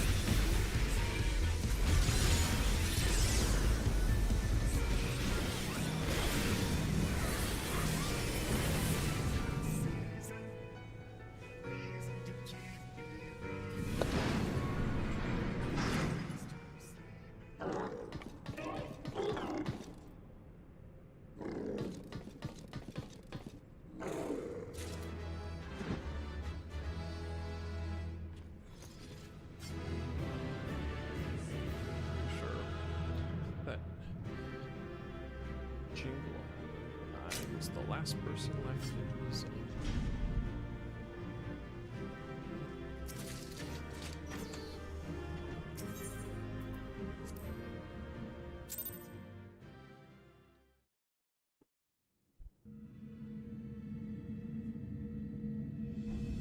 Excellent work, old friend. That platform is our shortcut to the heart of the machine. All seems quiet on our front, so in Hells, we've got company.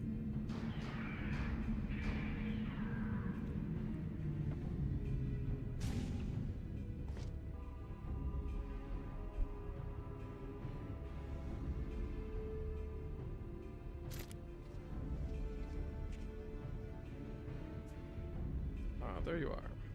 We were met by a small welcoming party. There was nothing we couldn't handle. Biggs and Wedge just contacted me as well. They're headed here as we speak. Round rocks.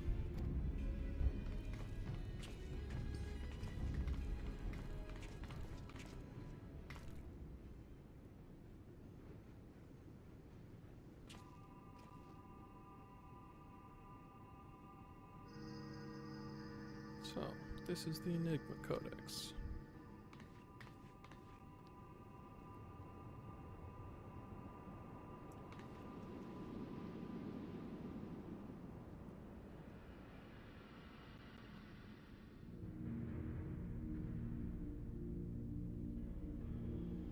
That must be the third and final core. 12 of Mercy.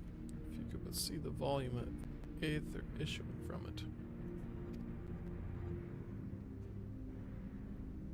Smog.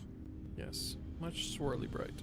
Time wings can spread, travel to overtimes, make bad things good again.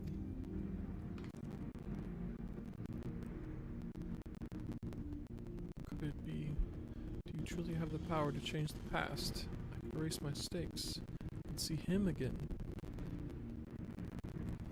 Three years ago, Mide lost Dear One. Mide wants Dear One back, yes? Round Rocks helps Mide. Round Rocks, no, you must save your strength. Mide worries too much. Round Rocks is strong, Gobby. Uplanders, hold on to brain cases. Time wings spread.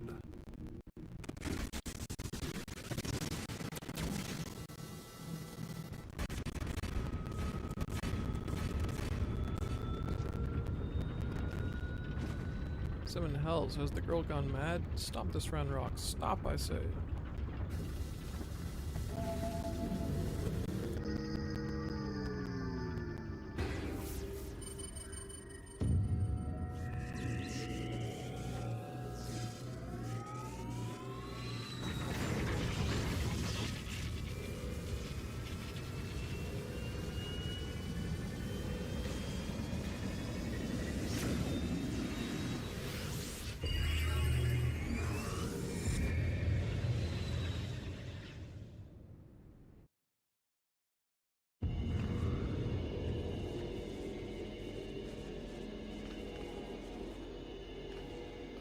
Biggs, where are we?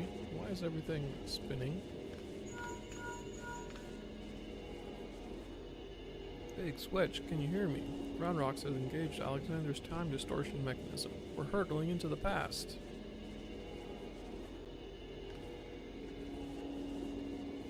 Where? What?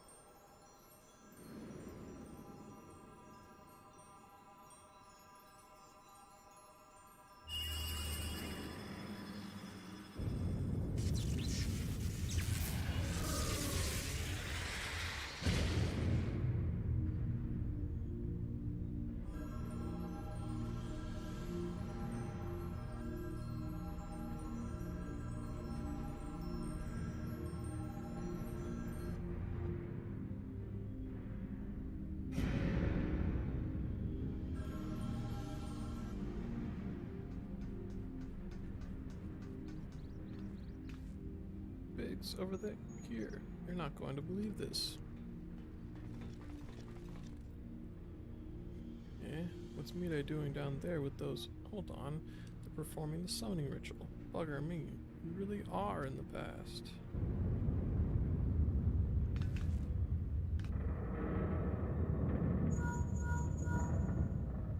On the Seven Hells, someone's taking control of the Colossus. Hold tight. I think it's about to go berserk.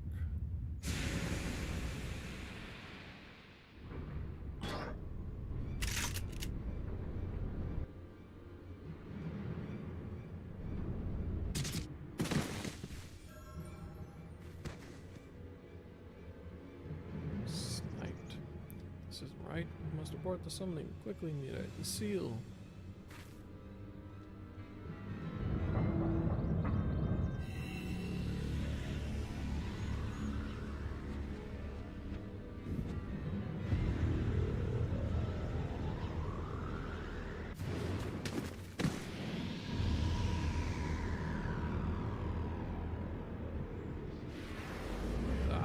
No.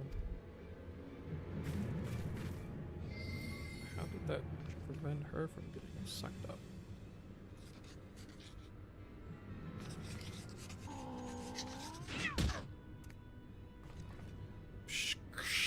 Is metal making kitten doing?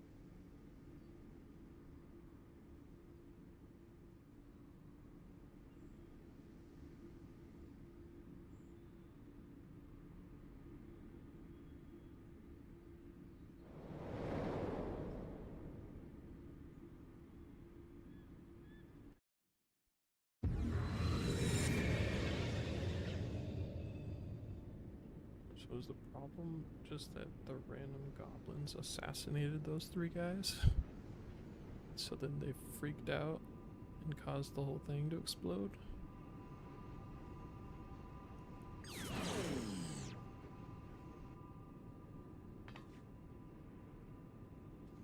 would seem we are back in our own time.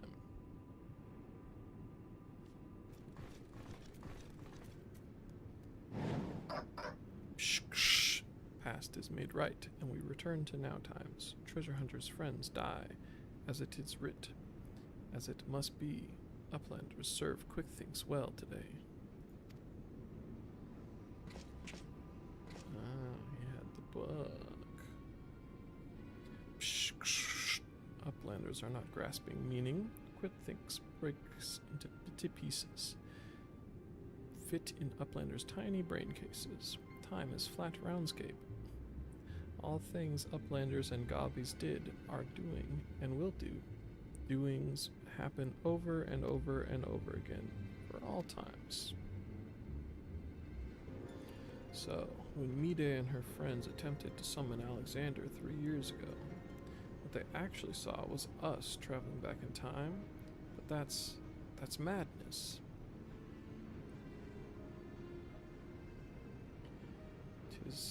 Time is an endless circle. My failure, my pain, my suffering is all doomed to unfold like this from the very beginning.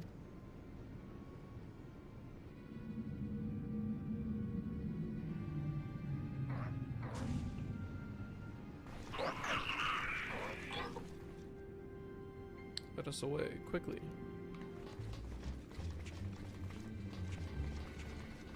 Where are we running?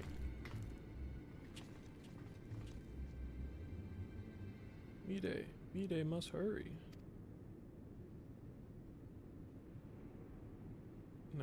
Nothing remains for me out there. My future, my past, my reason for being.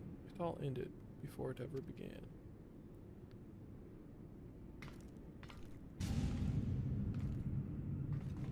Me day. Me day.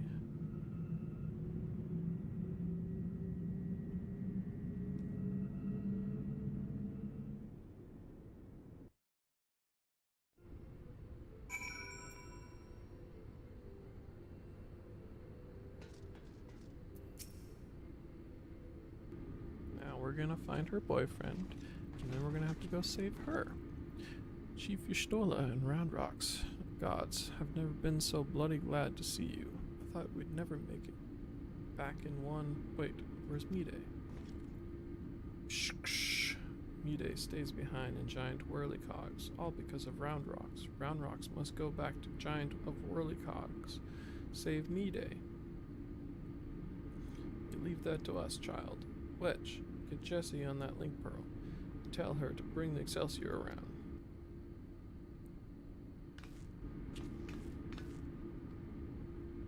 Though I don't much care for the answer. We finally know the truth behind the events of that day 3 years past. The Illuminati masterminded the massacre, and through some ungodly trick of time, it was us that brought them there to do the deed. And what about Mide? The only thing keeping her going was the hope that her booze soul lived on in the machine, seeing what happened to the poor bastard. Aye, we witnessed the truth with our own eyes, sucked into the core of the Colossus to sate the primal's appetite. If aught remains of him, it is no more than heat and light. Oh. Okay, never mind. I thought he got pulled into a time stream or some shit. But I guess he just got it. Quick Thinks says the future's already been writ, eh? That we're fighting a losing battle. Well, we've got a thing or two to say about that, don't we, Fluffy? Round Rocks is safe with us, which means the Illuminati won't be turning back time on us anymore. And that's not all. Thanks to your efforts, we've got ourselves a straight path to the third and final core. Aye, very heart of the Colossus. Put it out of action, and the whole thing will grind to a halt. Let's go, Fluffy. We'll show the Illuminati that the future's yet to be decided, and save Mide while we're at it. I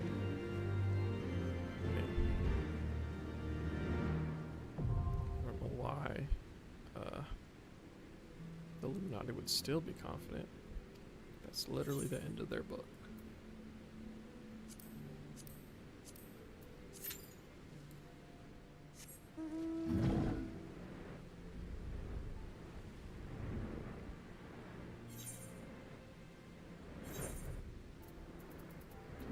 This?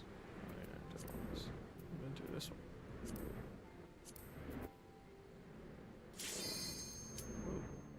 Alright.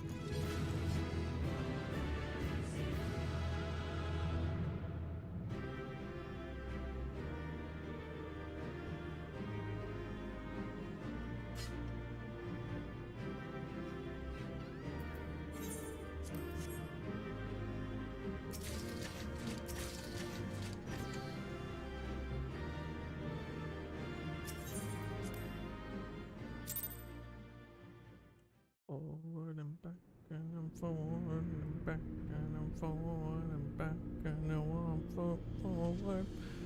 Outstanding, Fluffy. Another Illuminati creation reduced to scrap metal. I'll wager the mere sight of you is enough to send the Gabi scurrying back to the drawing board.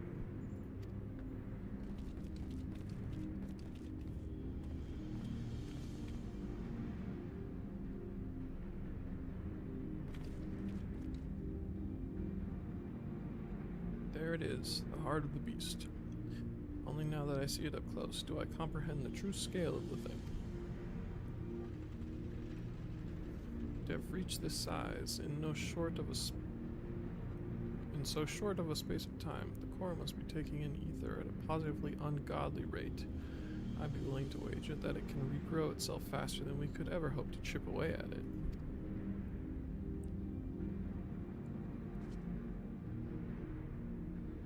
Which means we'll need to change tack. The central control room houses everything required to operate the Colossus. It's not inconceivable that it might offer us a way to regulate or even shut off the flow of ether to the core. Of course, any attempt to control Alexander is doomed to fail without the guidance of the Enigma Codex. There's only one person alive who can access its secrets. But, Chief, do we really need to drag the poor girl back there? What if she falls into Illuminati hands again?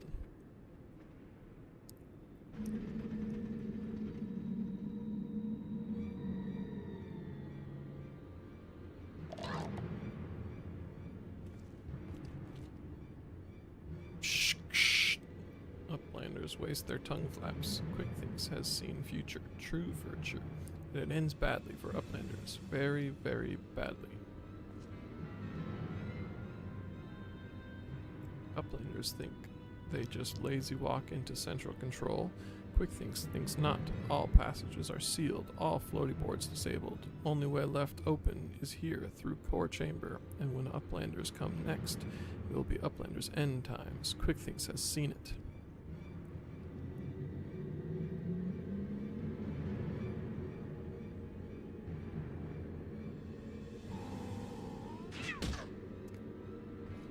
Psh, bad Shanoa.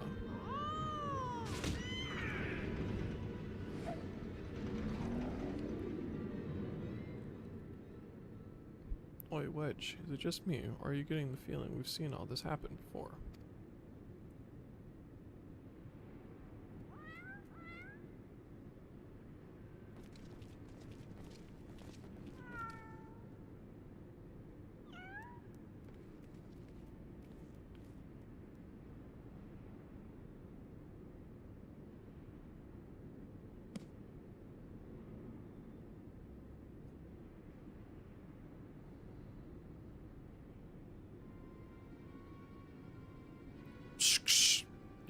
It is Watcher Book of Backrix. And look, writings end where Backrix leaves off, when Shanoa sends Watcher Book spinny falling from Backrix's fingers.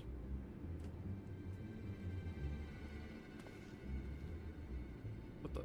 You mean to say the book Quick Thinks has been reading from all this time is your journal? The same journal that slipped from your hands when we traveled back in time. What a shock. So that's how he was able to anticipate our every move. He's no prophet, just a gobby with delusions of grandeur and a diary from the future. So, the glorious bleeding future he was always going on about, the one that was writ, was nothing but Backrix's record of the stuff we'd already seen? Bugger me, I've just had a thought. Oi, Cat, are you Schrodinger from the shortstop, or are you Quick Thinks' familiar Shanoa? Twice for yeah, was it, Chief?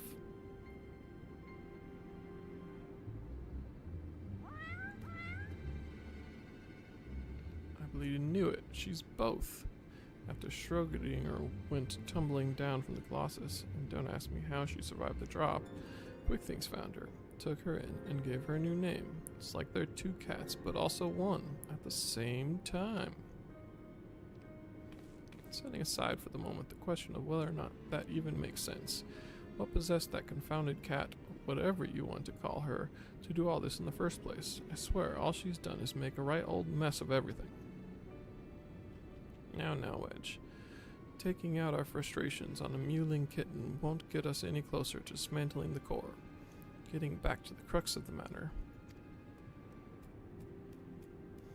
Backricks, you said the journal ends right where you left off, yes? That it's nothing but blank pages from that point on?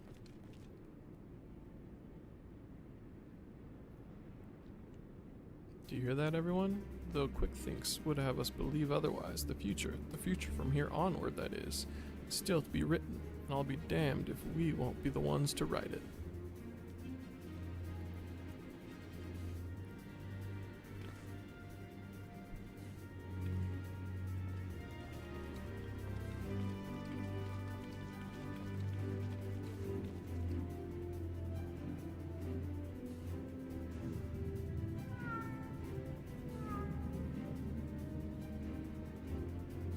So where'd the cat come from the first time?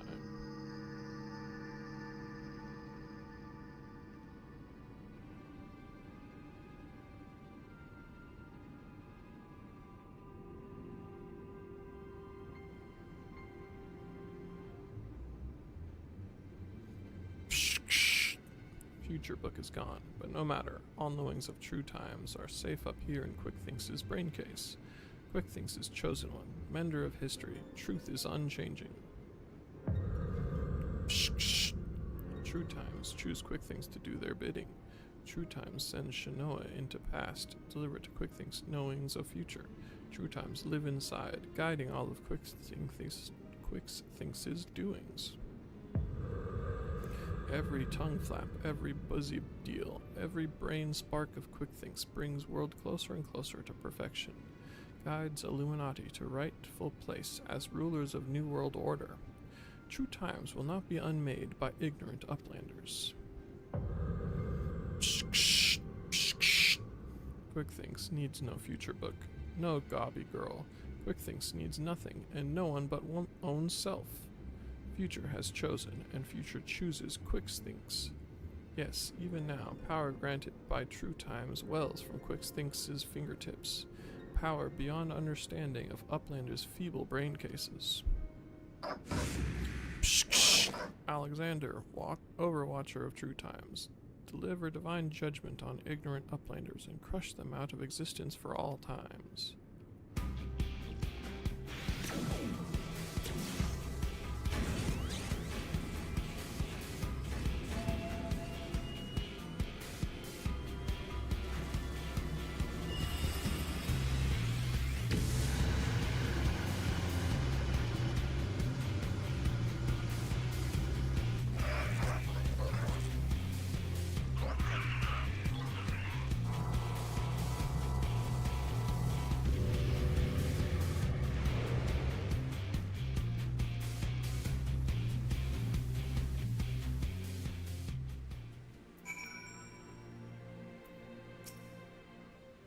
Let me see if I've got this right.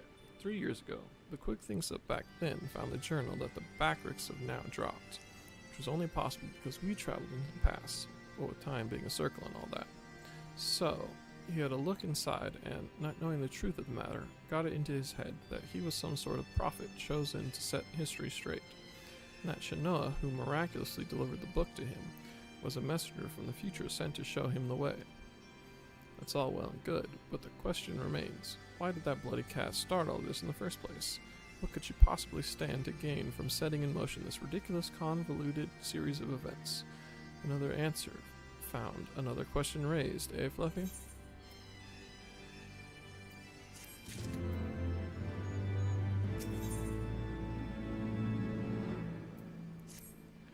Alright, Fluff, this is it. We still don't know exactly how we're going to disable the core, but we do know that our only chance is to get back to that central control room. We also know that there's only one way in, and that Quickthinks isn't going to let us through without a fight. Now, we can be pretty sure he can't see the future, not anymore at least. Without round rocks to read the codex for him, he won't be turning back time on us either. But he's still a power-mad maniac with some of the deadliest machina in the realm at his disposal. And after losing that book of his, I'd wager his trigger fingers feeling pretty bleeding itchy. Aye, we best be ready for a battle and a half. Muscle against metal, man against machine. Gods, I don't know whether to laugh, cry, or soil myself. Mayhap all three. Ah, here comes the chief now. It's time to move out.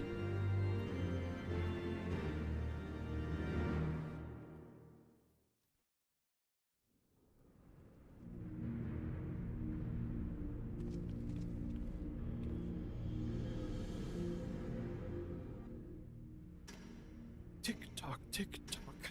Time moves on. Imperfect past giving way to perfect future. Worthy or unworthy of place in New World Order. Alexander, judge.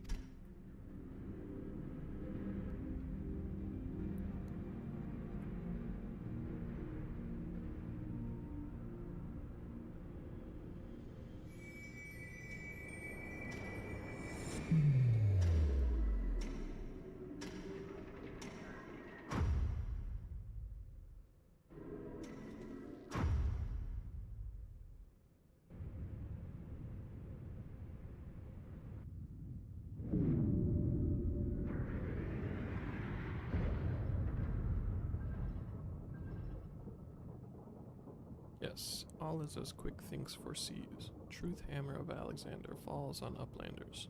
Ignorant and unworthy are not welcome in Illuminati future. Here, uplanders meet their end times.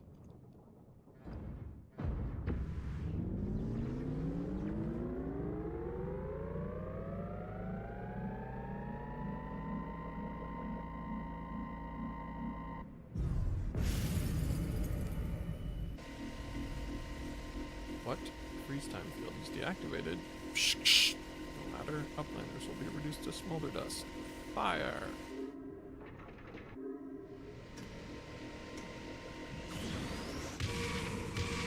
I feel like it doesn't need freeze time. I actually reacted to something in a cutscene. It's amazing.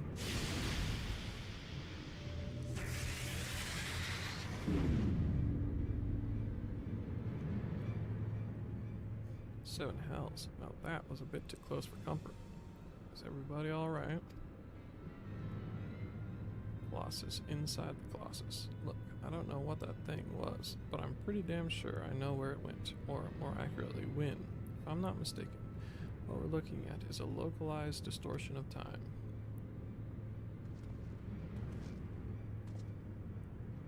The only question is when our metal friend will appear. Better not to wait, lest it catch us unawares. Fluffy, I need you to head into the distortion and dismantle that thing. We'll secure a path to central control while you do. Good luck.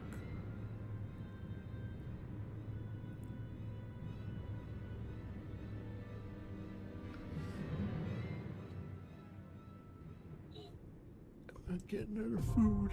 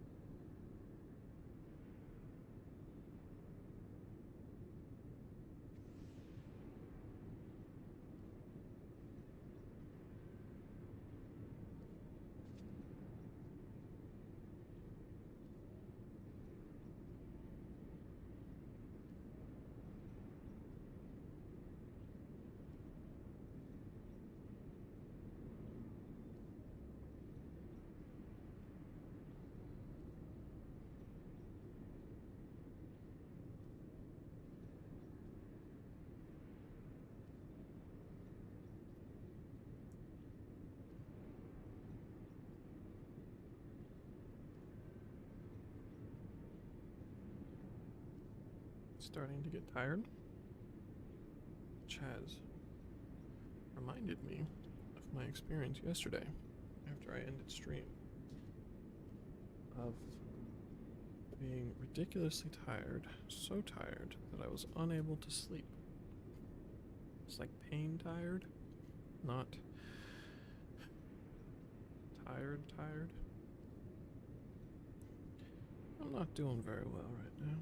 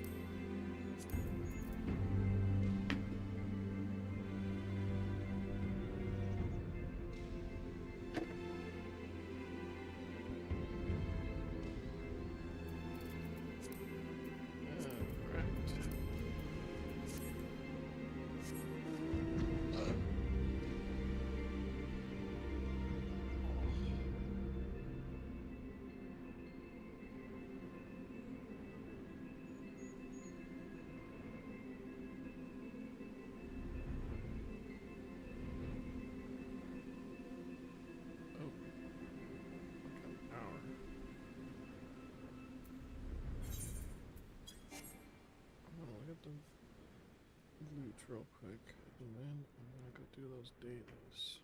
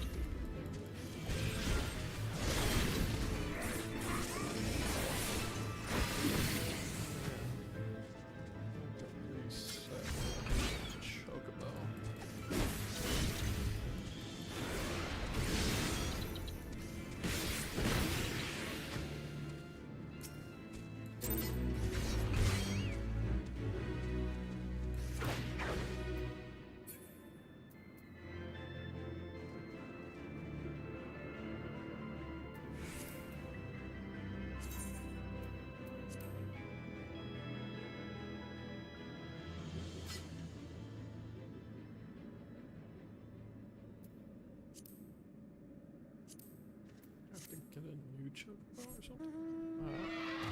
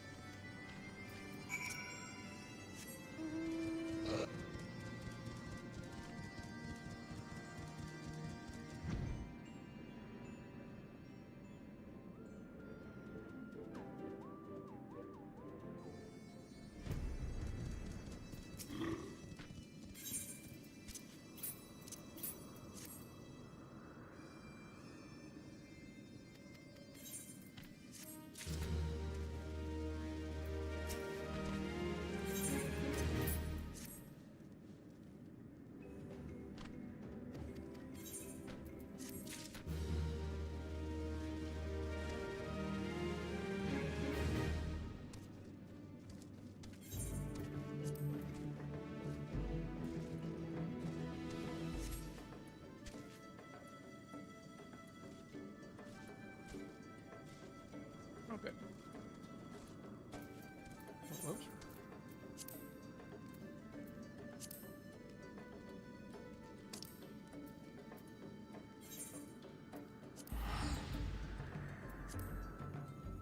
I guess the Rose House.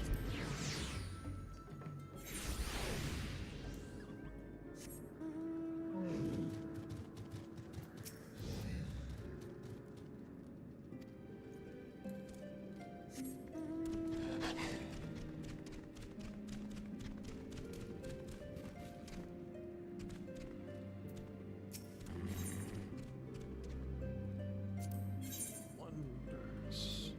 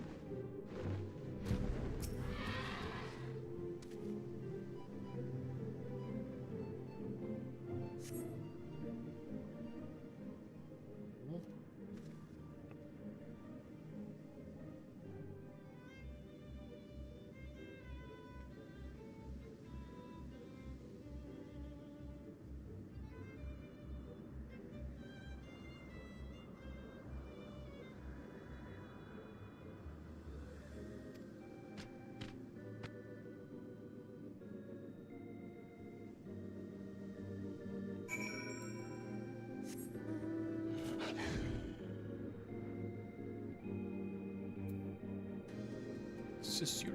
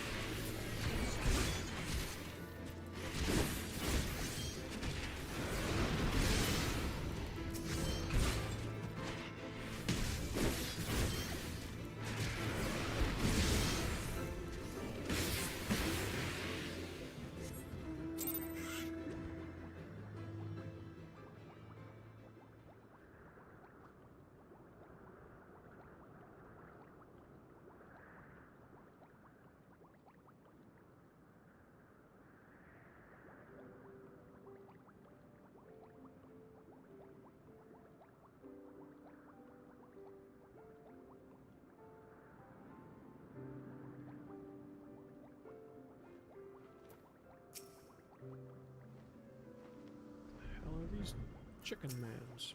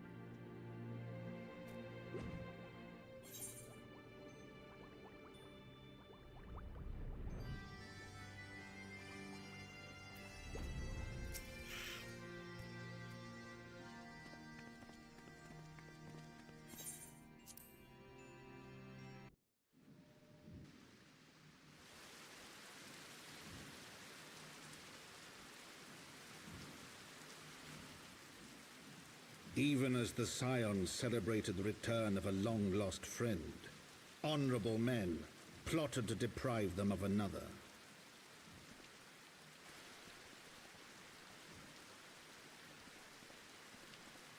What? Honorable men? Honorable men, to whom Sir Emmerich was no hero, but a scheming patricide.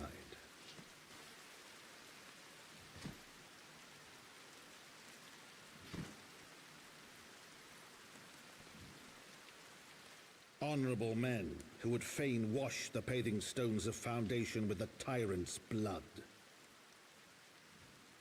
Honorable men whose knife in the dark was the spark which set the city aflame, and who sang as it burned.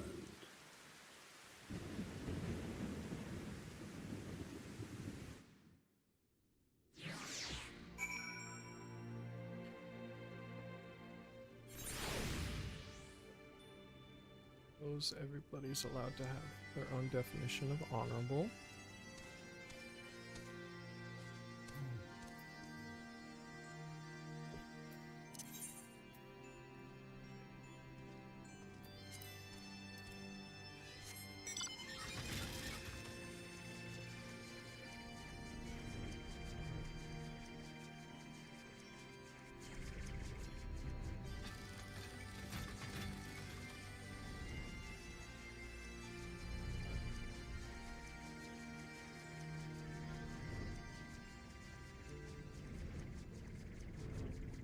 Yeah. Stamp. What?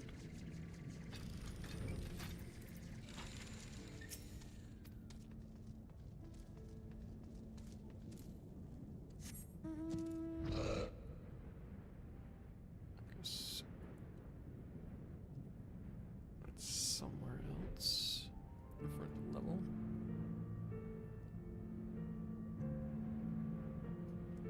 Not much time on that anyways.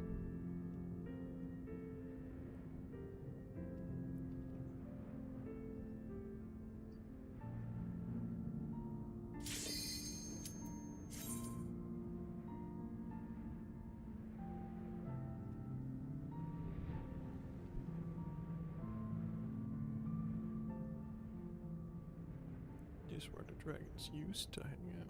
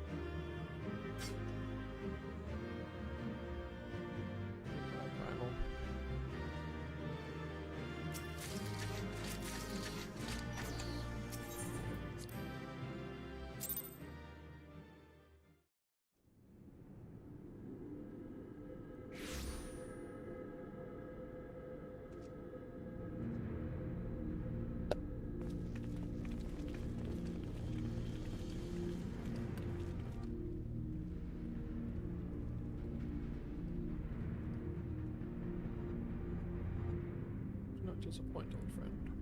Path to the control room is clear. Everyone, follow me.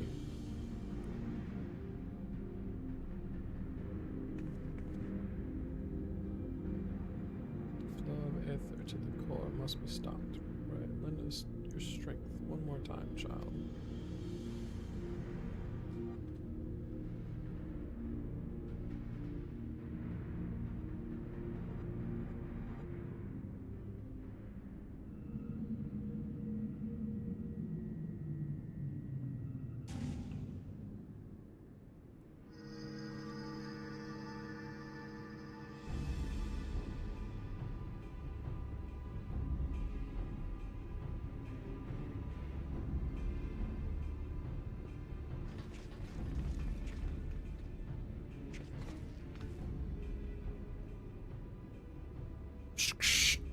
When quick thinks wins. Winds back time. Doings of Uplanders will be undone. History will be rewritten.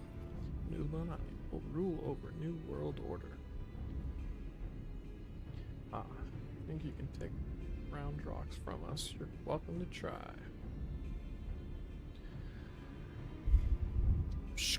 Foolish Uplanders. Knowings of the Enigma Codex are not known to just one.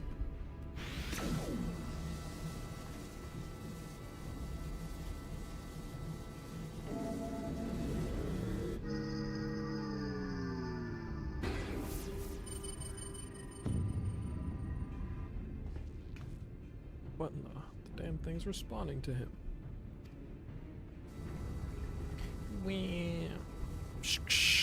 Uplanders are slow seeing. Quick thinks never needed Gobby Girl from the beginning.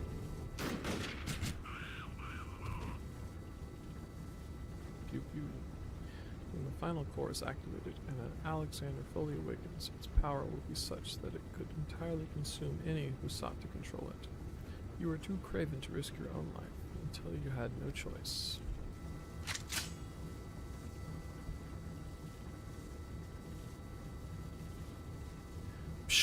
Treasure Hunter? But Treasure Hunter is too slow coming. Future has chosen. You poor deluded fool. You never did work it out, did you? Future doesn't choose us. We choose the future. Damn. Executed. Now, child.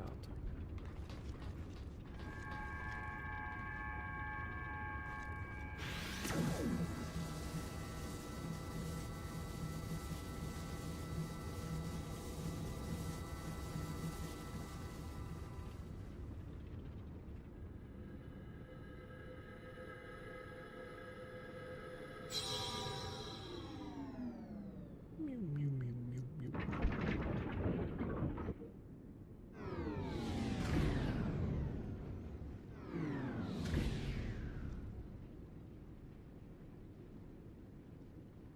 Still power for those things.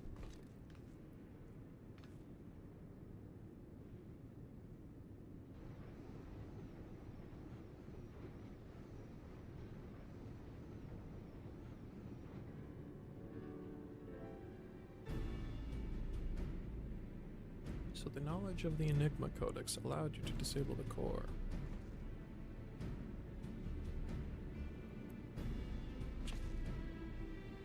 Power stores are depleting rapidly. Without a steady supply of ether, it's only a matter of time before the whole thing grinds to a halt and fades away.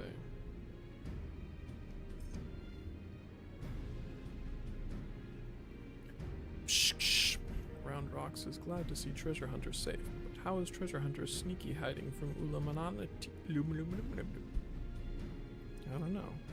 There's a great shaking, and I was thrown from my feet into some dark, cramped place. I must have lost consciousness because I don't remember anything until a few moments ago.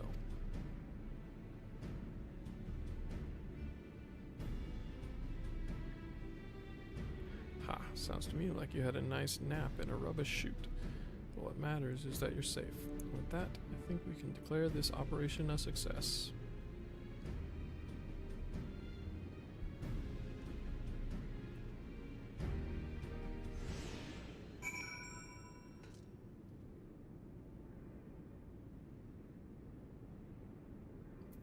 Shanoa. Mew.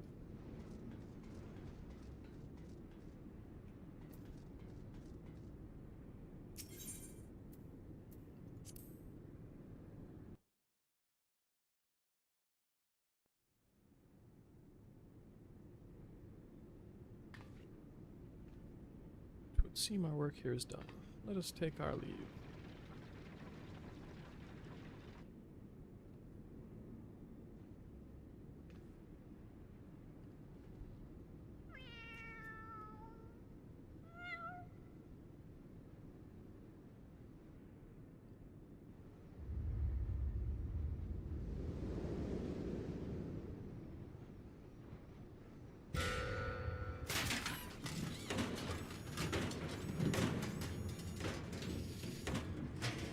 Fuck.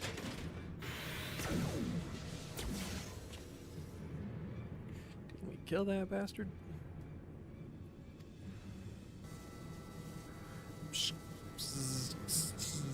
Negative. Quick Think's better built own body. Made stronger than ordinary Gabi. Quick Thinks is not unmade by simple flesh wound. Better built? Seven hells, that's not a mask, it's his face. He's more machina than goblin.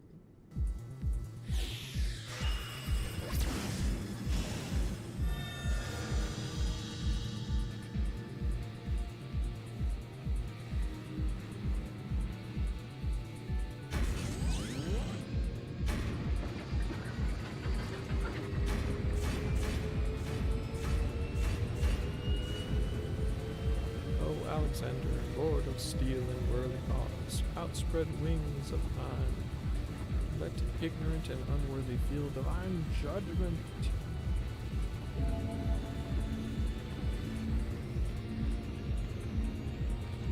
Only we could just like go over and kick him or something.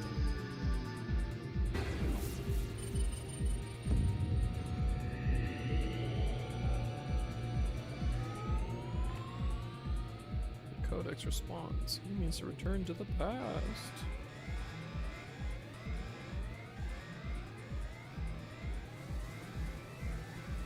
Access denied? What means this? This red glow. Alexander is refusing to obey his commands.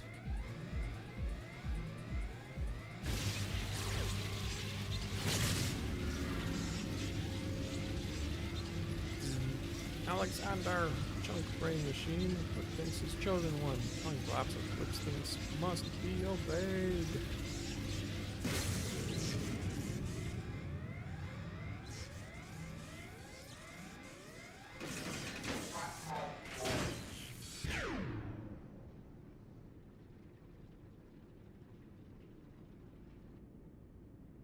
Seem Alexander has achieved what a simple flesh wound could not. Quick Thinks is permanent deactivation. Quite how and why is less clear. If I didn't know better, I would say the machine had a mind of its own. For some reason chose not primal.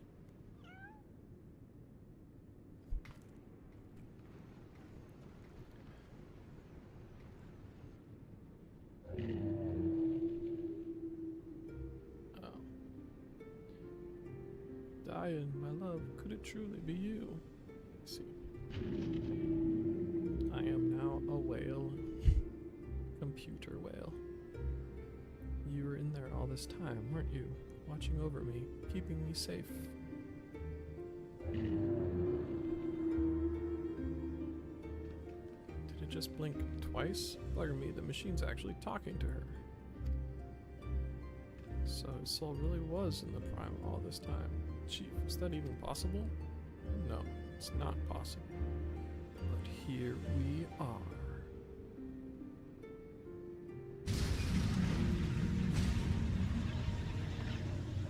Or, without the Codex to bridle his power, rage is out of control.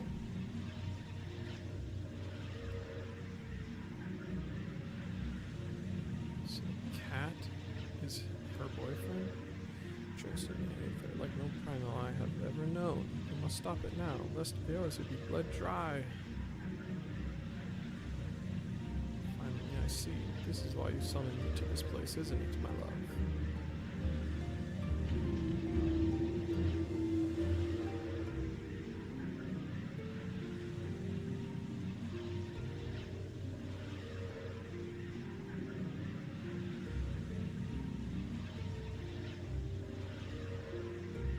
Thank you for guiding me here, Fluffy. And Round Rocks, know that I shall always treasure the time we shared. Farewell, my friends. Mide, no! Mide must not go! Or Round Rocks.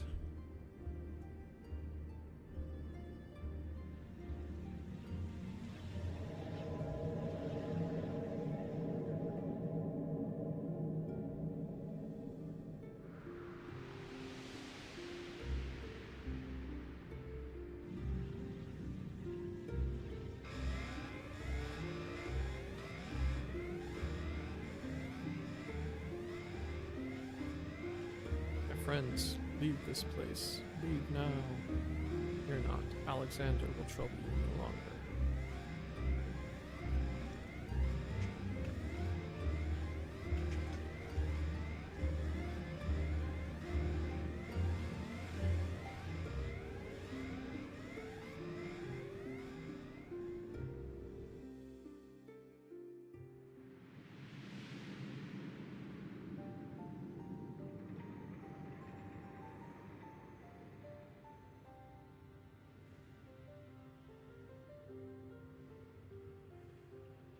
My love, what is this place?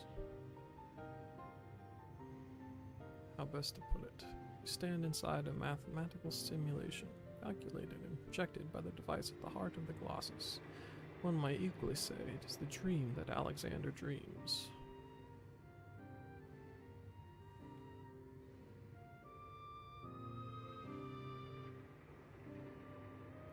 And what of our companions? Are they...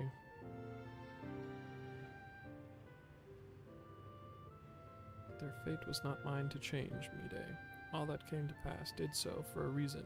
History is as it was, as it should be, free of the paradoxes that spelled its undoing.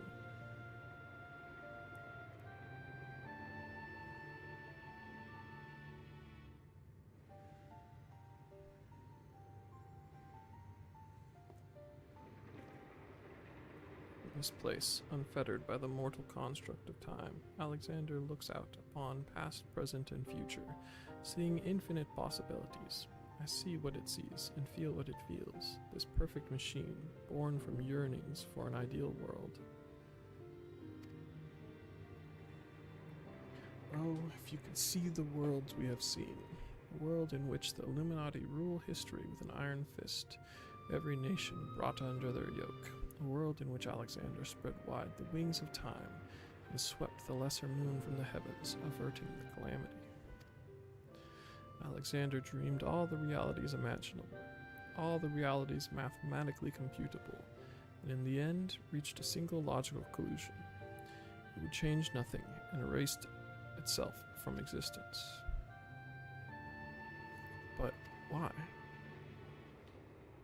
Alexander possesses the power to travel through time and space and reshape history for the better, but such power comes at great cost.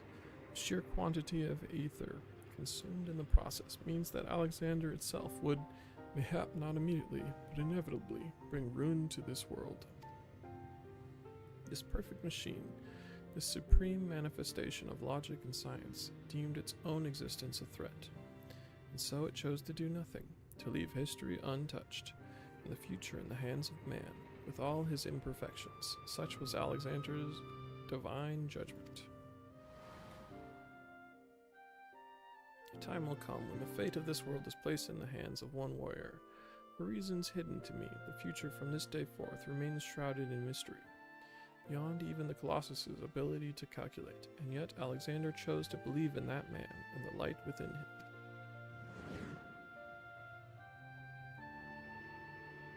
I met that man, my love. I believe in him too. There was but a single time Alexander was spurred to action, not to change history, but to preserve it. The summoning of the Colossus and the events that followed had potentially disastrous consequence for our reality, its fabric strained to accommodate an infinite number of potential futures, separated by nary a thread. Were the wings of time to fall into the hands of the Illuminati, the repercussions would be dire indeed. History would be rewritten over and over again, each time bleeding the land of ether, and in the end the Colossus would usher in another calamity. To prevent this tragedy, to preserve the circle of time as it had always been set in motion, Alexander sent forth a humble servant to do its bidding. Cat.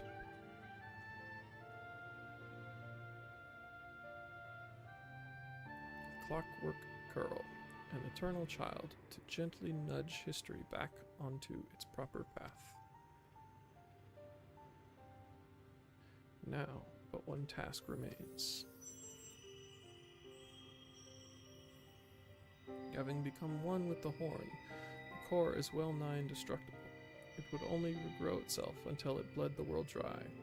So we must heed Alexander's wish and seal it away, far from the reach of man.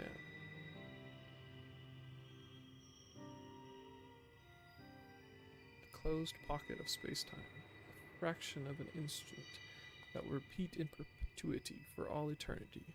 That is where the core must go, and us with it. Don't you see, my love, we are already there, and coming here, to you, I have closed the circle of time. I am all but certain of it.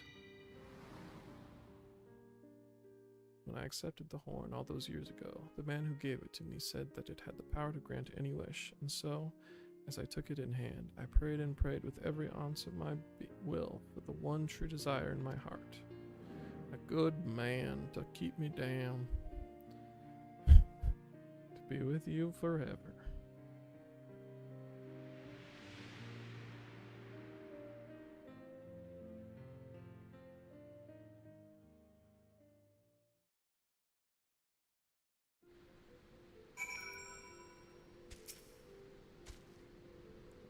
Ranrox is back in Idleshire with the chief. Everyone's safe and sound, except for Mide, that is. Poor lass always had a flair for the dramatic. But to think she'd throw herself into the core. It's odd, though. Could have sworn I heard her voice in there, saying the Colossus would trouble us no more, or something of the sort. And for what it's worth, it has been sleeping like a baby ever since we got out. And that's not the half of it. Take a closer look inside the barrier, Fluffy. It's like time is standing still.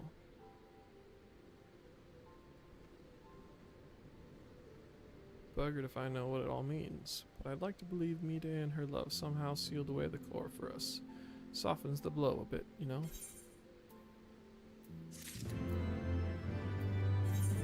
Okay.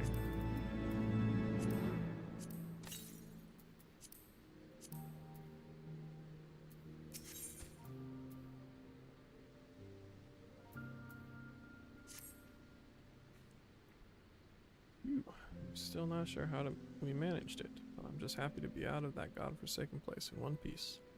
Of course, it's a damn shame what happened to Mide. Hold on a moment, Fluffy. What? Aye aye, Chief. Leave it to us. Bloody hells, Fluffy. Roundrocks has gone missing. I've been worried sick about the poor lass ever since we got back. I mean, how would you feel if you saw your best friend throw herself into a running engine? I'll wager she's run off somewhere the two of them used to frequent together. Wedge and I will have a look around here. Why don't you search the collector's quarter? Come on, let's find her before she gets herself into any more trouble.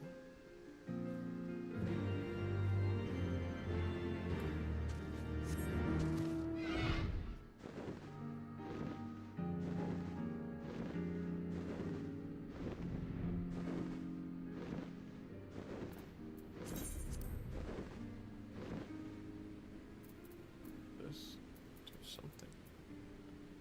Toy Alexander.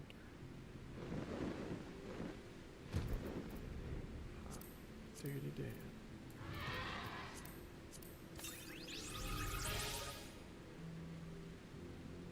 My sound's being jank as hell again.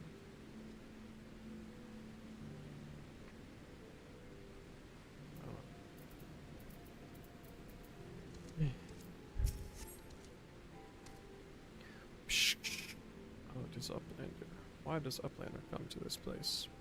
Roundrocks is sorry for worrying Uplanders. Roundrocks just wants to go to a quiet place and do some back thinking.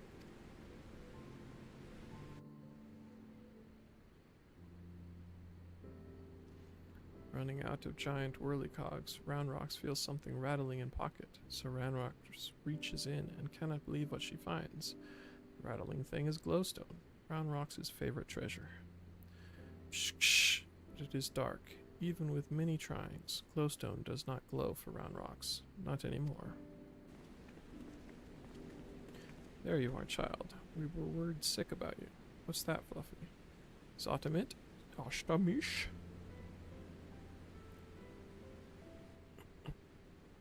Codex no longer responds to her touch. Intriguing. Not entirely surprising. Were I to guess, I would hazard that it's because this experience has served to open her eyes. The Enigma Codex was born from one man's all-consuming pursuit of perfection.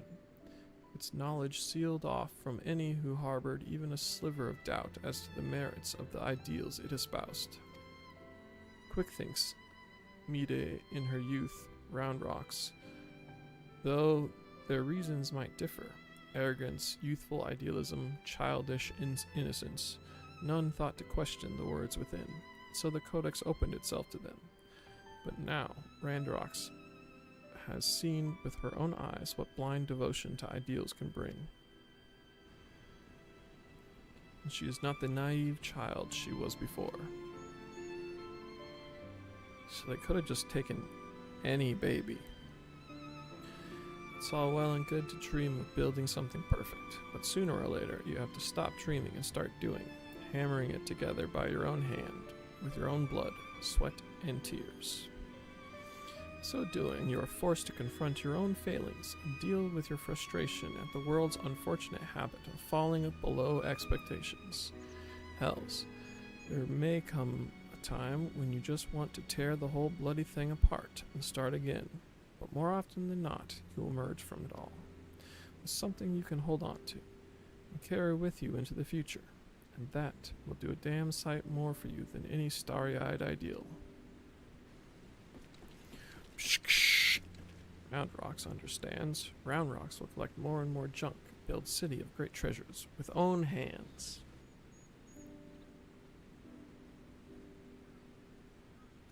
Okay. Roundrocks has just one wish, not glowing glowstone, is piece of Mide's dream. Roundrocks would give back to Mide. Noble wish, child. Would that we could grant it, but I fear the steel giant and all that lies within it, that barrier, is far beyond the reach of mortal hands. Frozen in a single moment until the end of time. That's a fate I'd not wish on anyone. Mew.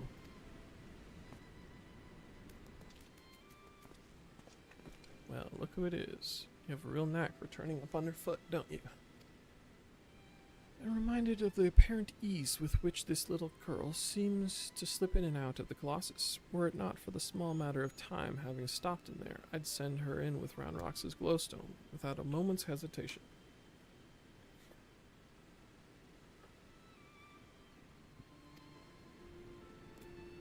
Mew Mew. 2 Mews? Might that suggest a willingness to try? Mew Mew.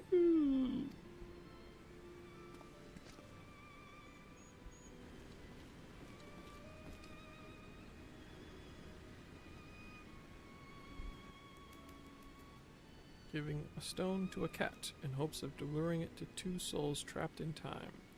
Now I think we've seen everything. You think those 2 will ever be free of that place? Mayhap one day, when the perfect future they sought to bring about becomes a reality. In that sense, one might even say their fate is in our hands. Psh, leave to Roundrocks. Roundrocks works hard, builds sparkly, shining future for Mide.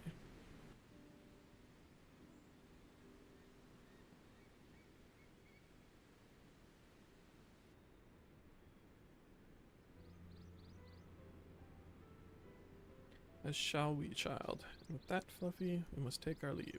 For all you have done to stave off yet another primal threat, you have our gratitude. I contacted Biggs and Wedge to let them know that we can call off the search. Needless to say, they were relieved to hear that Round Rocks is safe. There was also a matter they were looking to discuss with you. They said they'd be waiting for you back at the short stop. You'll be returning to the short stop. I would ask a small favor of you as well. Pray deliver this volume to Backrix, and tell him I believe it is that which he seeks. Till next we meet, Fluffy.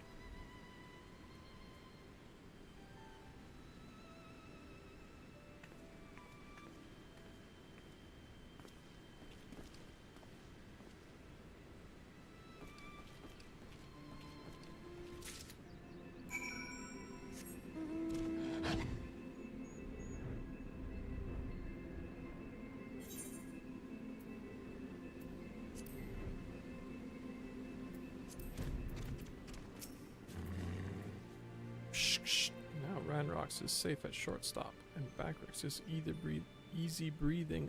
Uplanders have thanks of Backrix. Uplanders bring present for Backrix.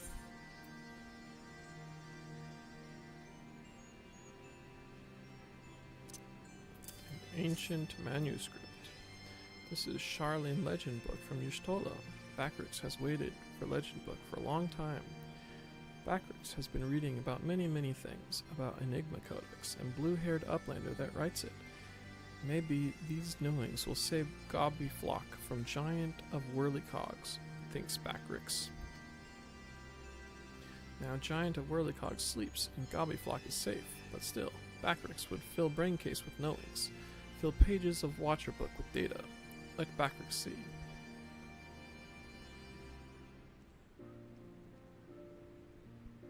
Yes, it is just as Backrix. Are Backrix eyes playing tricks on him?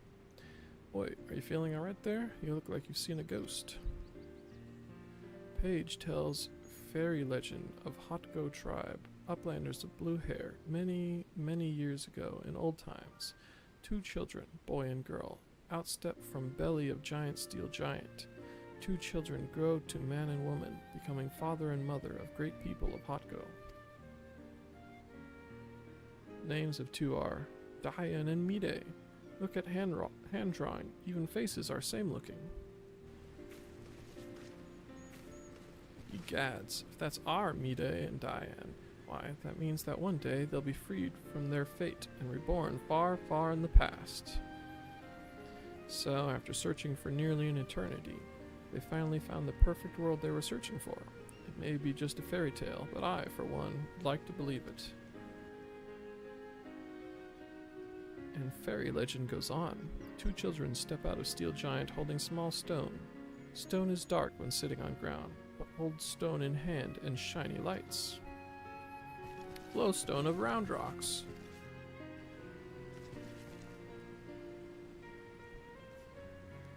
Let me see if I have this straight. Codex fragment you gave to that curl a few moments ago now features in a legend from ages past. That can't be possible, can it? Can't. At this point, I'm about ready to believe bleeding anything. But that reminds me, there was something I wanted to ask you, Fluffy. Remember when we went into the core and almost got our arses fried by that Colossus inside a Colossus? Well, I felt the strangest sensation then, a feeling that chilled me to the bone, as if something terrible had happened that I couldn't for the life of me remember.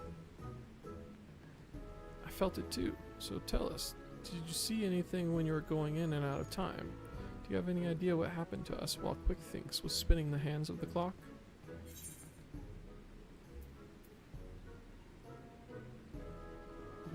I didn't notice anything. You don't know? Well, excuse me if that doesn't exactly put my heart at ease. Would have killed you to say, but of course, I saw plenty of alternate realities, Wedge. And I can say without a sliver of doubt that in none of them were you and Biggs blasted to smithereens. Wedge, I know we were both thinking the worst, but you didn't have to go and bleed and say it. Look, as far as I'm concerned, what Fluffy doesn't know can't hurt us. So why don't we just forget we ever asked? Got blown up? I didn't even notice.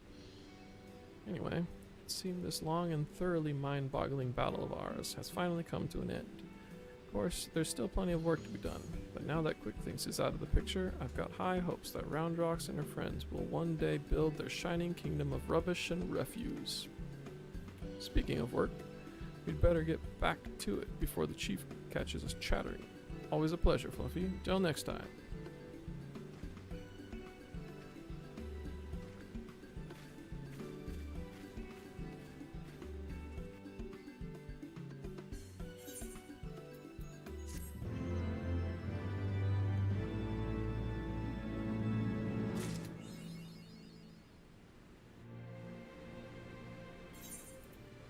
Okay.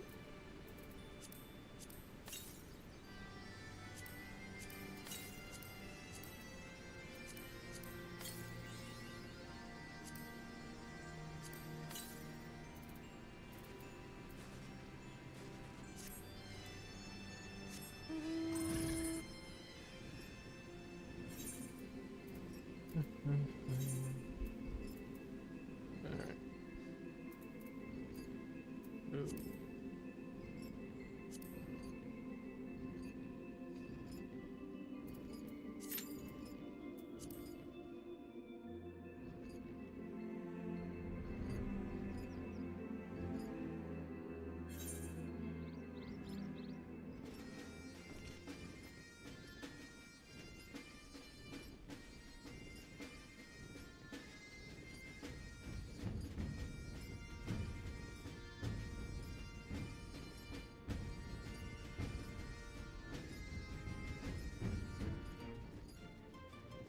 Dailies all reset.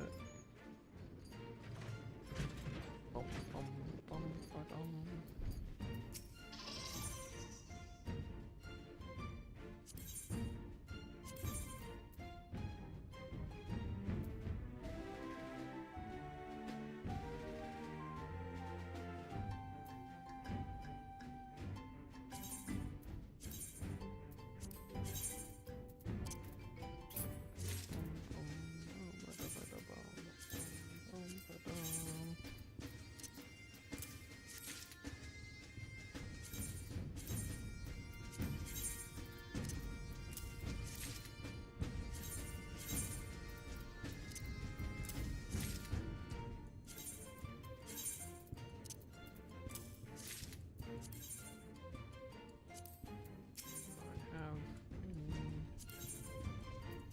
Other things left over.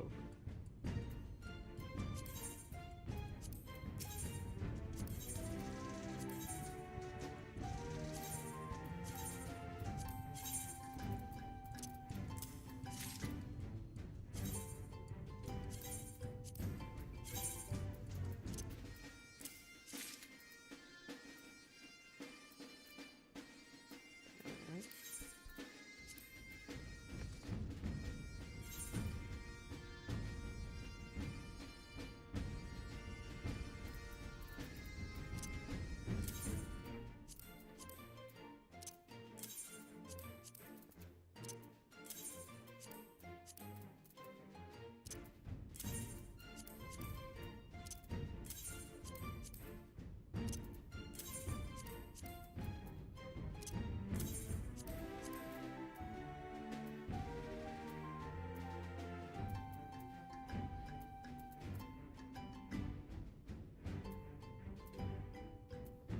Not 100% sure whether I'll keep those or not, but it's fine.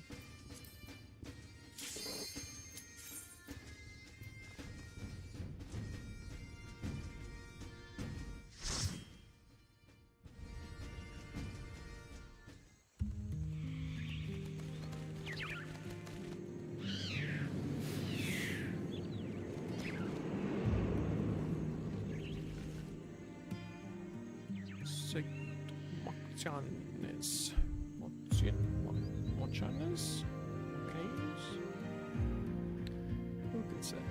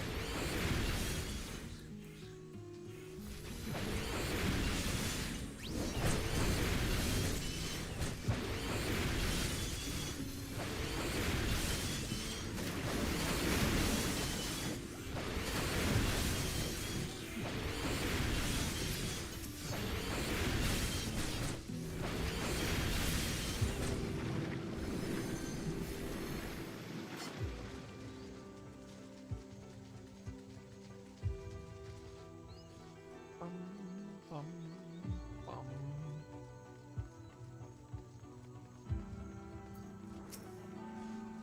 Yes. Rose garden.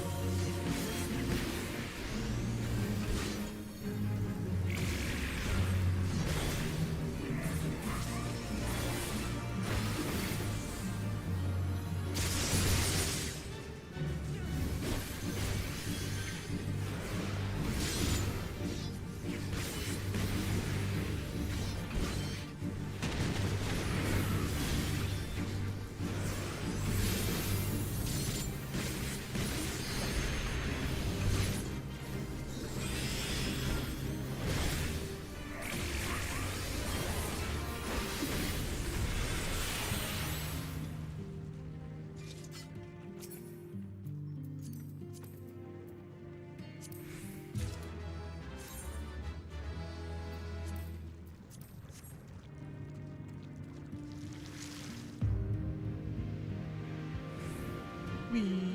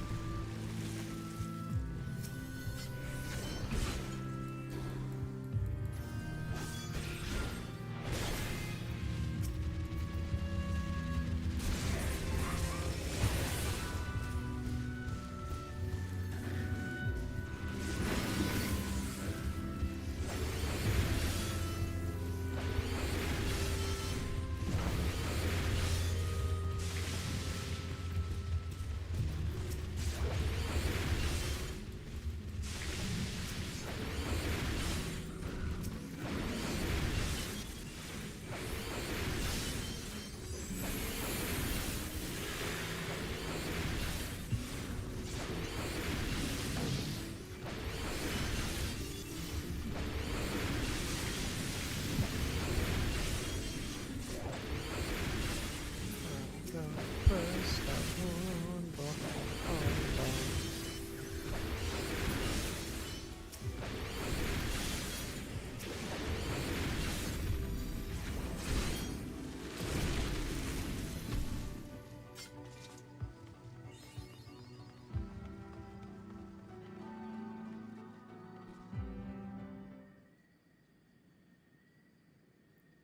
Flowers.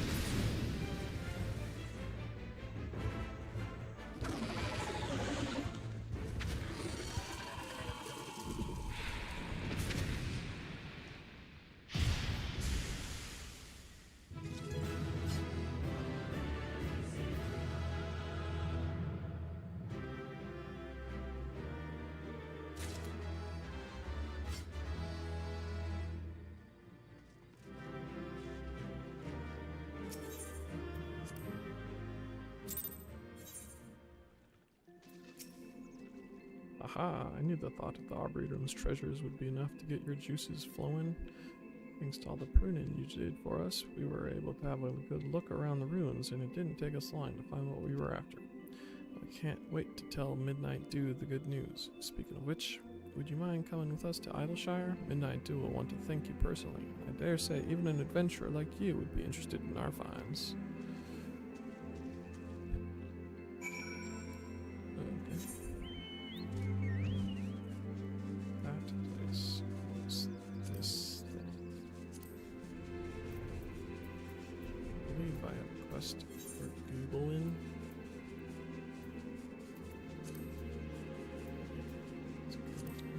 Library hard.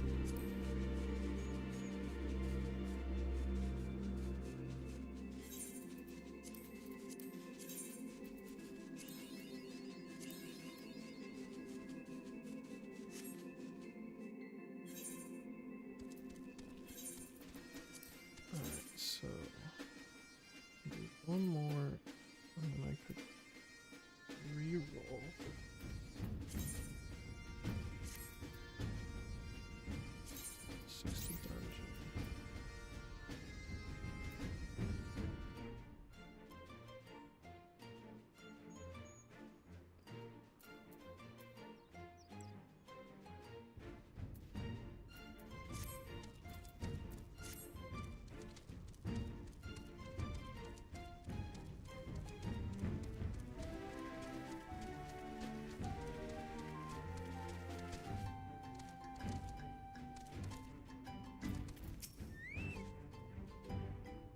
Ah, you come at last. Well, let's give Midnight Dew the good news. At last. Just directly here. Did not know how amazing this guy was. Now that's the ending I wanted to hear. Let's hope these seeds live up to their reputation. What fruit do you reckon they'll bear, adventurer?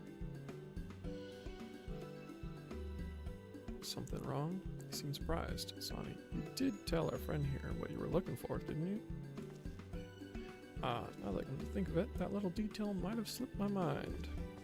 See, the treasure we were looking for was seeds and sprouts that were cultivated especially by the Charlians. Years of research went into breeding them, apparently, and they produced plants like you wouldn't believe. As of now, Idleshire's main industry is collecting the junk left behind by the Charlians, but it won't last forever, which is why it's important we find a new way to make ends meet, before we end up with nothing left to trade. Acquiring those sprouts and seeds was the first step to accomplishing that goal. If we can find the crops that'll flourish in this land's changeable climes, we'll have a new industry that should keep Idleshire going for generations to come. Well, these seeds ain't going to plant themselves, so I'd best be about it. Something tells me growing them will make getting them seem easy. And you didn't do anything, you just asked me to get them, but whatever. It'll take a few moons, 'tis true, but I look forward to seeing those seeds bear fruit. Make sure to visit us from time to time, adventurer. One day we'll treat you to a feast grown by our own hands.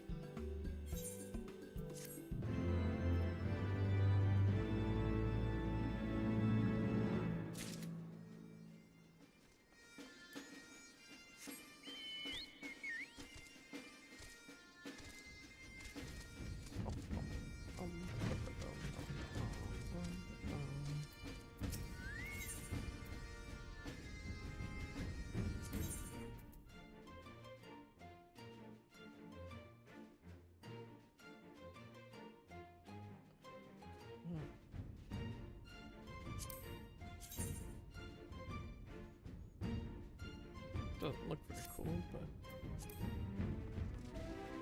whatever. Foundation, I suppose.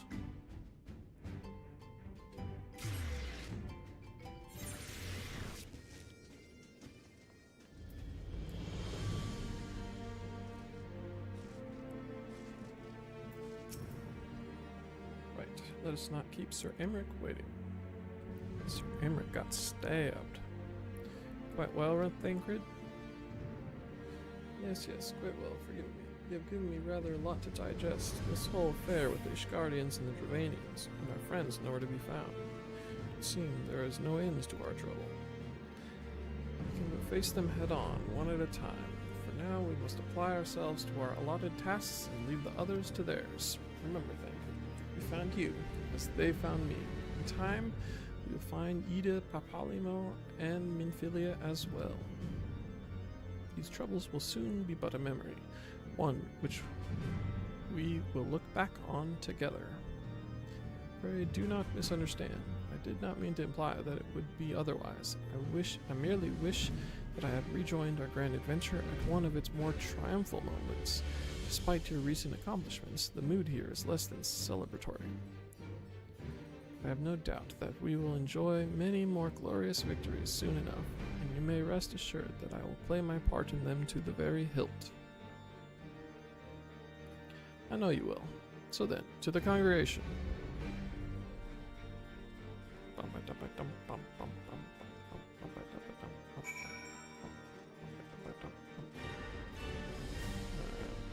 Congregation's right there. Go on.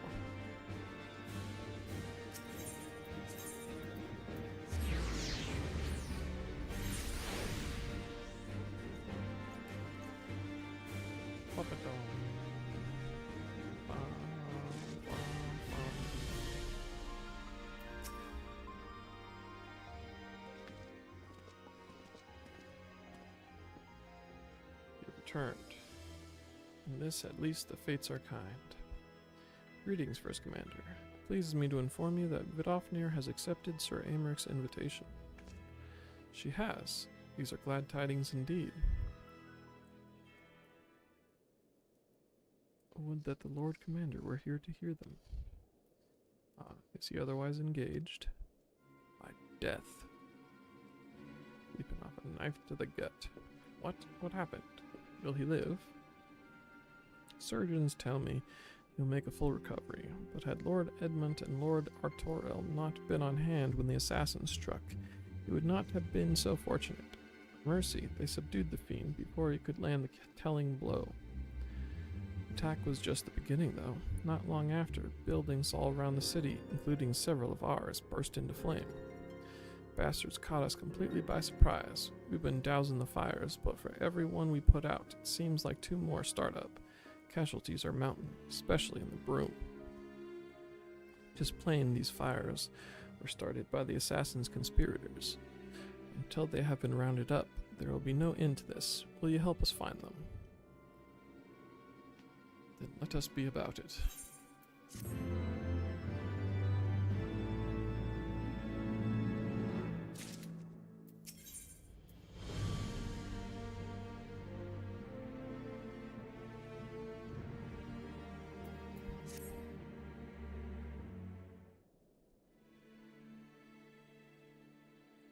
Flames are spreading. We must needs begin our investigation immediately.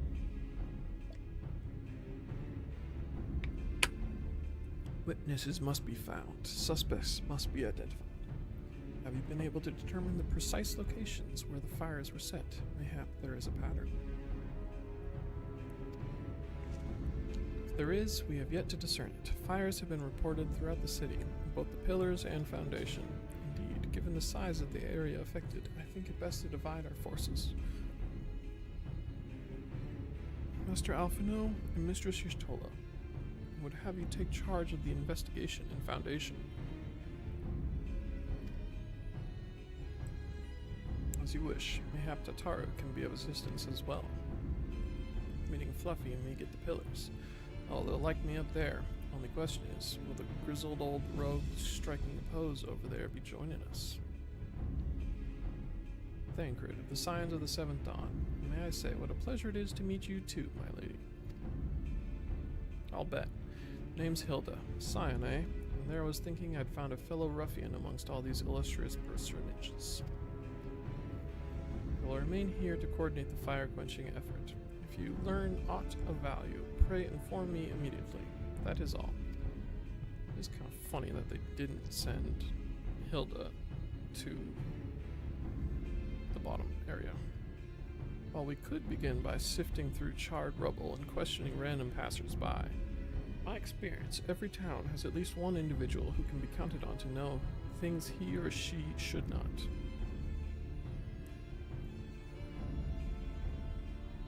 Oh, aye, the infamous Lord Emmanuel de Forton, lover of women and wine, though neither care for him that much. They say he could gossip for Ishgard. Just the sort of fellow I had in mind. Capital suggestion, Fluffy. He'll be at the Crozier, most like, making an effort to be seen, so let's go and see him. Grizzled, I will accept, but old?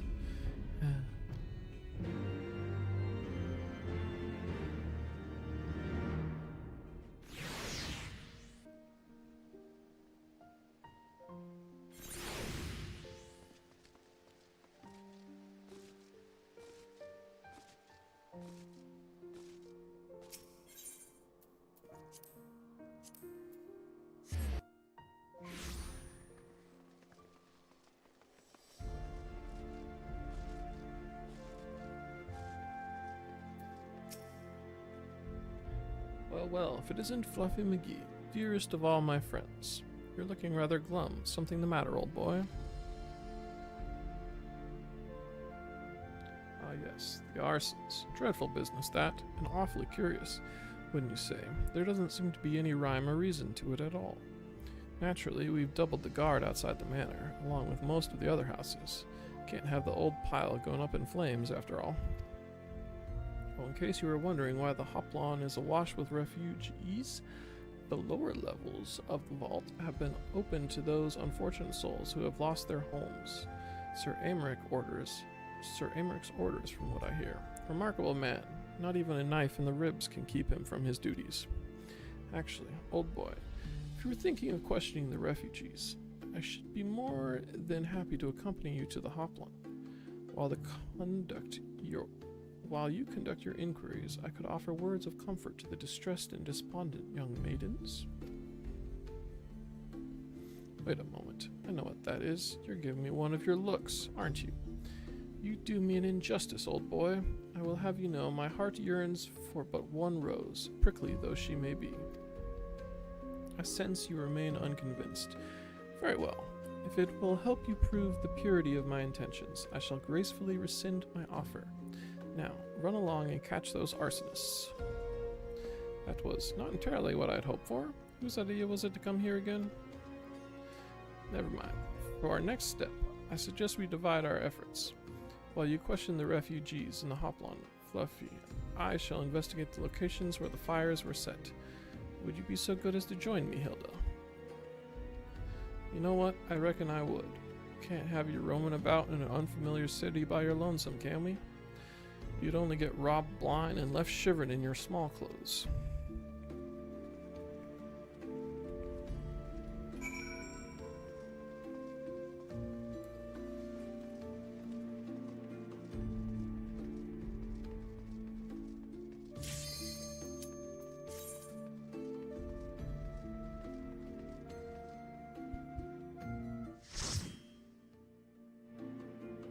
They changed the song to a different kind of flute.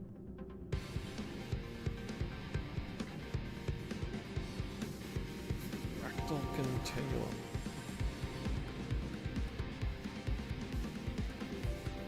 Back to future ancient Egypt.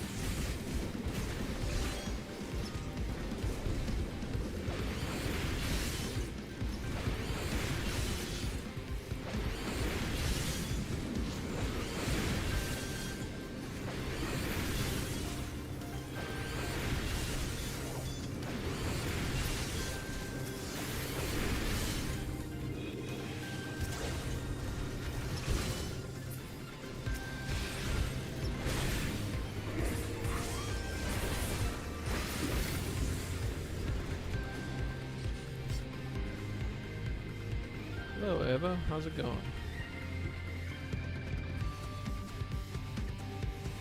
I am doing all of the level 60 content that comes at the end of the Heavensward expansion.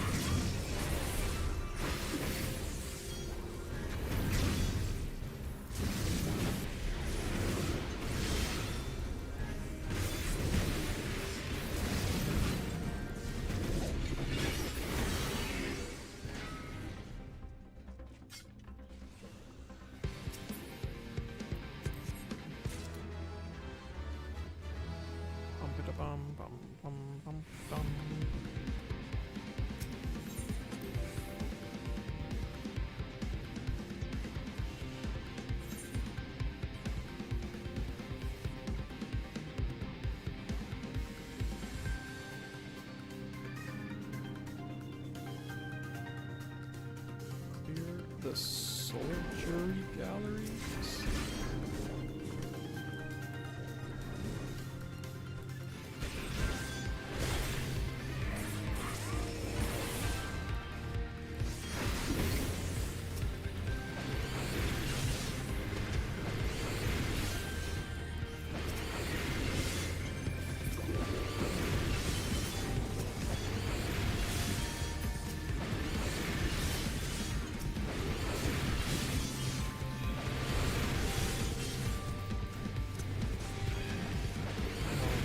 Lightness.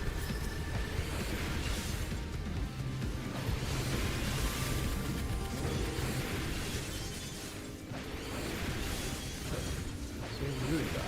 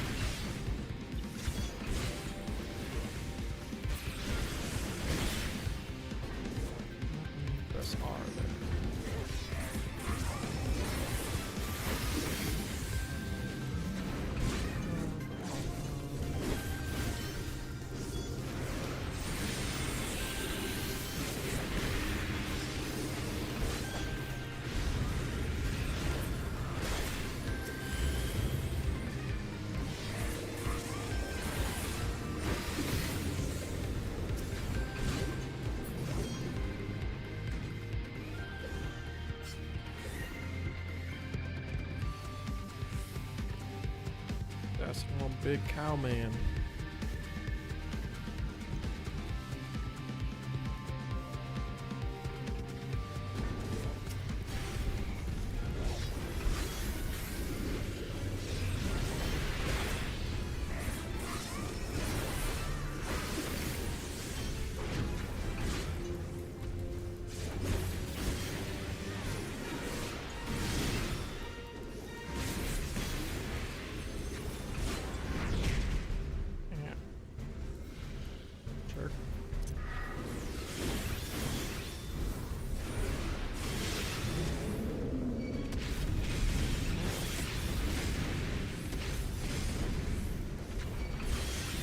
So pushy.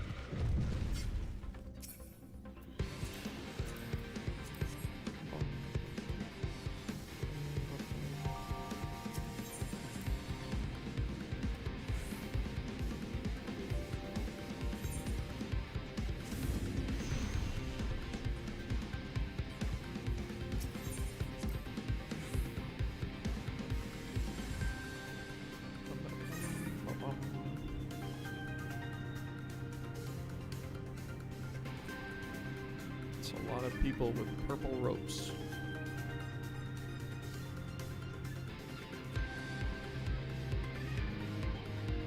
Did I get lost?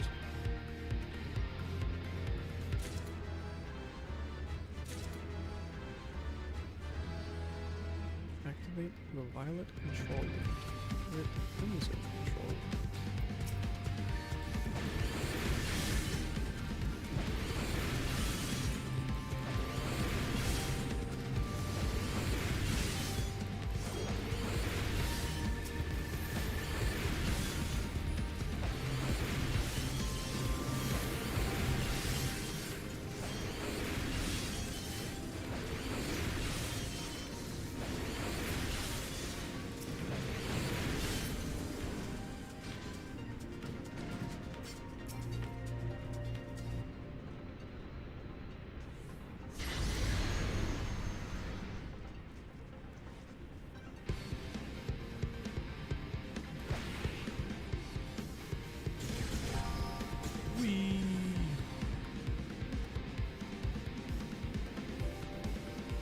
Oh, I get it. They're locking things. Really?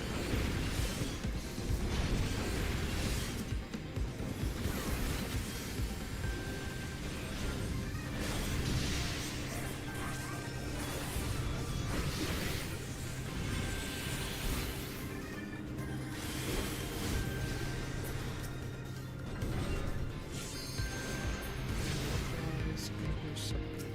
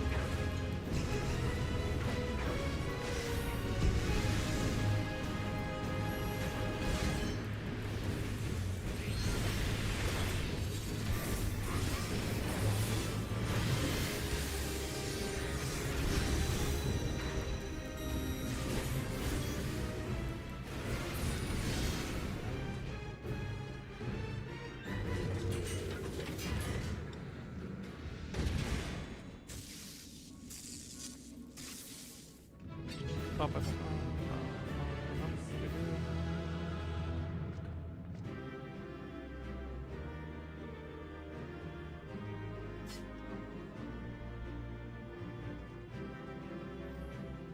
Drop in the treasure.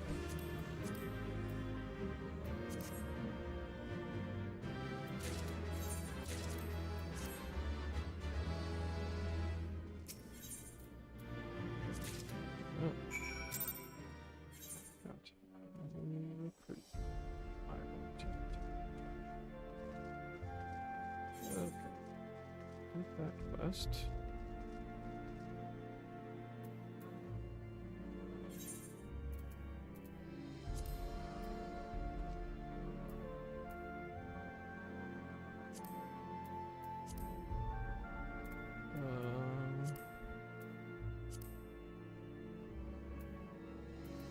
I think I have one Somal, right?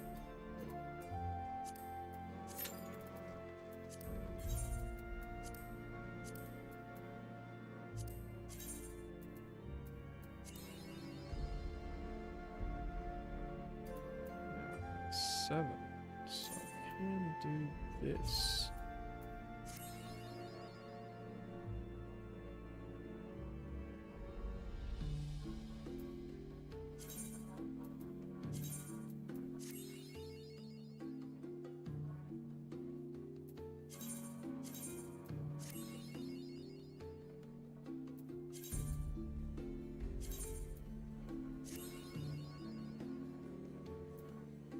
Whatever.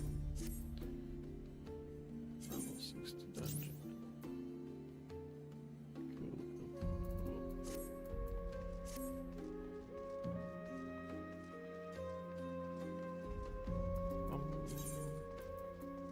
Cool, card.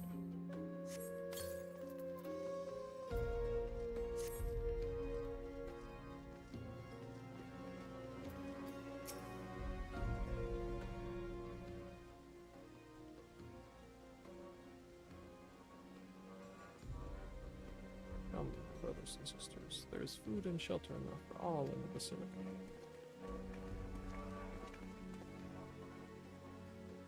Please bless you all. So, we're not sure if we should help. There's so many unbelievable tales these days about the archbishops and Sir Emeric and the Travanians.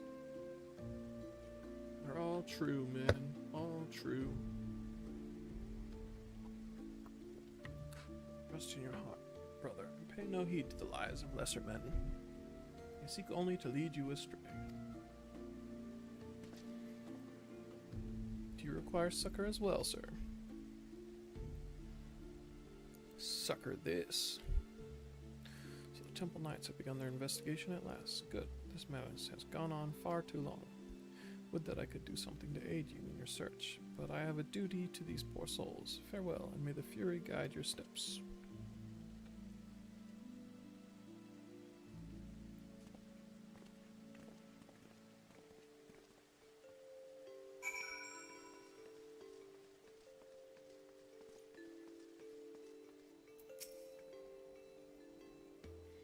There was a man with a satchel. I saw him kneeling outside the window. I could...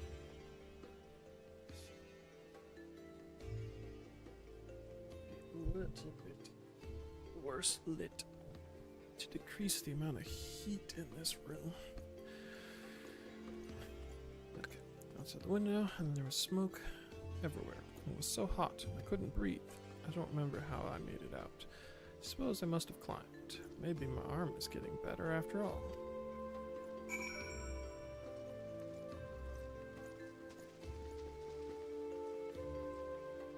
This man's unruffled. Ours was one of the first homes to be claimed, but I didn't see how the fire began. It was only when I heard our neighbors shouting that I looked outside and saw the flames. We barely escaped with the clothes on our backs. Were it not for the church's generosity, I don't know what we'd do. Why is that man unruffled when he lost everything, apparently? Guess the church really makes him feel comfortable.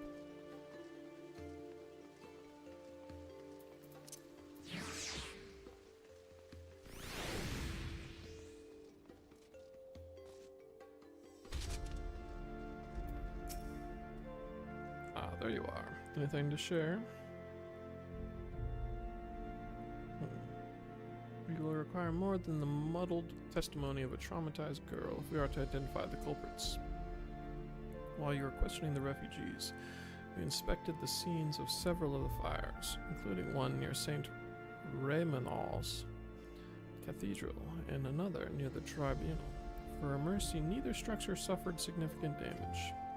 Some might say they were spared by the grace of the Fury. Others might question how such ruthlessly efficient arsonists contrived to fail so miserably on the 2 occasions when their target was a bastion of Ishgardian orthodoxy.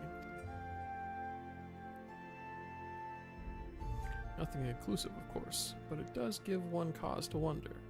Alphino will doubtless have an opinion.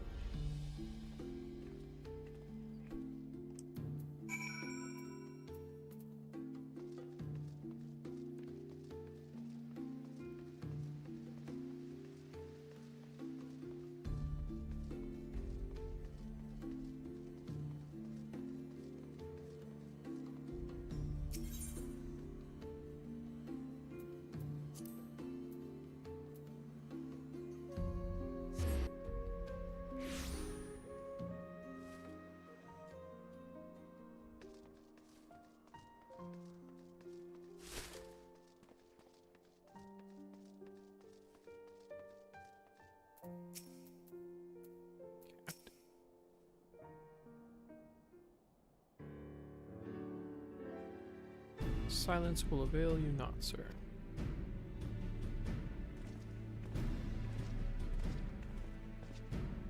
Ah, Fluffy, I was just about to summon you. As you can see, we have detained a suspect. Found this man loitering near the remains of one of the stricken buildings. According to eyewitnesses, he was also present before the fires broke out. We wished to have words. He did not, so we insisted. Let me go, damn it. You've got the wrong man.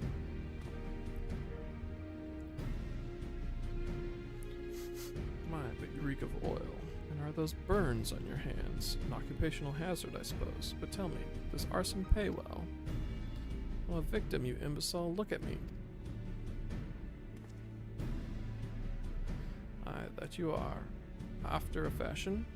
You should know that your pious patron has already spun us a delightful yarn about how his pet mongrel slipped the leash and set about burning half the city to the ground. Not very noble of him, I grant you. But then these highborn types rarely do show loyalty to their pets. In fact, he called you rabid and begged us to put you down. That's bollocks. He's the one who told me to keep going. Even a sinner such as me could find salvation in the Fury's work, he said. I'd left it behind, tried to, with all my heart. Said my prayers every day, like a good man, but he came to me. He came to me! And there you have it, Hilda. Would you be so kind as to escort our friend here to the congregation? Aye, so long as you don't mind if he's limping when he gets there.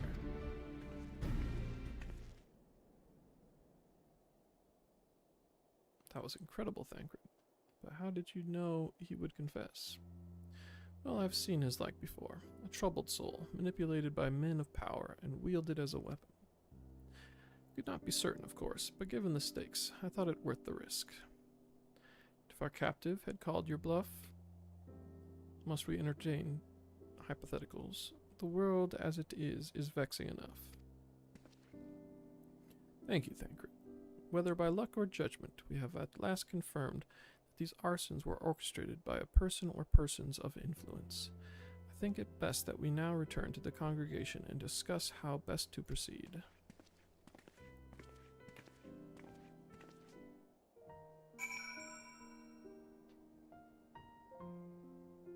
I have a especially green shoulder thing. That's funny. I just noticed that you can see the loading signal symbol through my shoulder.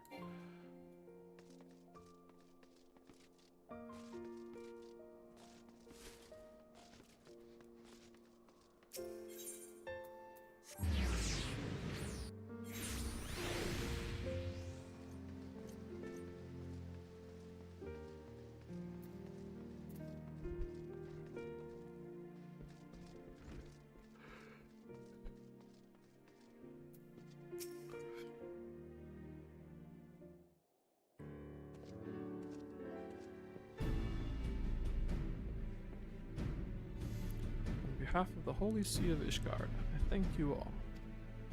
The man you apprehended is being interrogated as we speak, though he fell silent upon realizing that we had not turned his master. He will soon tell us what he knows, one way or another. Pardon the intrusion, First Commander.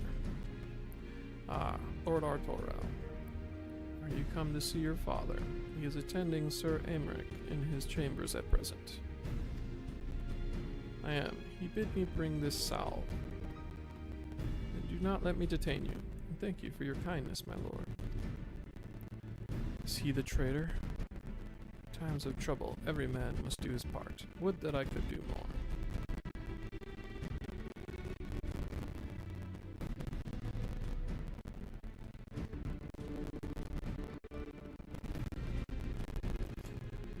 My lord Arturel did not seem to be in the best of spirits. His little brother, Wonder, Master Alphamil. His father is widely slandered, and his half-brother not yet cold in the grave.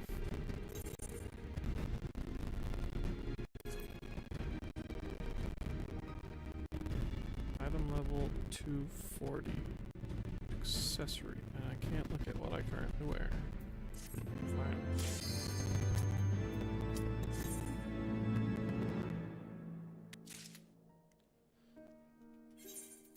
Bum bum bum bum bum.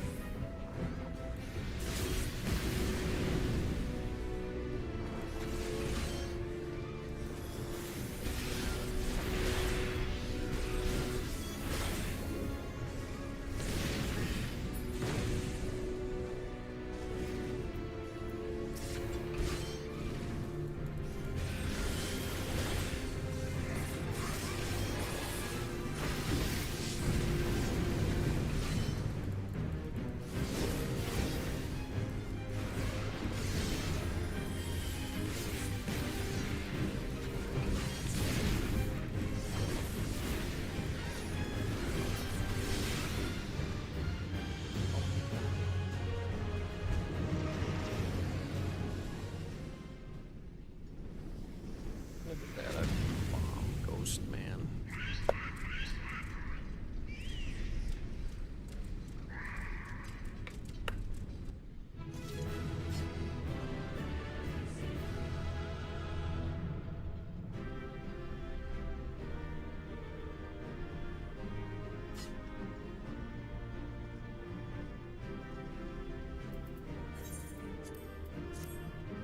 Everybody's staying. To see who's the random pants?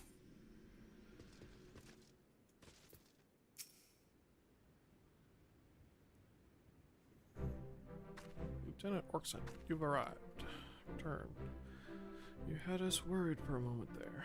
We heard an awful rumbling coming from deep underground and feared the worst. My men have concluded a preliminary sweep of the lighthouse and dismantled the remains of the bomb incubators.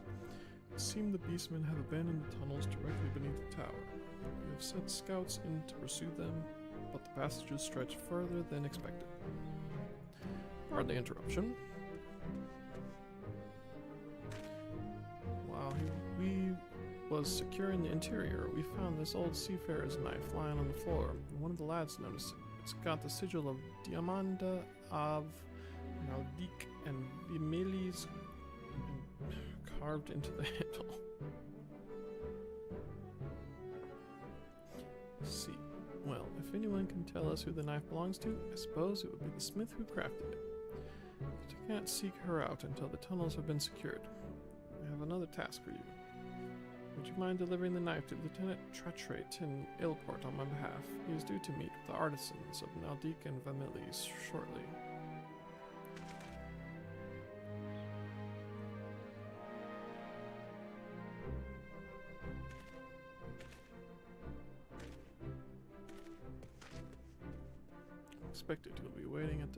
I expect you'll be waiting at the docks. Do not concern yourself about the tunnels.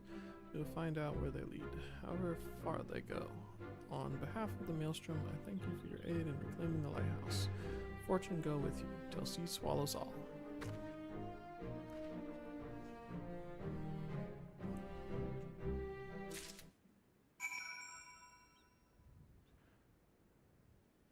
Till sea swallows all.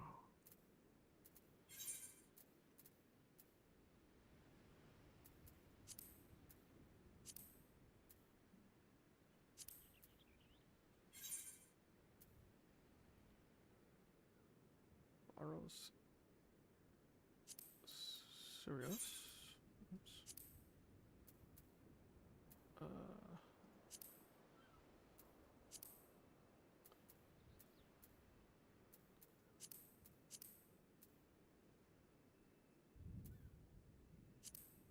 There we go.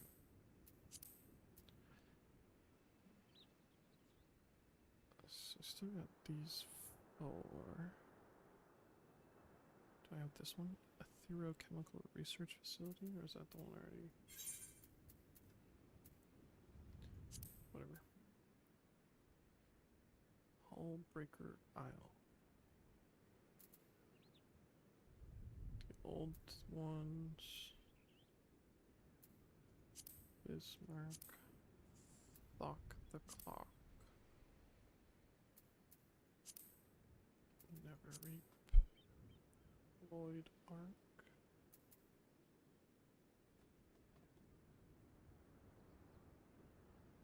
Lloyd Ark. Is that a trial? Nope.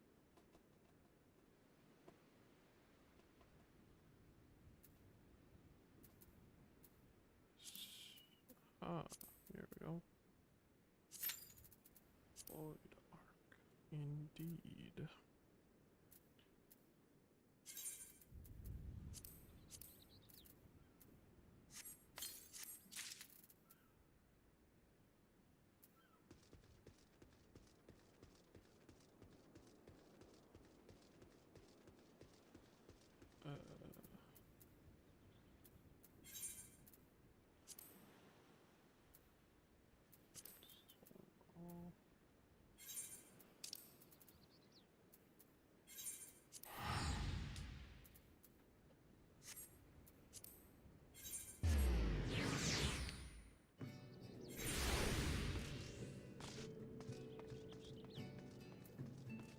Great.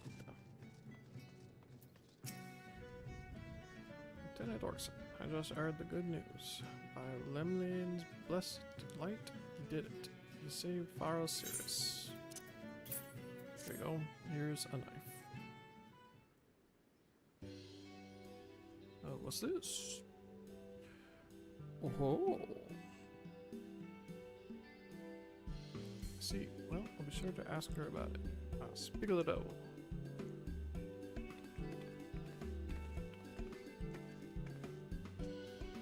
Oi, what's name? Redcoat.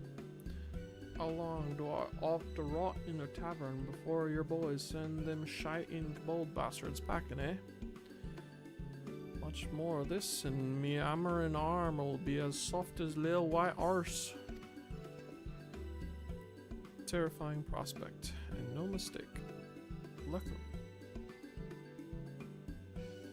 Luckily, it ain't one we need to worry about, though, because we've taken Pharaoh Sirius back, and after the walloping our mate here gave him, them kobolds will know to keep their grubby paws to themselves in the future. Meaning you can get back to restoring the place in peace.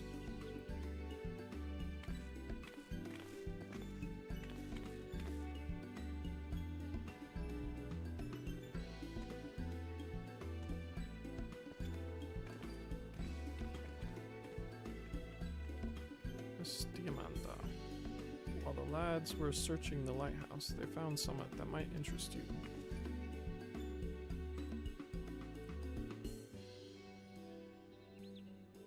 Does this here seafarer's widow look familiar?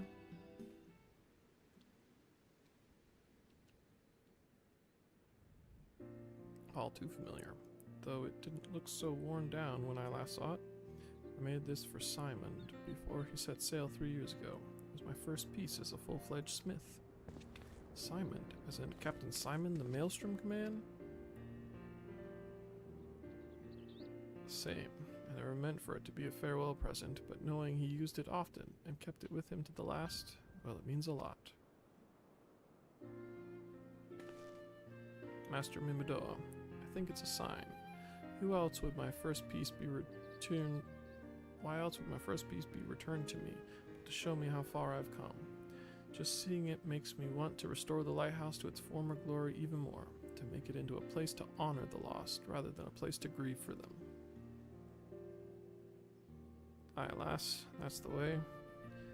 There's things all of us would sooner forget, but remembering them's what makes us stronger. Wouldn't you agree in it? Shit. Speaking of remembering, you remind me of someone. Something about the eyes. Oh, aye. You're the spitting image of a lad as once helped me drive back an army of the undead. A right tough bugger he was, like you, only taller. Never did find out what happened to him, but looking at you, I'm guessing he settled down and sired himself an heir or two. Brings a tear to me eye, seeing you carrying on the family tradition. I'm much obliged to you, lad. Much obliged.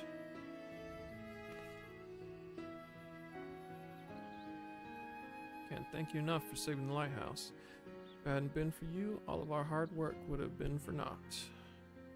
But I, for one, mean to make the most of this reprieve. I swear to you on my brother's memory. When we've finished with Pharaoh Sirius, it will serve as more than just a guiding light to safe waters. It will lead the souls of those lost at sea back to familiar shores.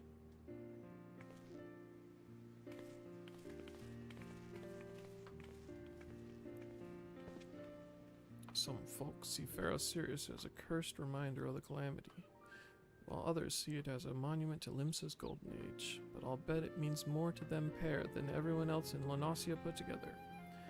And someday, they'll show the world how it looked to them, like a beacon of hope. I realize I still ain't thanked ye proper for giving us an hand, and with all this, hardly needs saying, I suppose. But the Maelstrom couldn't have done it without you. You can leave the rest to us, though. We'll see that the Smith don't get disturbed again. Till next time, then, Lieutenant Orson.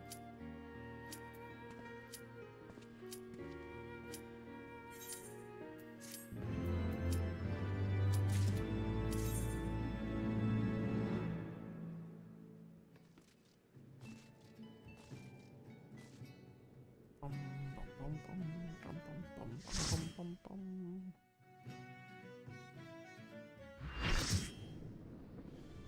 Full art of the raid.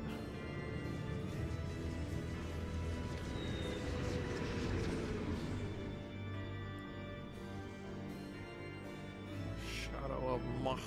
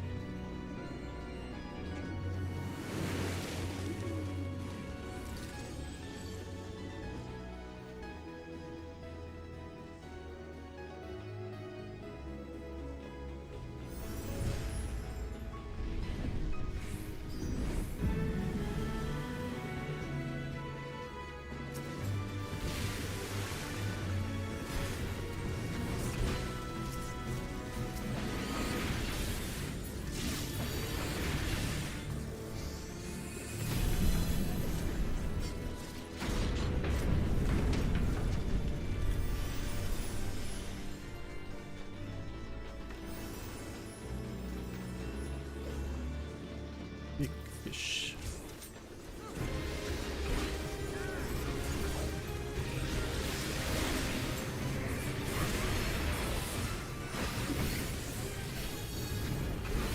Oh shit. Shit's lightning.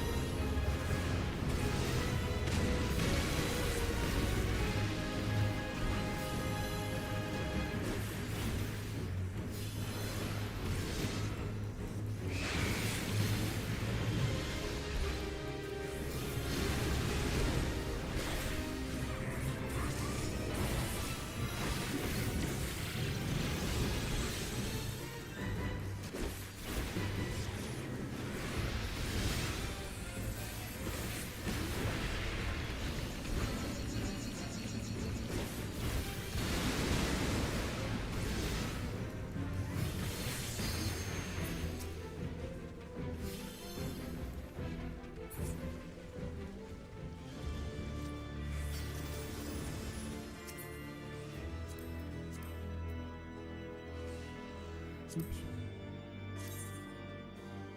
Oh, that's worse than it was. Alright.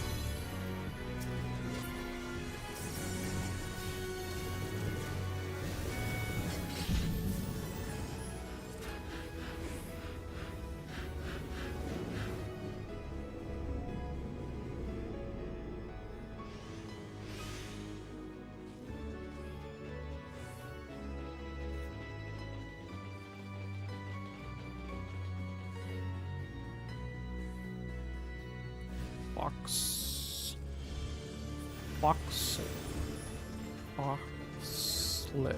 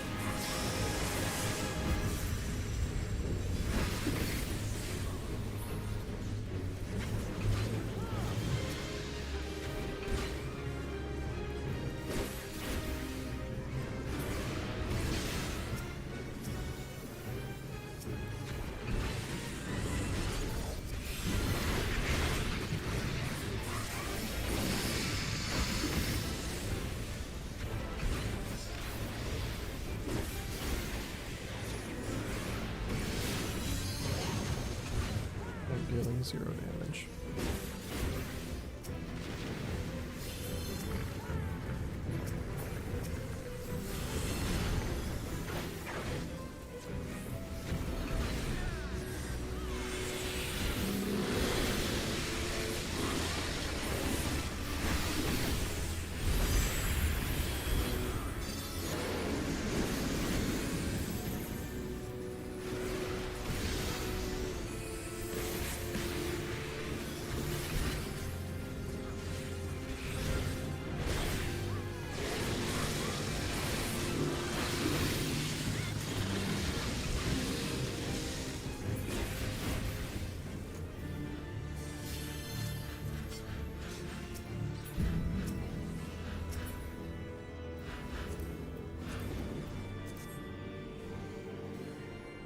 shoes.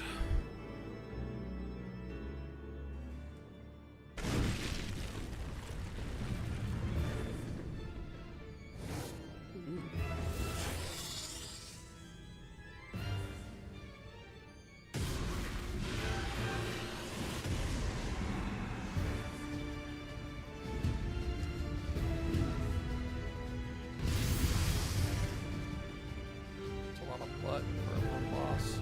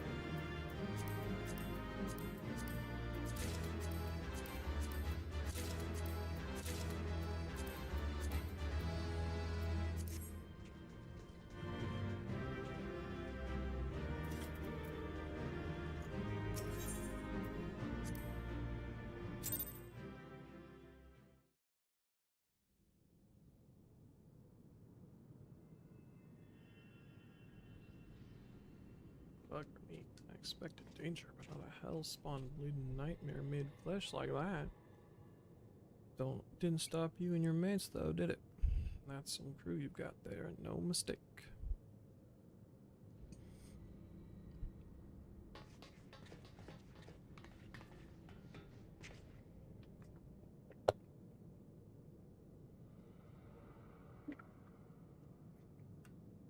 Right, let's have a look inside that dirty, great coffer type thing. Someone tells me it's filled to the brim with booty. Some kind of booty was in there.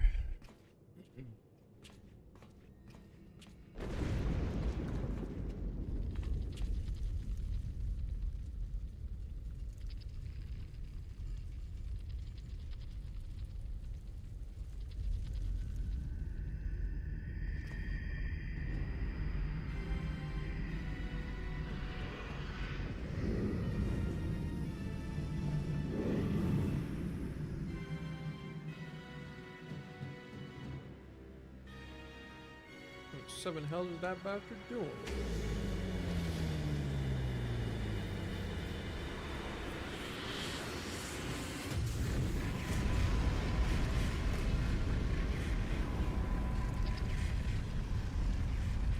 This way, swiftly now.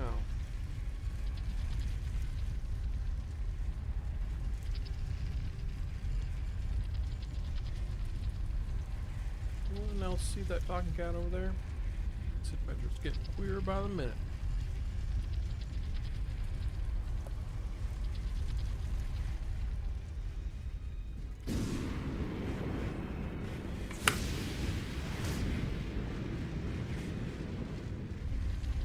Still, I'd rather take chances with a pride and a puss than stay here.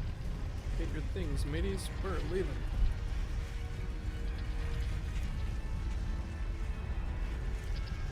What about the loot?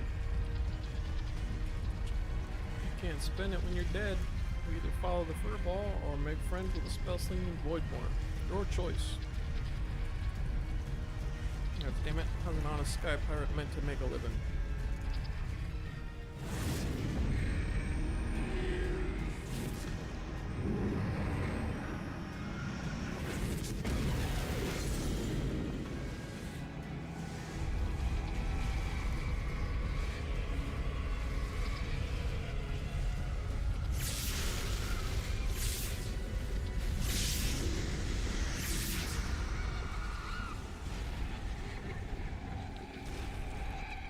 Squeaky noises.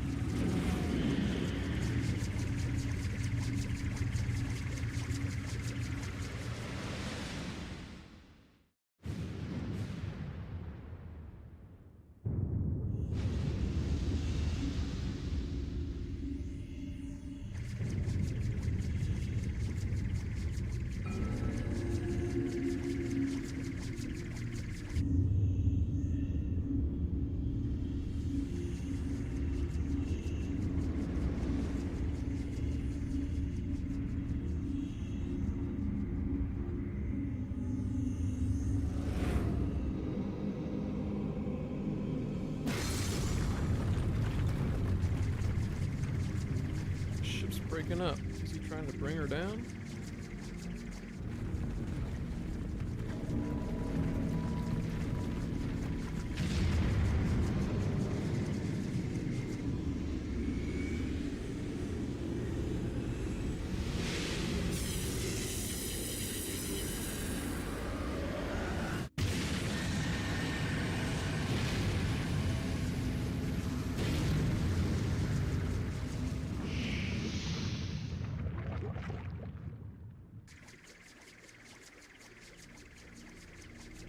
Voidsent is attempting to initiate a dimensional displacement.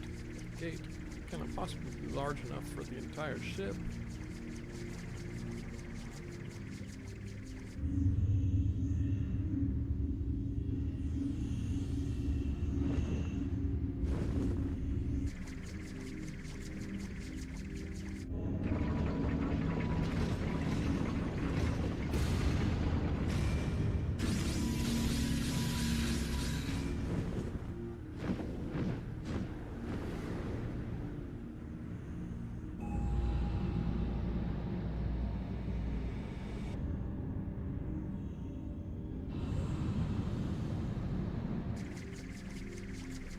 coffin, Queen's coffin, takes beyond our reach.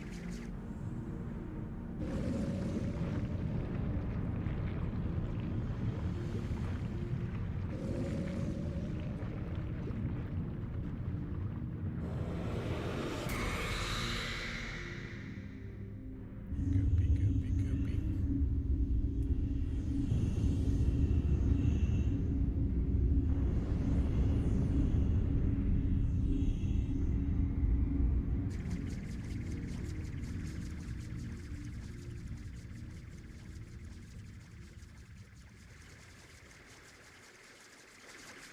I don't see much point hanging around here. Let's get back to solid ground.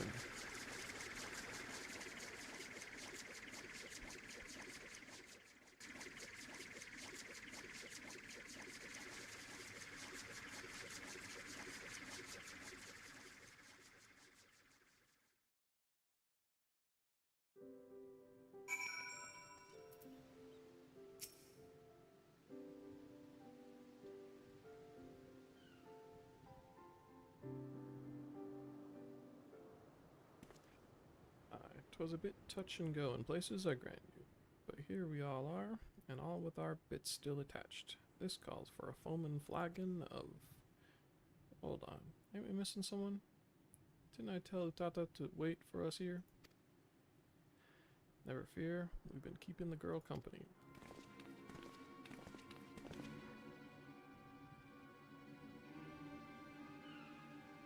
But enough about her.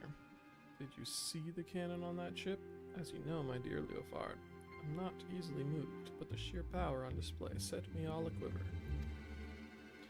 Well, I hope you're content to admire it from afar. That vessel ain't for the likes of you and me. Do not presume to measure me by your own limitations. Besides, I believe I've shown how resourceful I can be. Which brings me neatly to the point. You have in your possession a device capable of tracking the ghost ship. Hand it over, or your engineer shall suffer the consequences.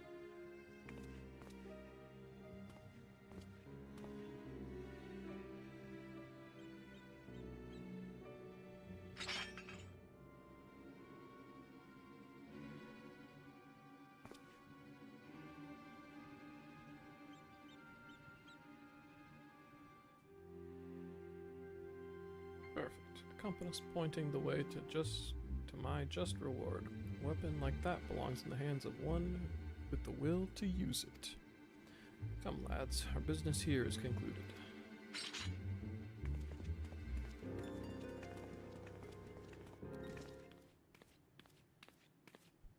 Sorry, Captain. They caught me off guard. Get a bang on the head or something? The man I know would never give in to scum like her without a fight. Unless... What did you do to the compass? Who, me? Not. Besides slipping a link pearl into its casing like, ha-ha. So long as Radlia keeps it close, and you can be damn sure she will, you'll know exactly what them thieving bastards are planning. Anyone care to wager how long it'll take for her to notice me little gift?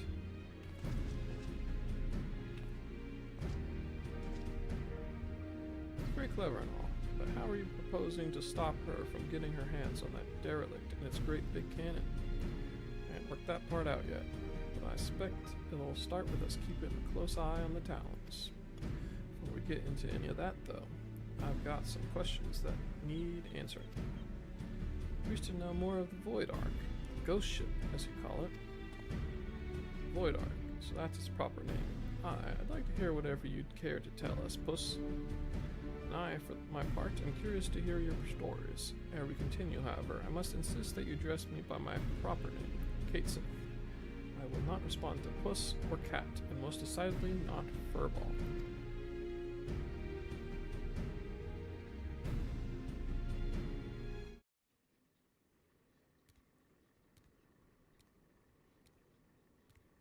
I don't remember how you're supposed to say Kateseth. Some kind of Scottish bullshit.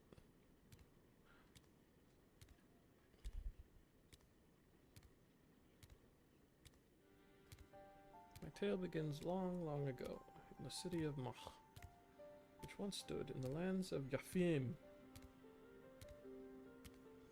sorcerer of Mach, were masters of destructive magics, and they brought that terrible power to bear against Amdapor and Nim in the War of the Magi. Stomp, stomp, stomp, stomp.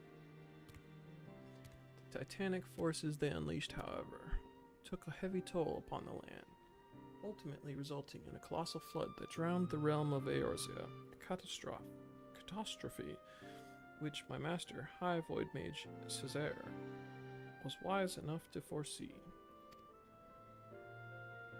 Wait. Colossal flood? Are you talking about the 6th Umbral Calamity? I suppose you would know it as such. Now, where was I? Ah, yes. When they learned of the fate that awaited them, the Maki Magi began construction of a gargantuan vessel that would bear their people to the skies and to safety. The operation of the Void Ark, as the ship came to be called, was entrusted to Césaire. Prior to that, of course, my master had been a prisoner in her own home, confined for her outspoken opposition to the war. So the Ark was meant as a sanctuary.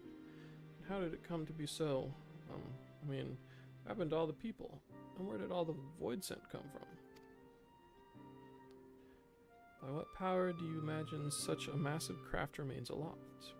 The energy required to raise the Ark was siphoned from over 1,000 otherworldly servants sealed within the vessel. Advances in Maki sorcery were made for one reason and one reason only: cataclysmic destructive power.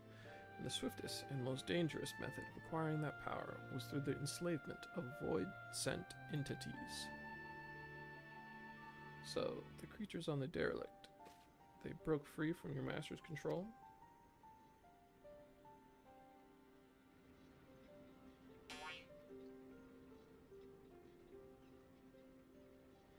At the very heart of the Ark, the Void Mages had entombed a great ruler of the Void Sent, Skatash, the Shadow Queen.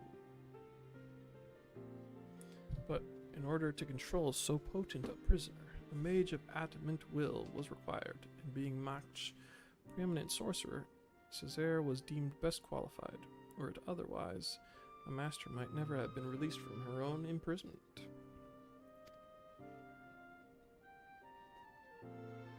Yet, even with Césaire's peerless skill, the Shadow Queen could not long be subjugated. One after another, the lesser void scent awoke and ran rampant within the ship. In the end, Césaire and 53 void mages aboard the Ark sacrificed their own life energies to return the fiends to their coffins, leaving me, a lonely familiar, to watch over a derelict prison.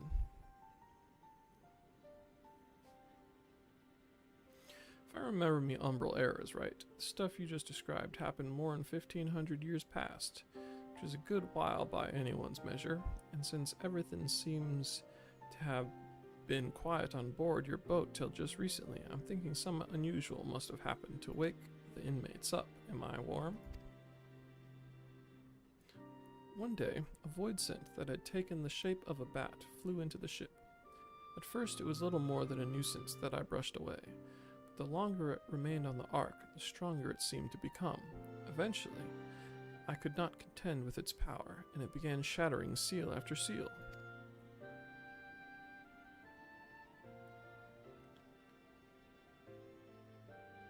Ah, but you looked upon the true form of this fiend as he broke the chains holding the Queen's coffin. I can only assume that he is one of Skatath's subjects, intent on bringing about her return. Well, that explains that then, except for one small detail, namely, where the Queen's coffin went. And after it fell out the ship's belly, I'm assuming it didn't just disappear, right? You recall the great rift that the Ark's cannon ripped in the sky? That was a void gate. Such a portal opens a temporary path through the void, allowing the ship to travel almost instantaneously from one location to another. The void scent, as you saw, only opened a gate large enough to displace the coffin. As for the coffin's destination, however, that is as much a mystery to me as it is to you. I beseech you, conquerors of the Ark, help me find the Queen's coffin ere the wards binding Skatash are dispelled.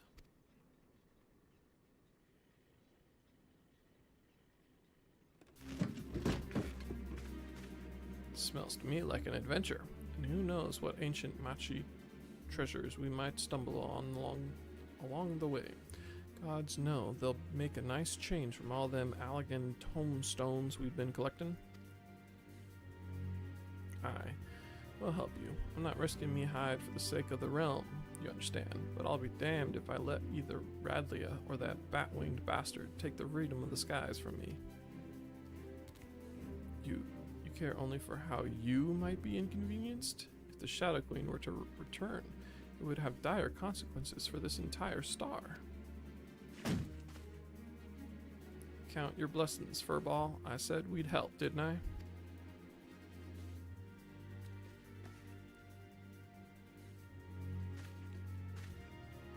Before we go rushing off in search of that coffin, though, there's preparations to be made. You might as well get back to your usual heroic employment, Fluffy. I'll let you know when it's time to round up your mates again. Bum, bum, bum, bum.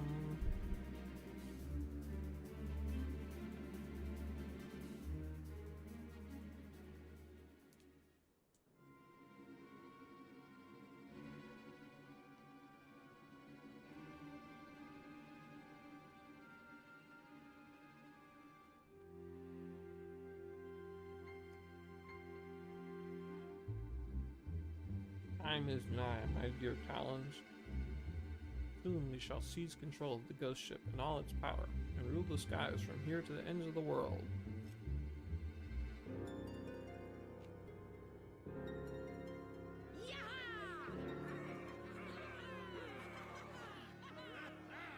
I feel like this is the first time I've ever heard noise when somebody made cheering motions.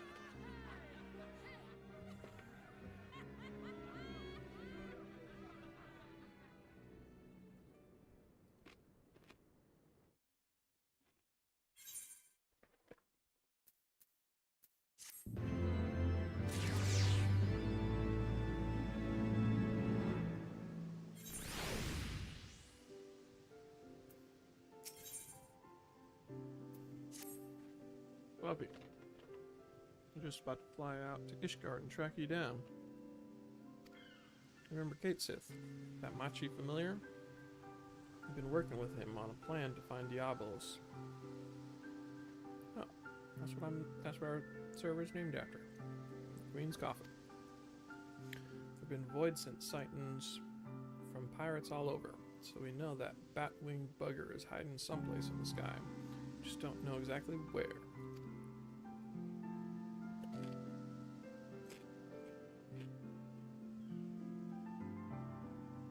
As for going about pinpointing the location, Leopard and the feline are bickering over just exactly how. That's where you come in. If you have a spare moment or two, could use a third opinion to break the stalemate. Besides all that, Leopard's eager to have another hand to help in the search. So come on over to the Parak as soon as you're able. You know the way from here, don't you?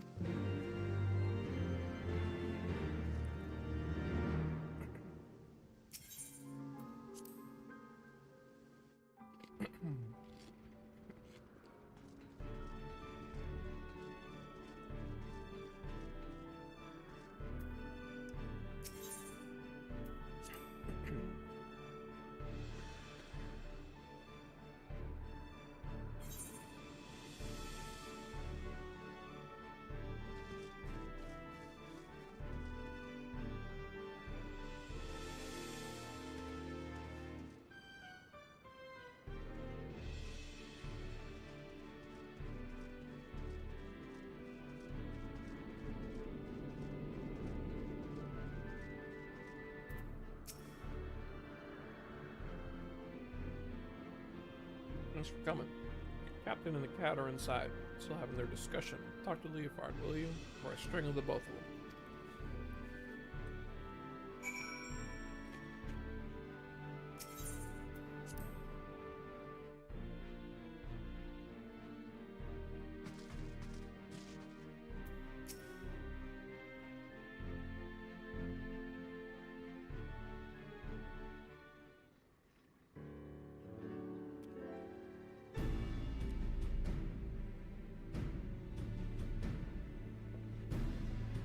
You're here to ask about the Queen's coffin, and you'd best turn around and walk straight out again.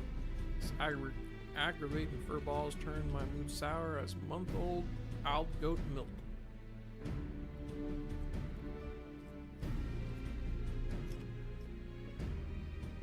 Theophod, Buffy's come all this way to help us, at your request, I might add. He deserves to hear where we stand on the search at least.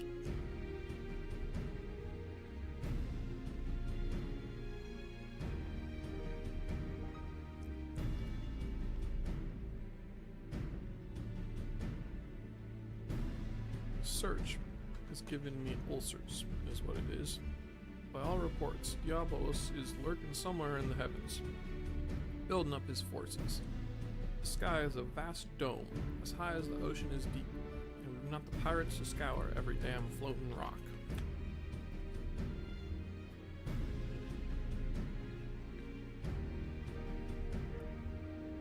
That's when I tried my luck with Bradley. You remember her, don't you?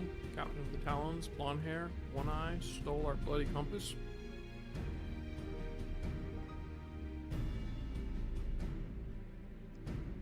Well, I've been eavesdropping with that link pearl I slipped into the casing, hoping to catch something useful.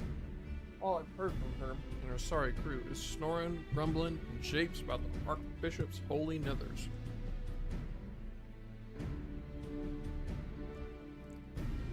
When did this happen, if the Archbishop is whatever? In the end, it seems we've no choice but to do this the hard way. A certain Mulin annoyance refuses to acknowledge the truth of it. We cannot possibly hope to investigate the entire sky with this meager handful of ne'er-do-wells. I find my suggestion to seek aid from your fellow pirate gangs a perfectly reasonable one under the circumstances.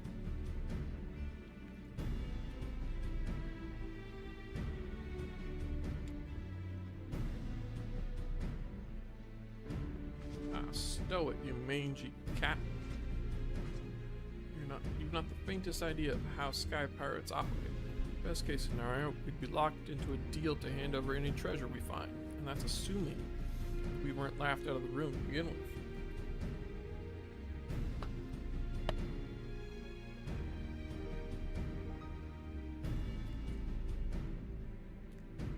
Not assume that every man and woman shares your base morality.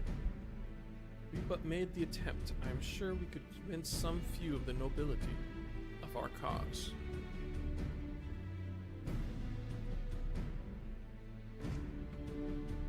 And so it goes, round and round. Knowing pirates as I do, I find myself siding with the captain on this. What of you, Fluffy? Any thoughts on the matter?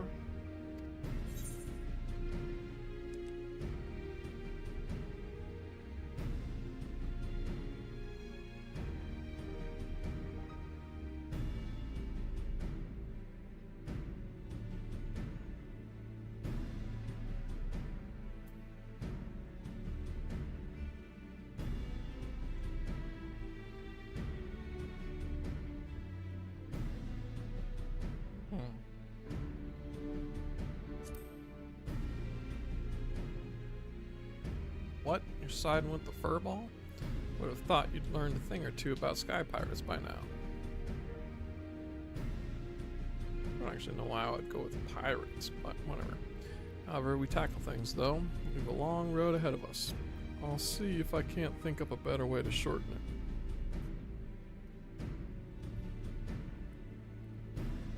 Might as well head back to your adventures, Fluff.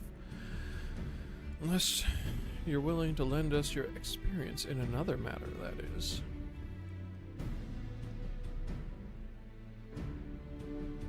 Tata, our chief engineer, has been mumbling about the Void Ark and cursing under her breath for days.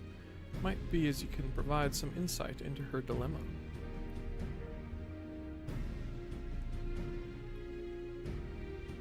She's conducting her research in the Sea of Clouds, yes?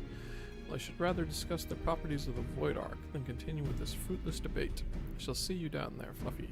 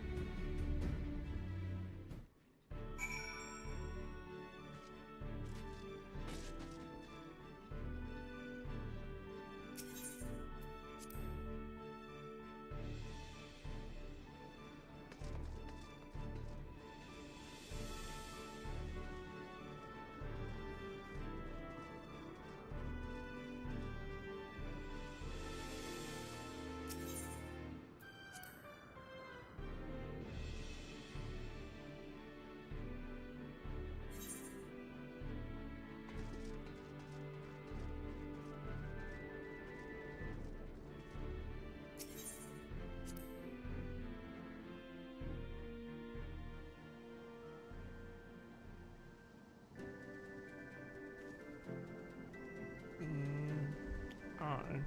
I'm gonna go to the bathroom. Probably get another soylent.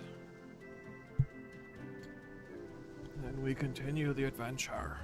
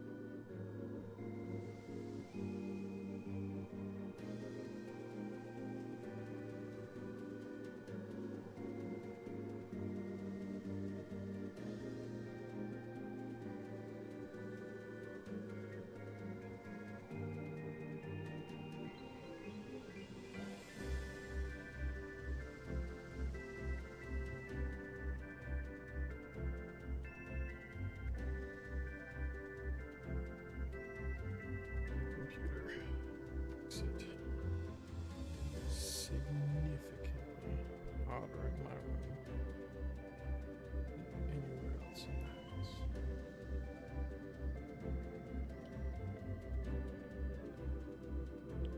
Which is unpleasant.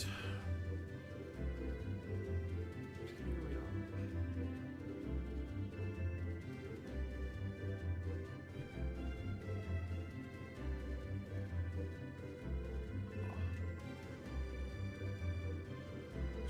Stretching my calves. Feels so nice.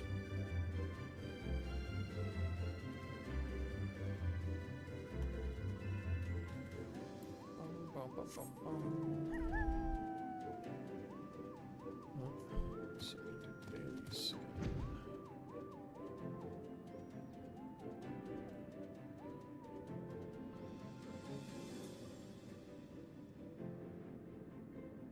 Queue up while I wait for the next void ship raid.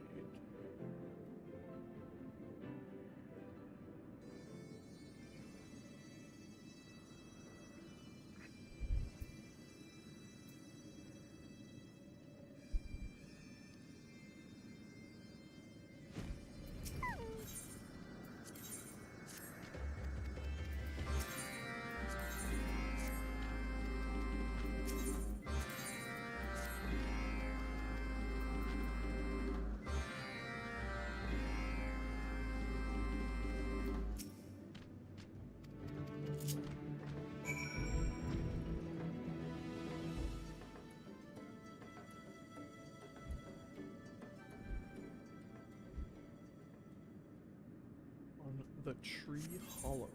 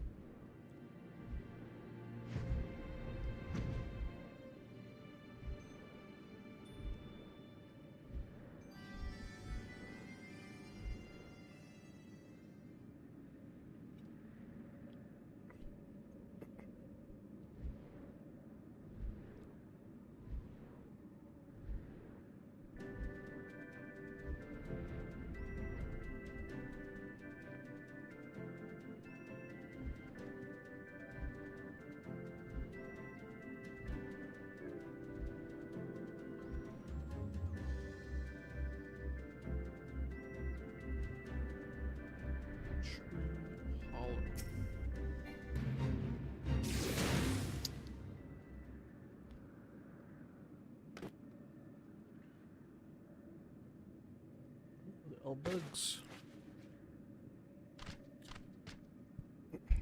Make beautiful catch, Fluffy. Plump and juicy, but 2 more nests remain.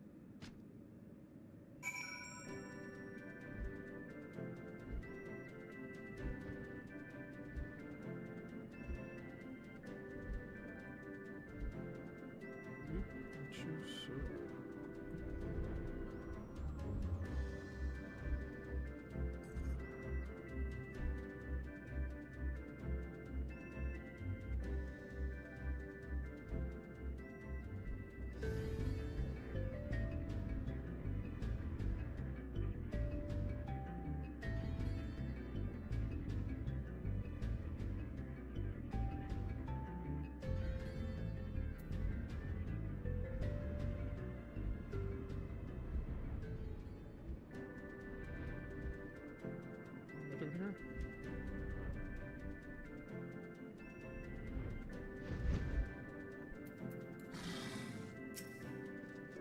Doink.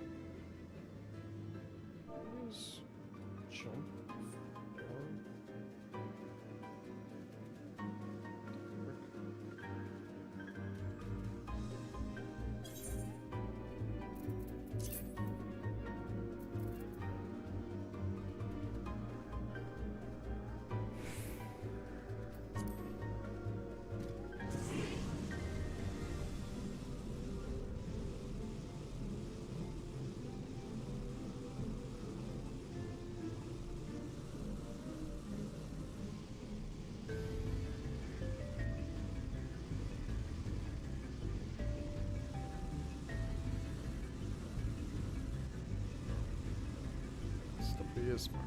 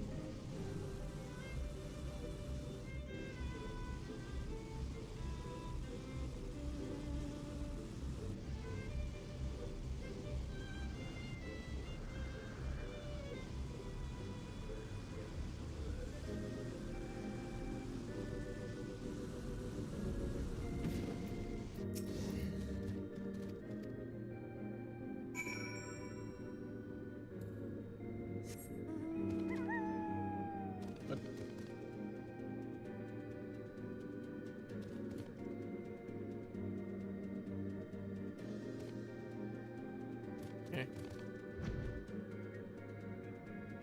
Oh. I see.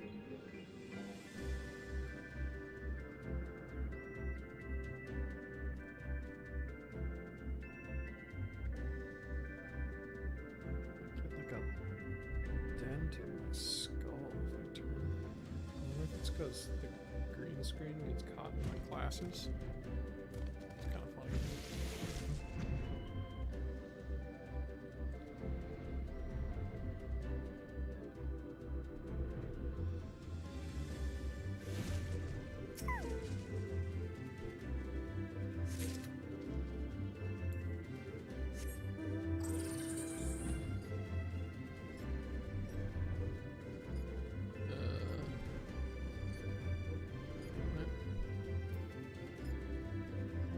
Crystal malts. Water? Oh, here.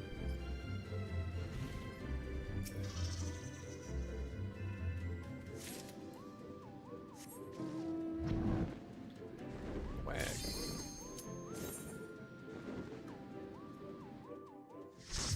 That's kind of annoying, actually. I should have waited till I looted the thing first.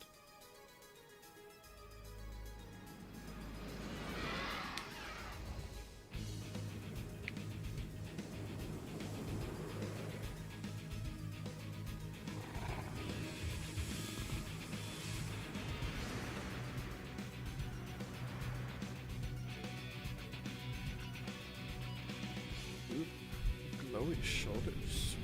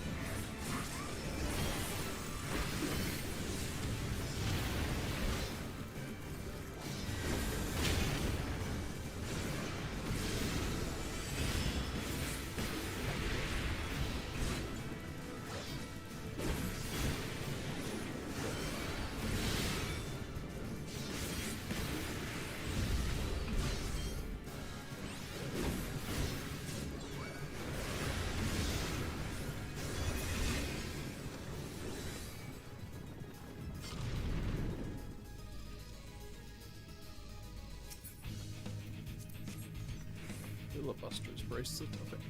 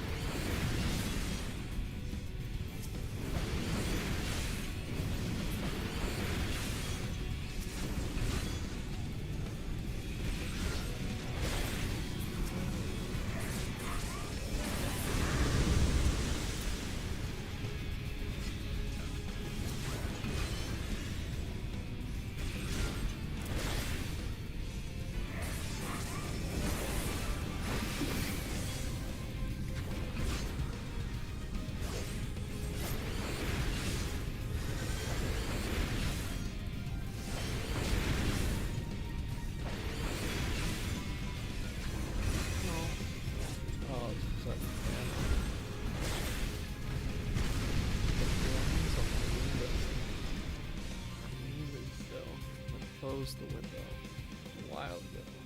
What is happening? That's gonna blowing that way. So makes sense.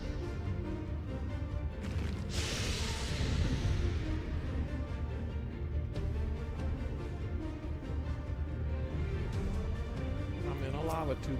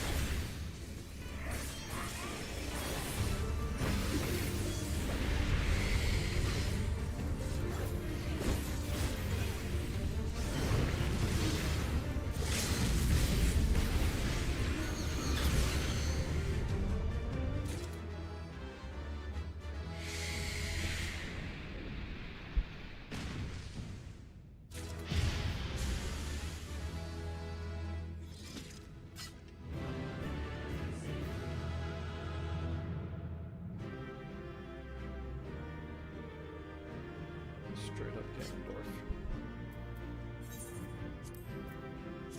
I have a commendation for being Ganondorf.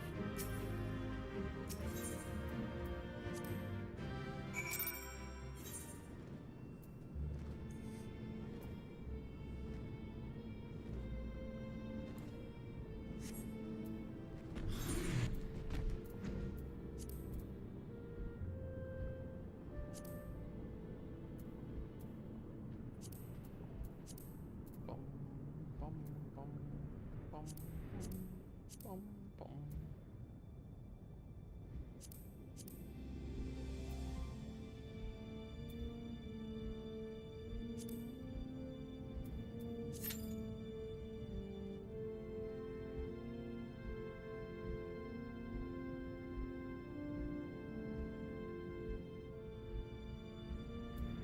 I bet broke a million gil. How exciting.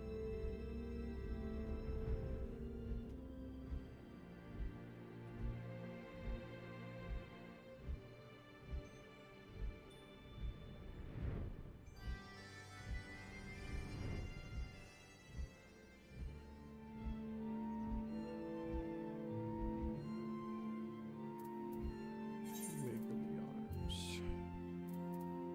Wiggly,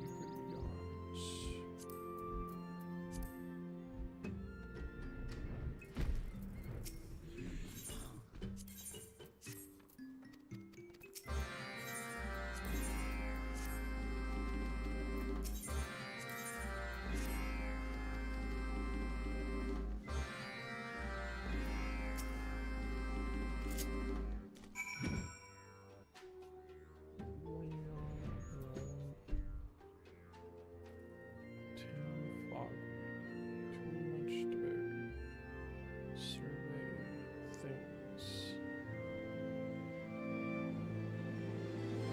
Unzibuzz. Disorderly.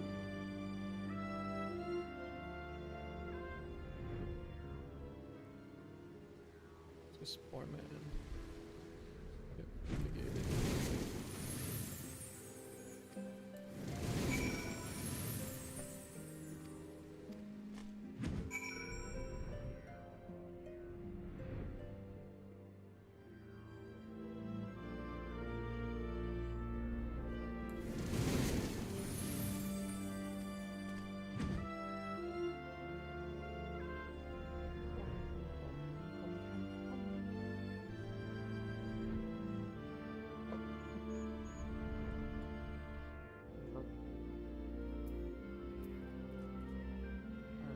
For some reason I thought there was several possible wild traps.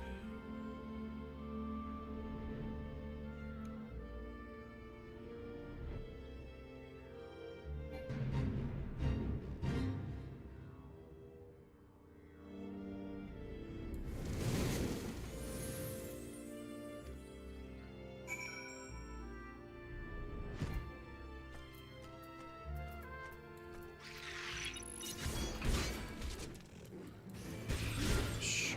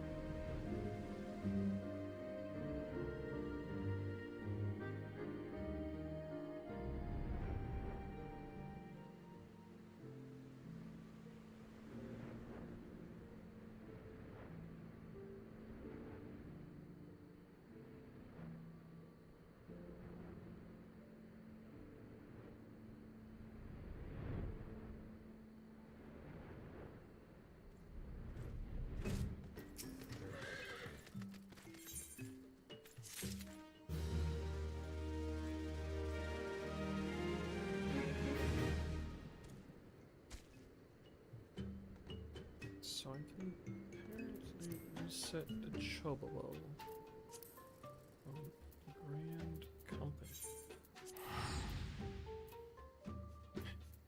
Which I should have made him human the first time, but it's fine. Nothing I can do about the past.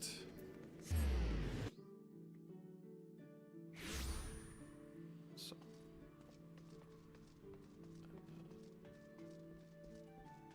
10 hours for this thing. Okay.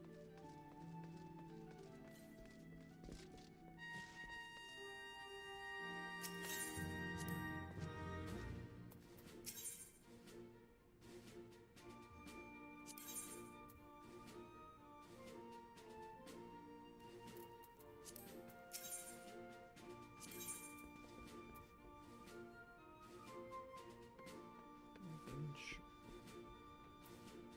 Aetherite ticket. Huh.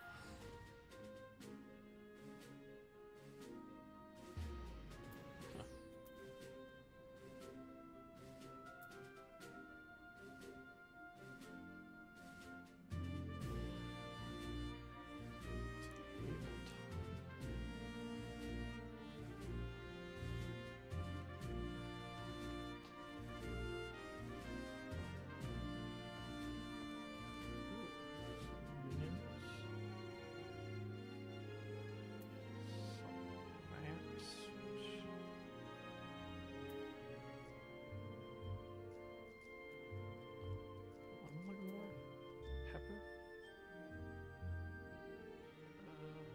Here. One of those.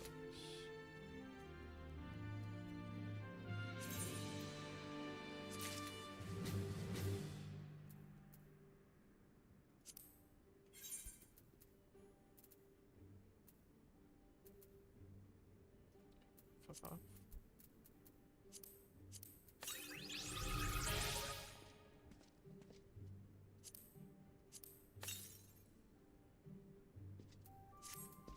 Great.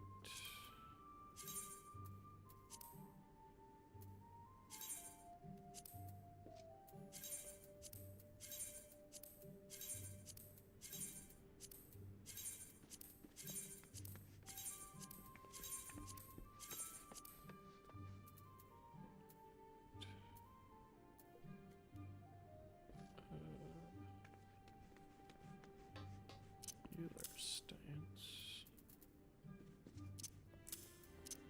I don't know why I'm carrying those around. I'll use one at a time.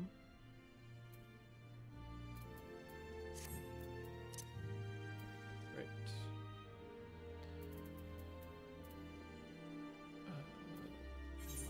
Manu.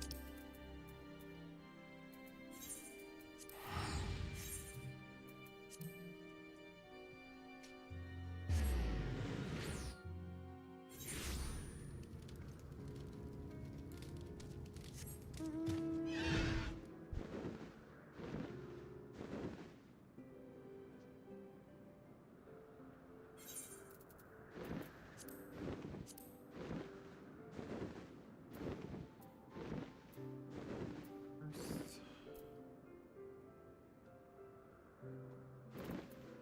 Water.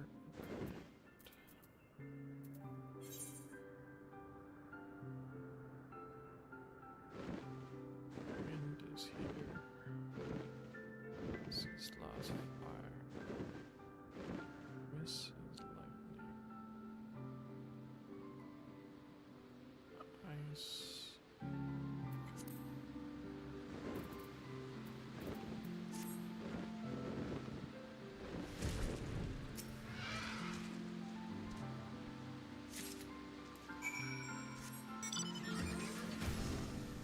And that.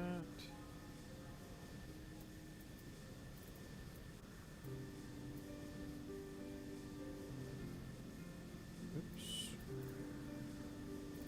Should have done that while I was there.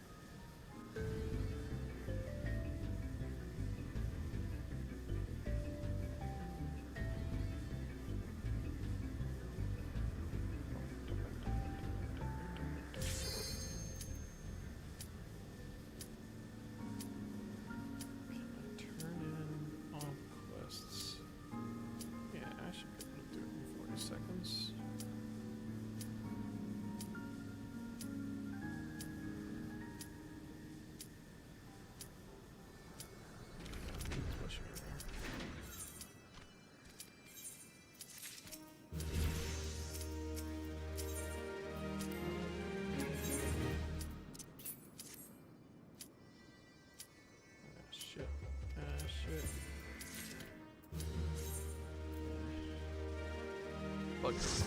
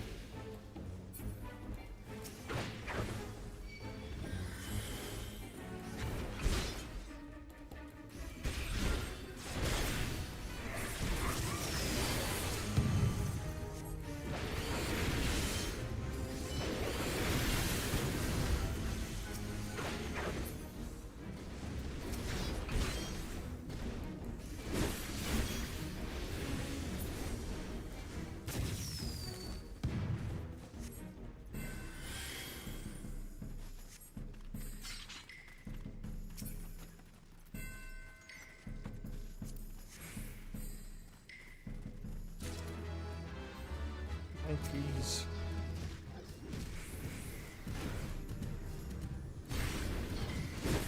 Sasquatches?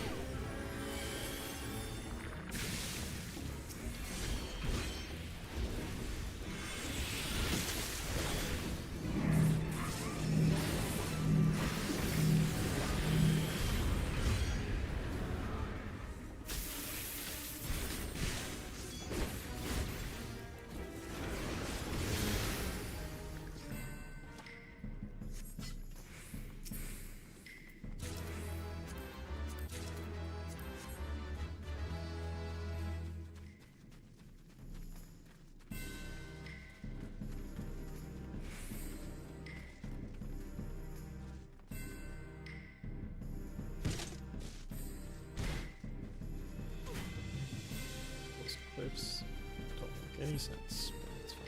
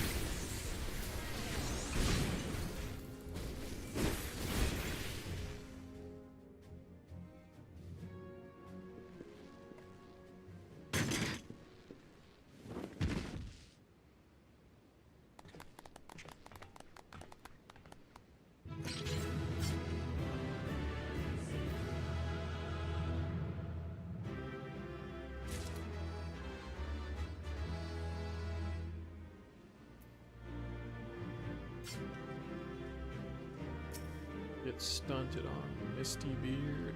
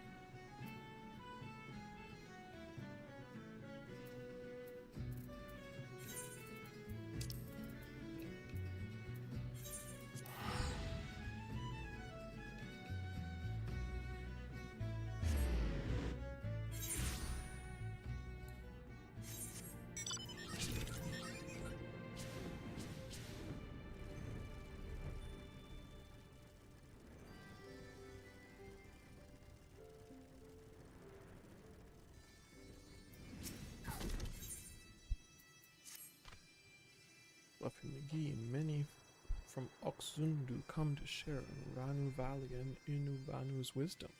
Like trees in grove, our roots become more intertwined each passing day. Ranu shares the secrets of Gundu botany, and Ainu spends long hours exchanging advice with Zundu cloudfishers. Linu swells with pride at success of village, but shame still nags at her like single midge buzzing in ear. She cannot perform Sundrop dance in heat of battle, then she is no more used to the village than newborn hatchling. But now is not the time for self-pity. Ranu Valley's friend from Oxundu tells intriguing story around cooking fires. While delivering tribute to Vundu, Ranu's friend notices group mercilessly beating Vanu wearing Gundu colors. Another Gundu approaches the group shouting, "No more violence," but the Vundu mock his pleas and chase him from the village. Inu Valley has an old friend, Ginuvanu, who says same thing ever since nesting days. Fluffy, we must help him before he faces punishment for his words. Fluffy McGee does not fear violent Vundu youths. Please come to Vundu Okbendu with Linu Valley. With Fluffy's help, we bring friend back safely to Okbendu Naki. Right.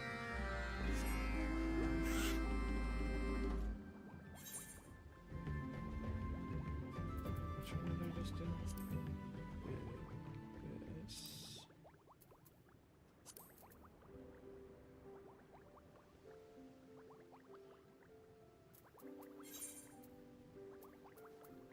Some old things.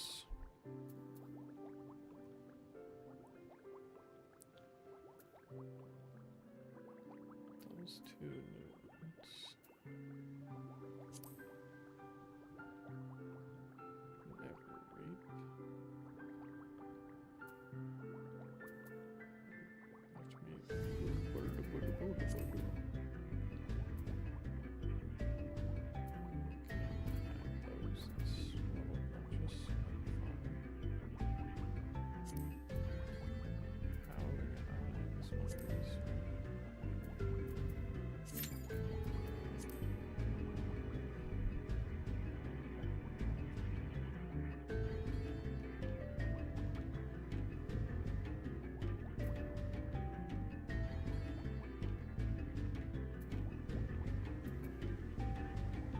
Where's the squirrel in the tower?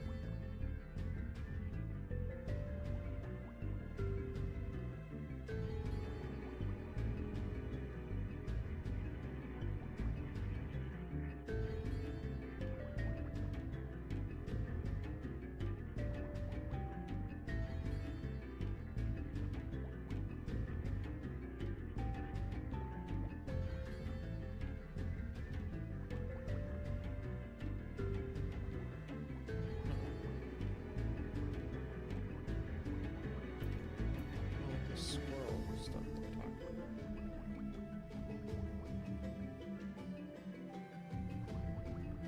Good situation. Am I doing it?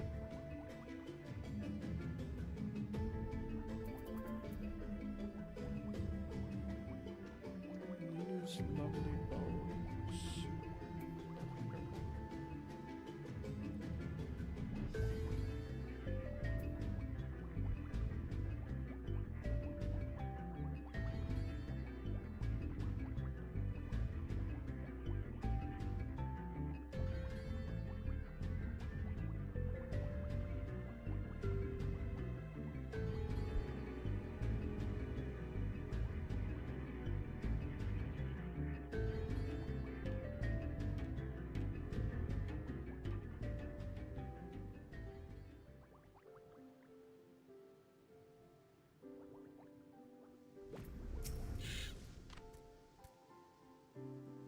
The window patrolling area, but we must act quickly.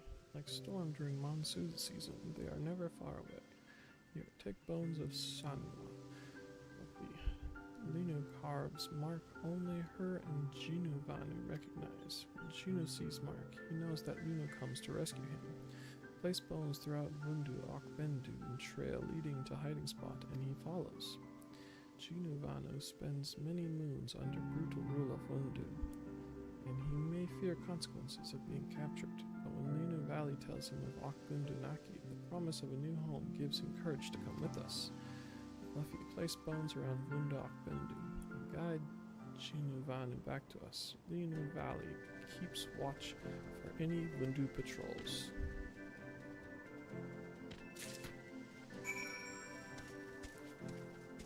Bum, bum, bum, bum.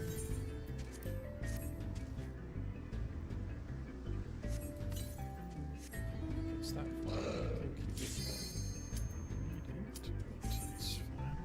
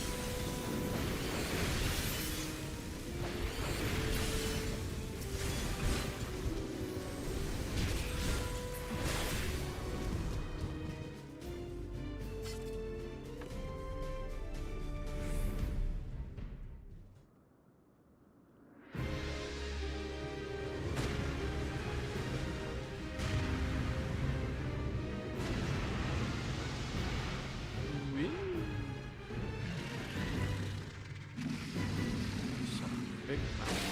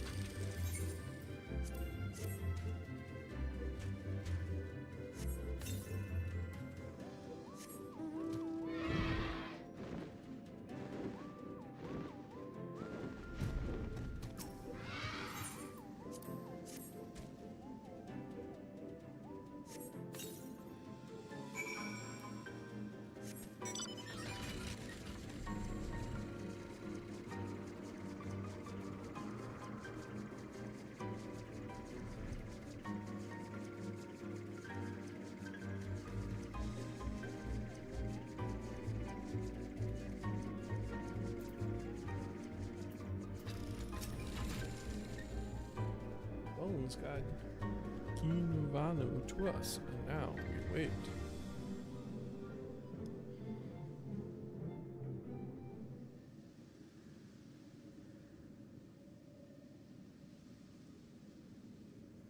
Gundu rebels surrender or else.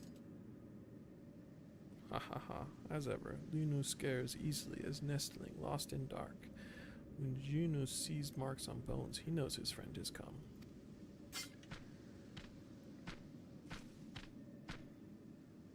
Jinu, to meet again brings Lunu great joy. He looks healthy as crops after nourishing spring rain. Lunu flees along with other Gundu, and this netherling rescues us from capture. Thanks to his help, tribe receives gift from Zundu, a new island to call home. Jinu Vanu, return with us to Okagundunaki and share knowledge of Gundu carpentry to make our modest village grand. Do not fear, Fluffy. Guides us back, safely back. If Jinu says no, he is more foolish than Vanu, who plants seeds during drought. No matter how modest village is, it is surely preferable to suffering longer under Vundu abuse.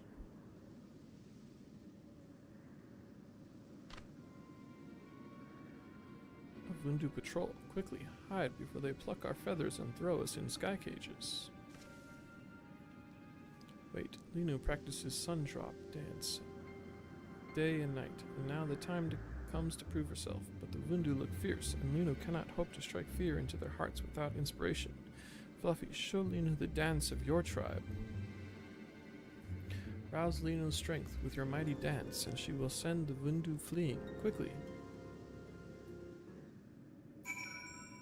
Okay. Dobbins.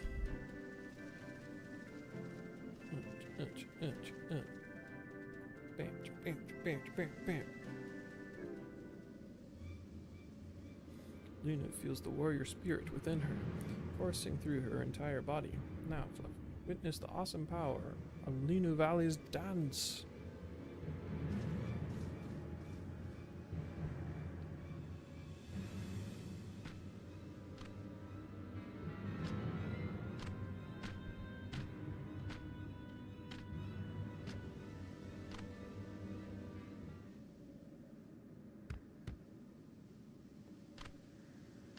Get it.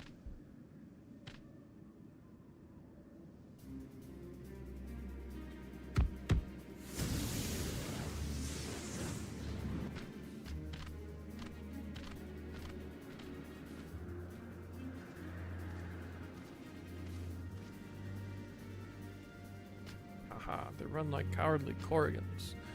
Fluffy's dance reawakens Linu's Valley's ferocity and brings forth true might of her Sundrop dance. Come, let us return to Oxzundu and speak with Sanuvanu before patrol returns.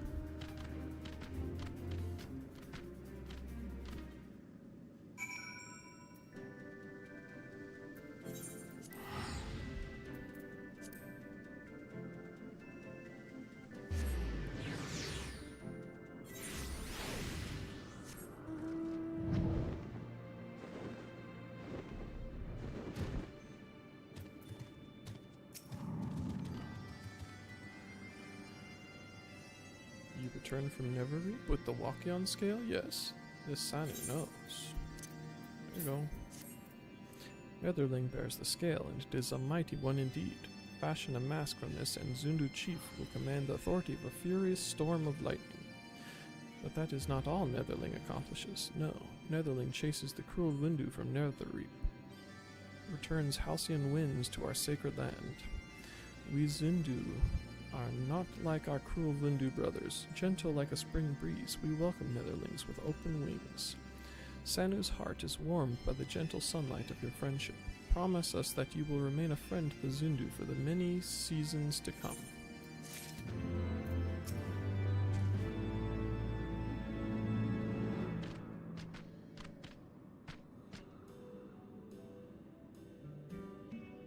Chief Sanu, today Linu Valley brings before you Jinu Vanu, greatest builder of the Gundu tribe and a dear friend. many Vanu tell stories of great Gundug architecture, and today a renowned builder stands before us. Sanu has much interest in hearing Gina Vanu's wisdom.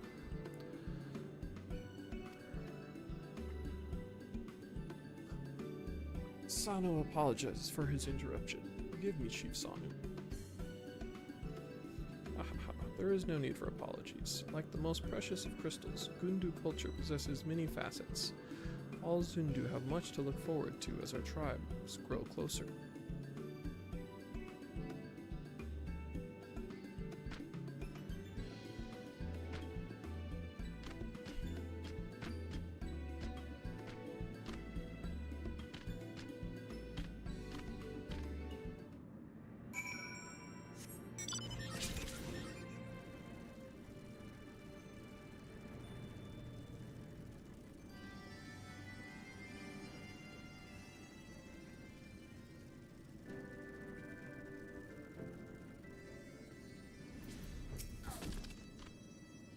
Gundunaki is alive with the sound of celebration, and Luna Valley finally dances. Like skies on clear summer day, she is free from worry. Occasion calls for hearty feast. Luna Valley eats until stomach can hold no more, and then practices dance until sun itself smiles in approval. Alas, Gundunaki still lacks a leader, a strong chief. Brother is yet trapped in Sky Cage, hanging somewhere in Fast Cloud Sea. Although Brother's whereabouts remain a mystery, Luna Valley swears to find him one day. Fluffy, when that day comes, the Gundu may call on your aid once more.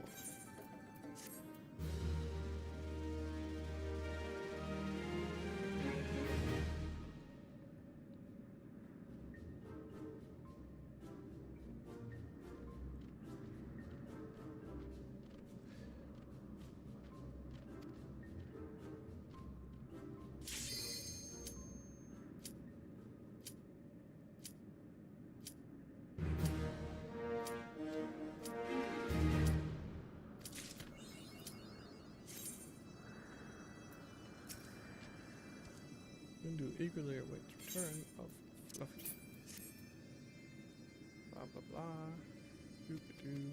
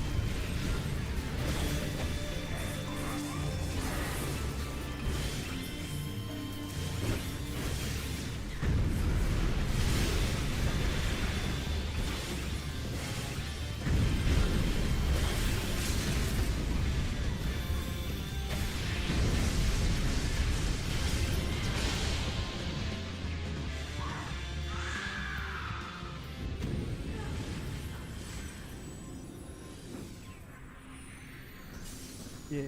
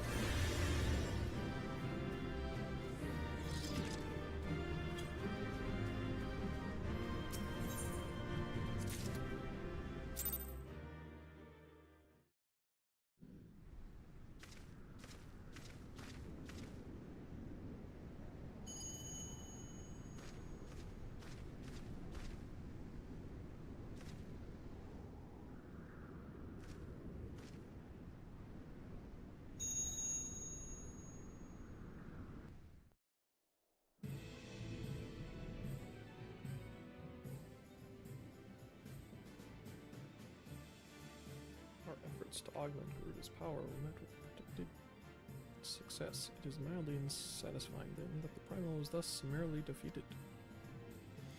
Against the Bringer of Light, it appears a heavier hand is required, and now that the focus has been discovered, it is of no consequence. Even should they understand the significance of its presence, they have no means to prevent the summonings.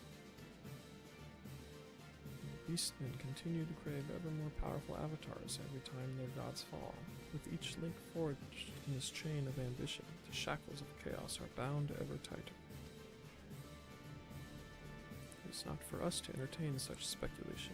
We are bid only to convey what we have witnessed. Let us be gone from here.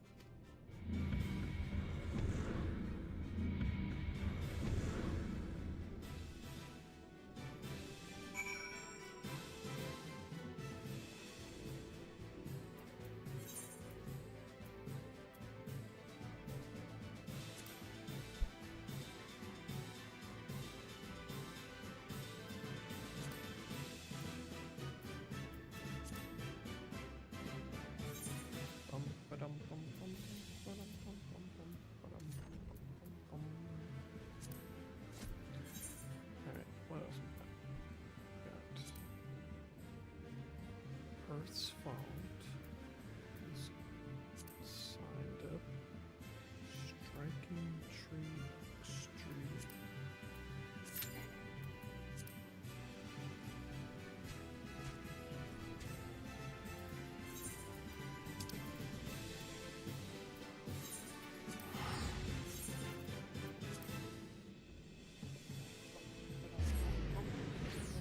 Oh god.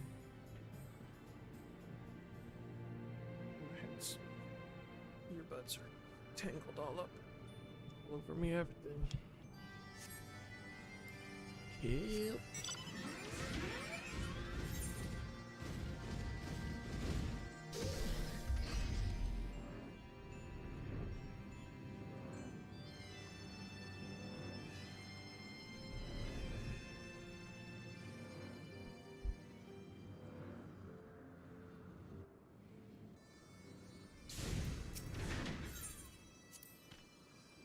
So this is Gundu new home. Junavana thinks village needs something extra, like rainbow cloud in summer sky. Akagundunaki should catch eyes of all Vanu. That is why Gunavani plans to build a majestic hut of stone, and it's the sturdiest there is.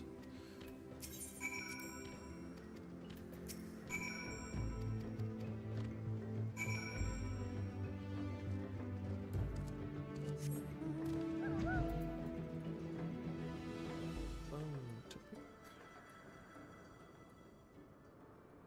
Get some beamers.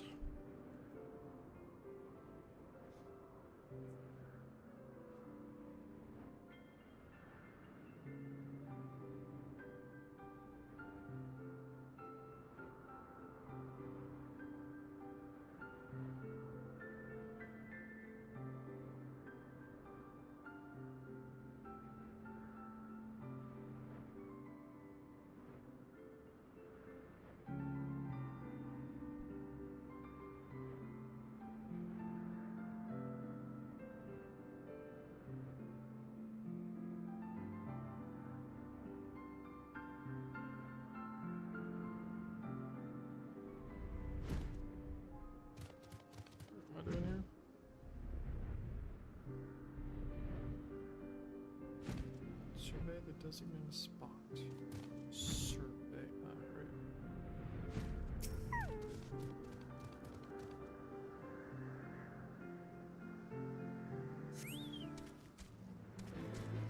Hello.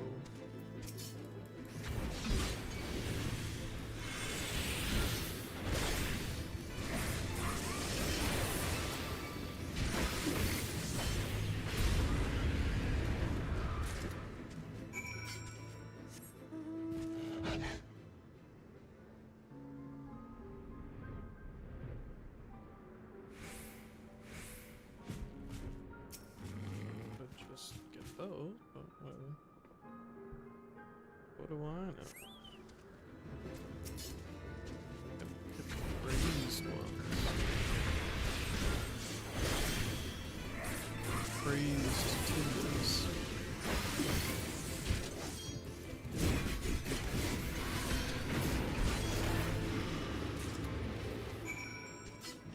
It's cool. What did I just dig?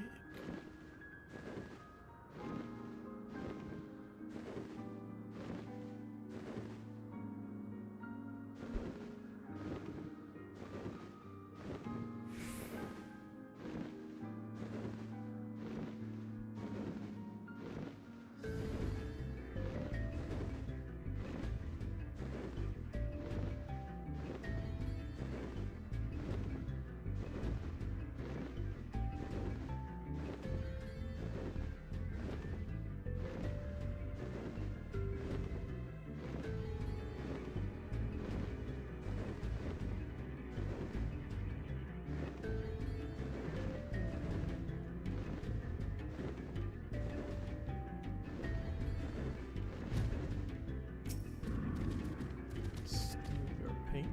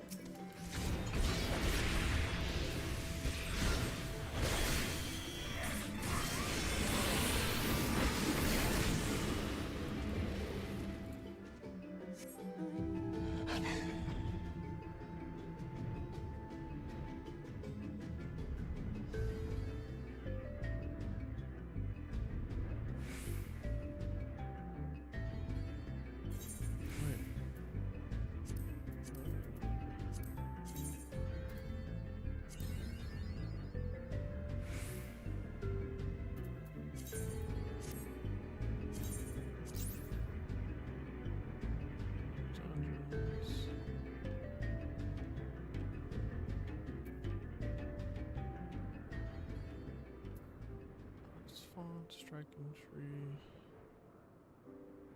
Shit. That's dumb. Didn't get credit for that one. Oh well.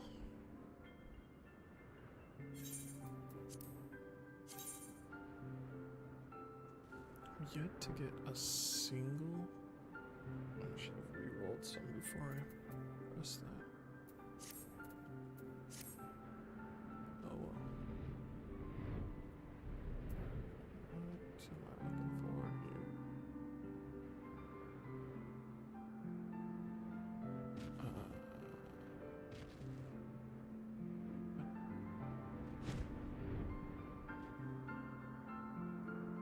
Survey. Okay.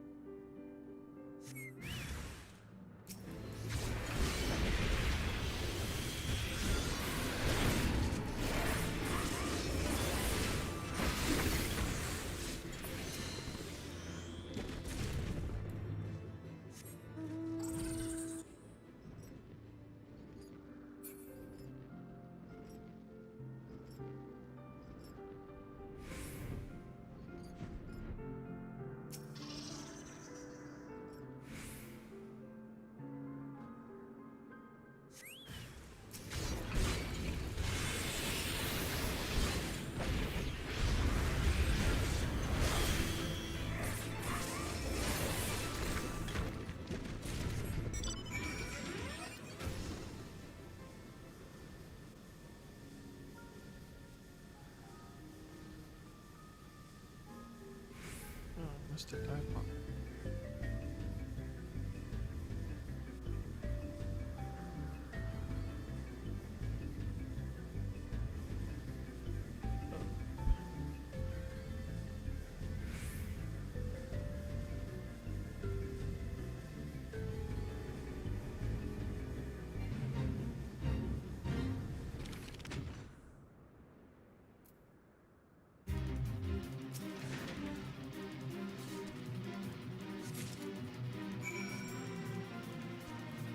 Lore spies.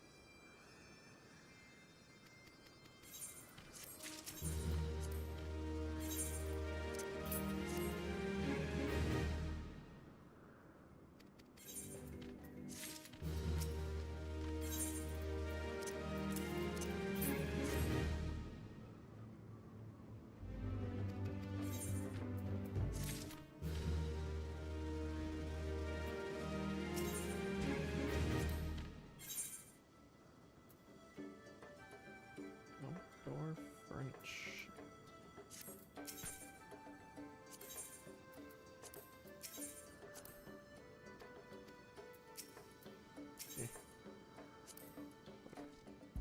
Okay. See's law.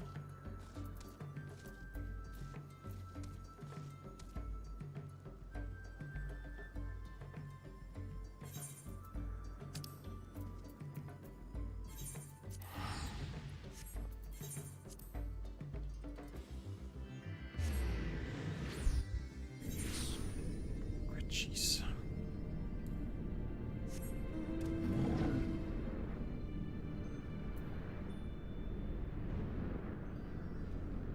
Soul without one. Oh, these guys are here.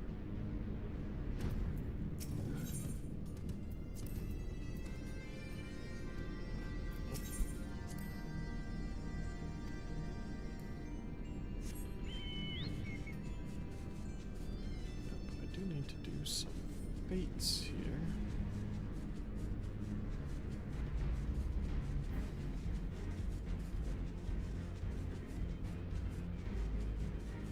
How much time does Faye have? 10 minutes. Great.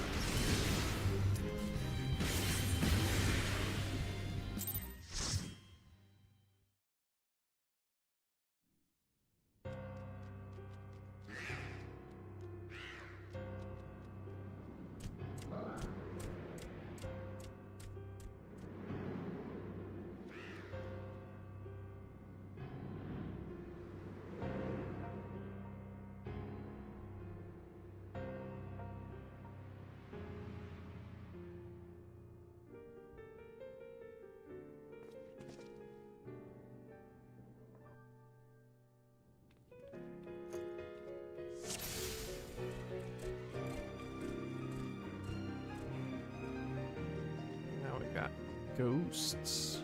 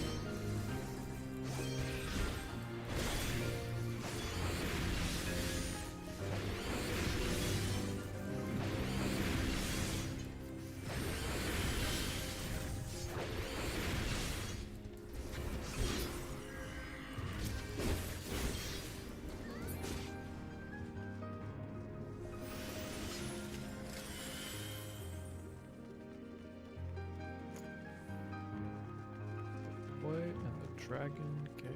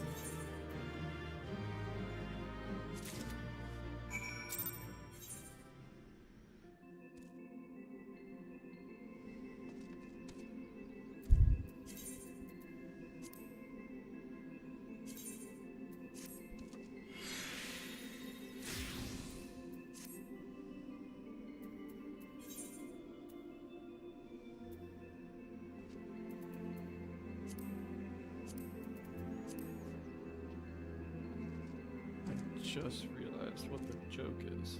Let me Google that for you.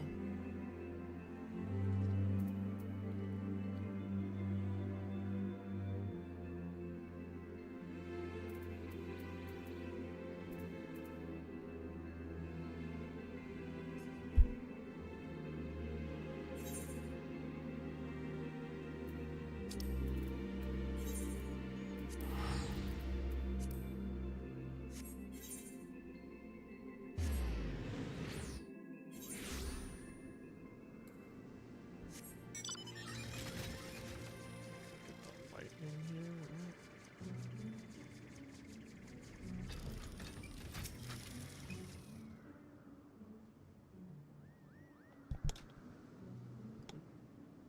Thou hast accomplished all I asked of thee, warrior of warriors. Through thine exploits, the ancient thing that did skitter in the mountain's core hath been excised, and the fires of Somal seethe angrily no more. This holy place belongeth not only to the brood of Resvelger, but to all the dragons who roost within Dravania. It shall not be defiled while I yet draw breath. The dragon song war doth take too many from us. Even those misguided kin who yet revel in Nidhogg's vengeance deserve to find peace in the release of death. No matter the choices that set brood brother against brood brother, in the end we are all children of the Father of Dragons. I wish only that the souls of the fallen be spared the turmoil they suffer in life.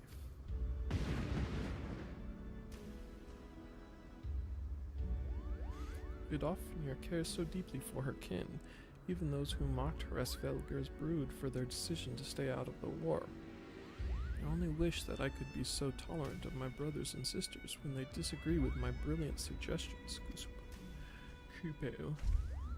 Such musing aside, I should thank you for helping to preserve the peace around here. We'll be sure to keep a sharper eye out for intruders creeping into Sawmal's caverns from now on.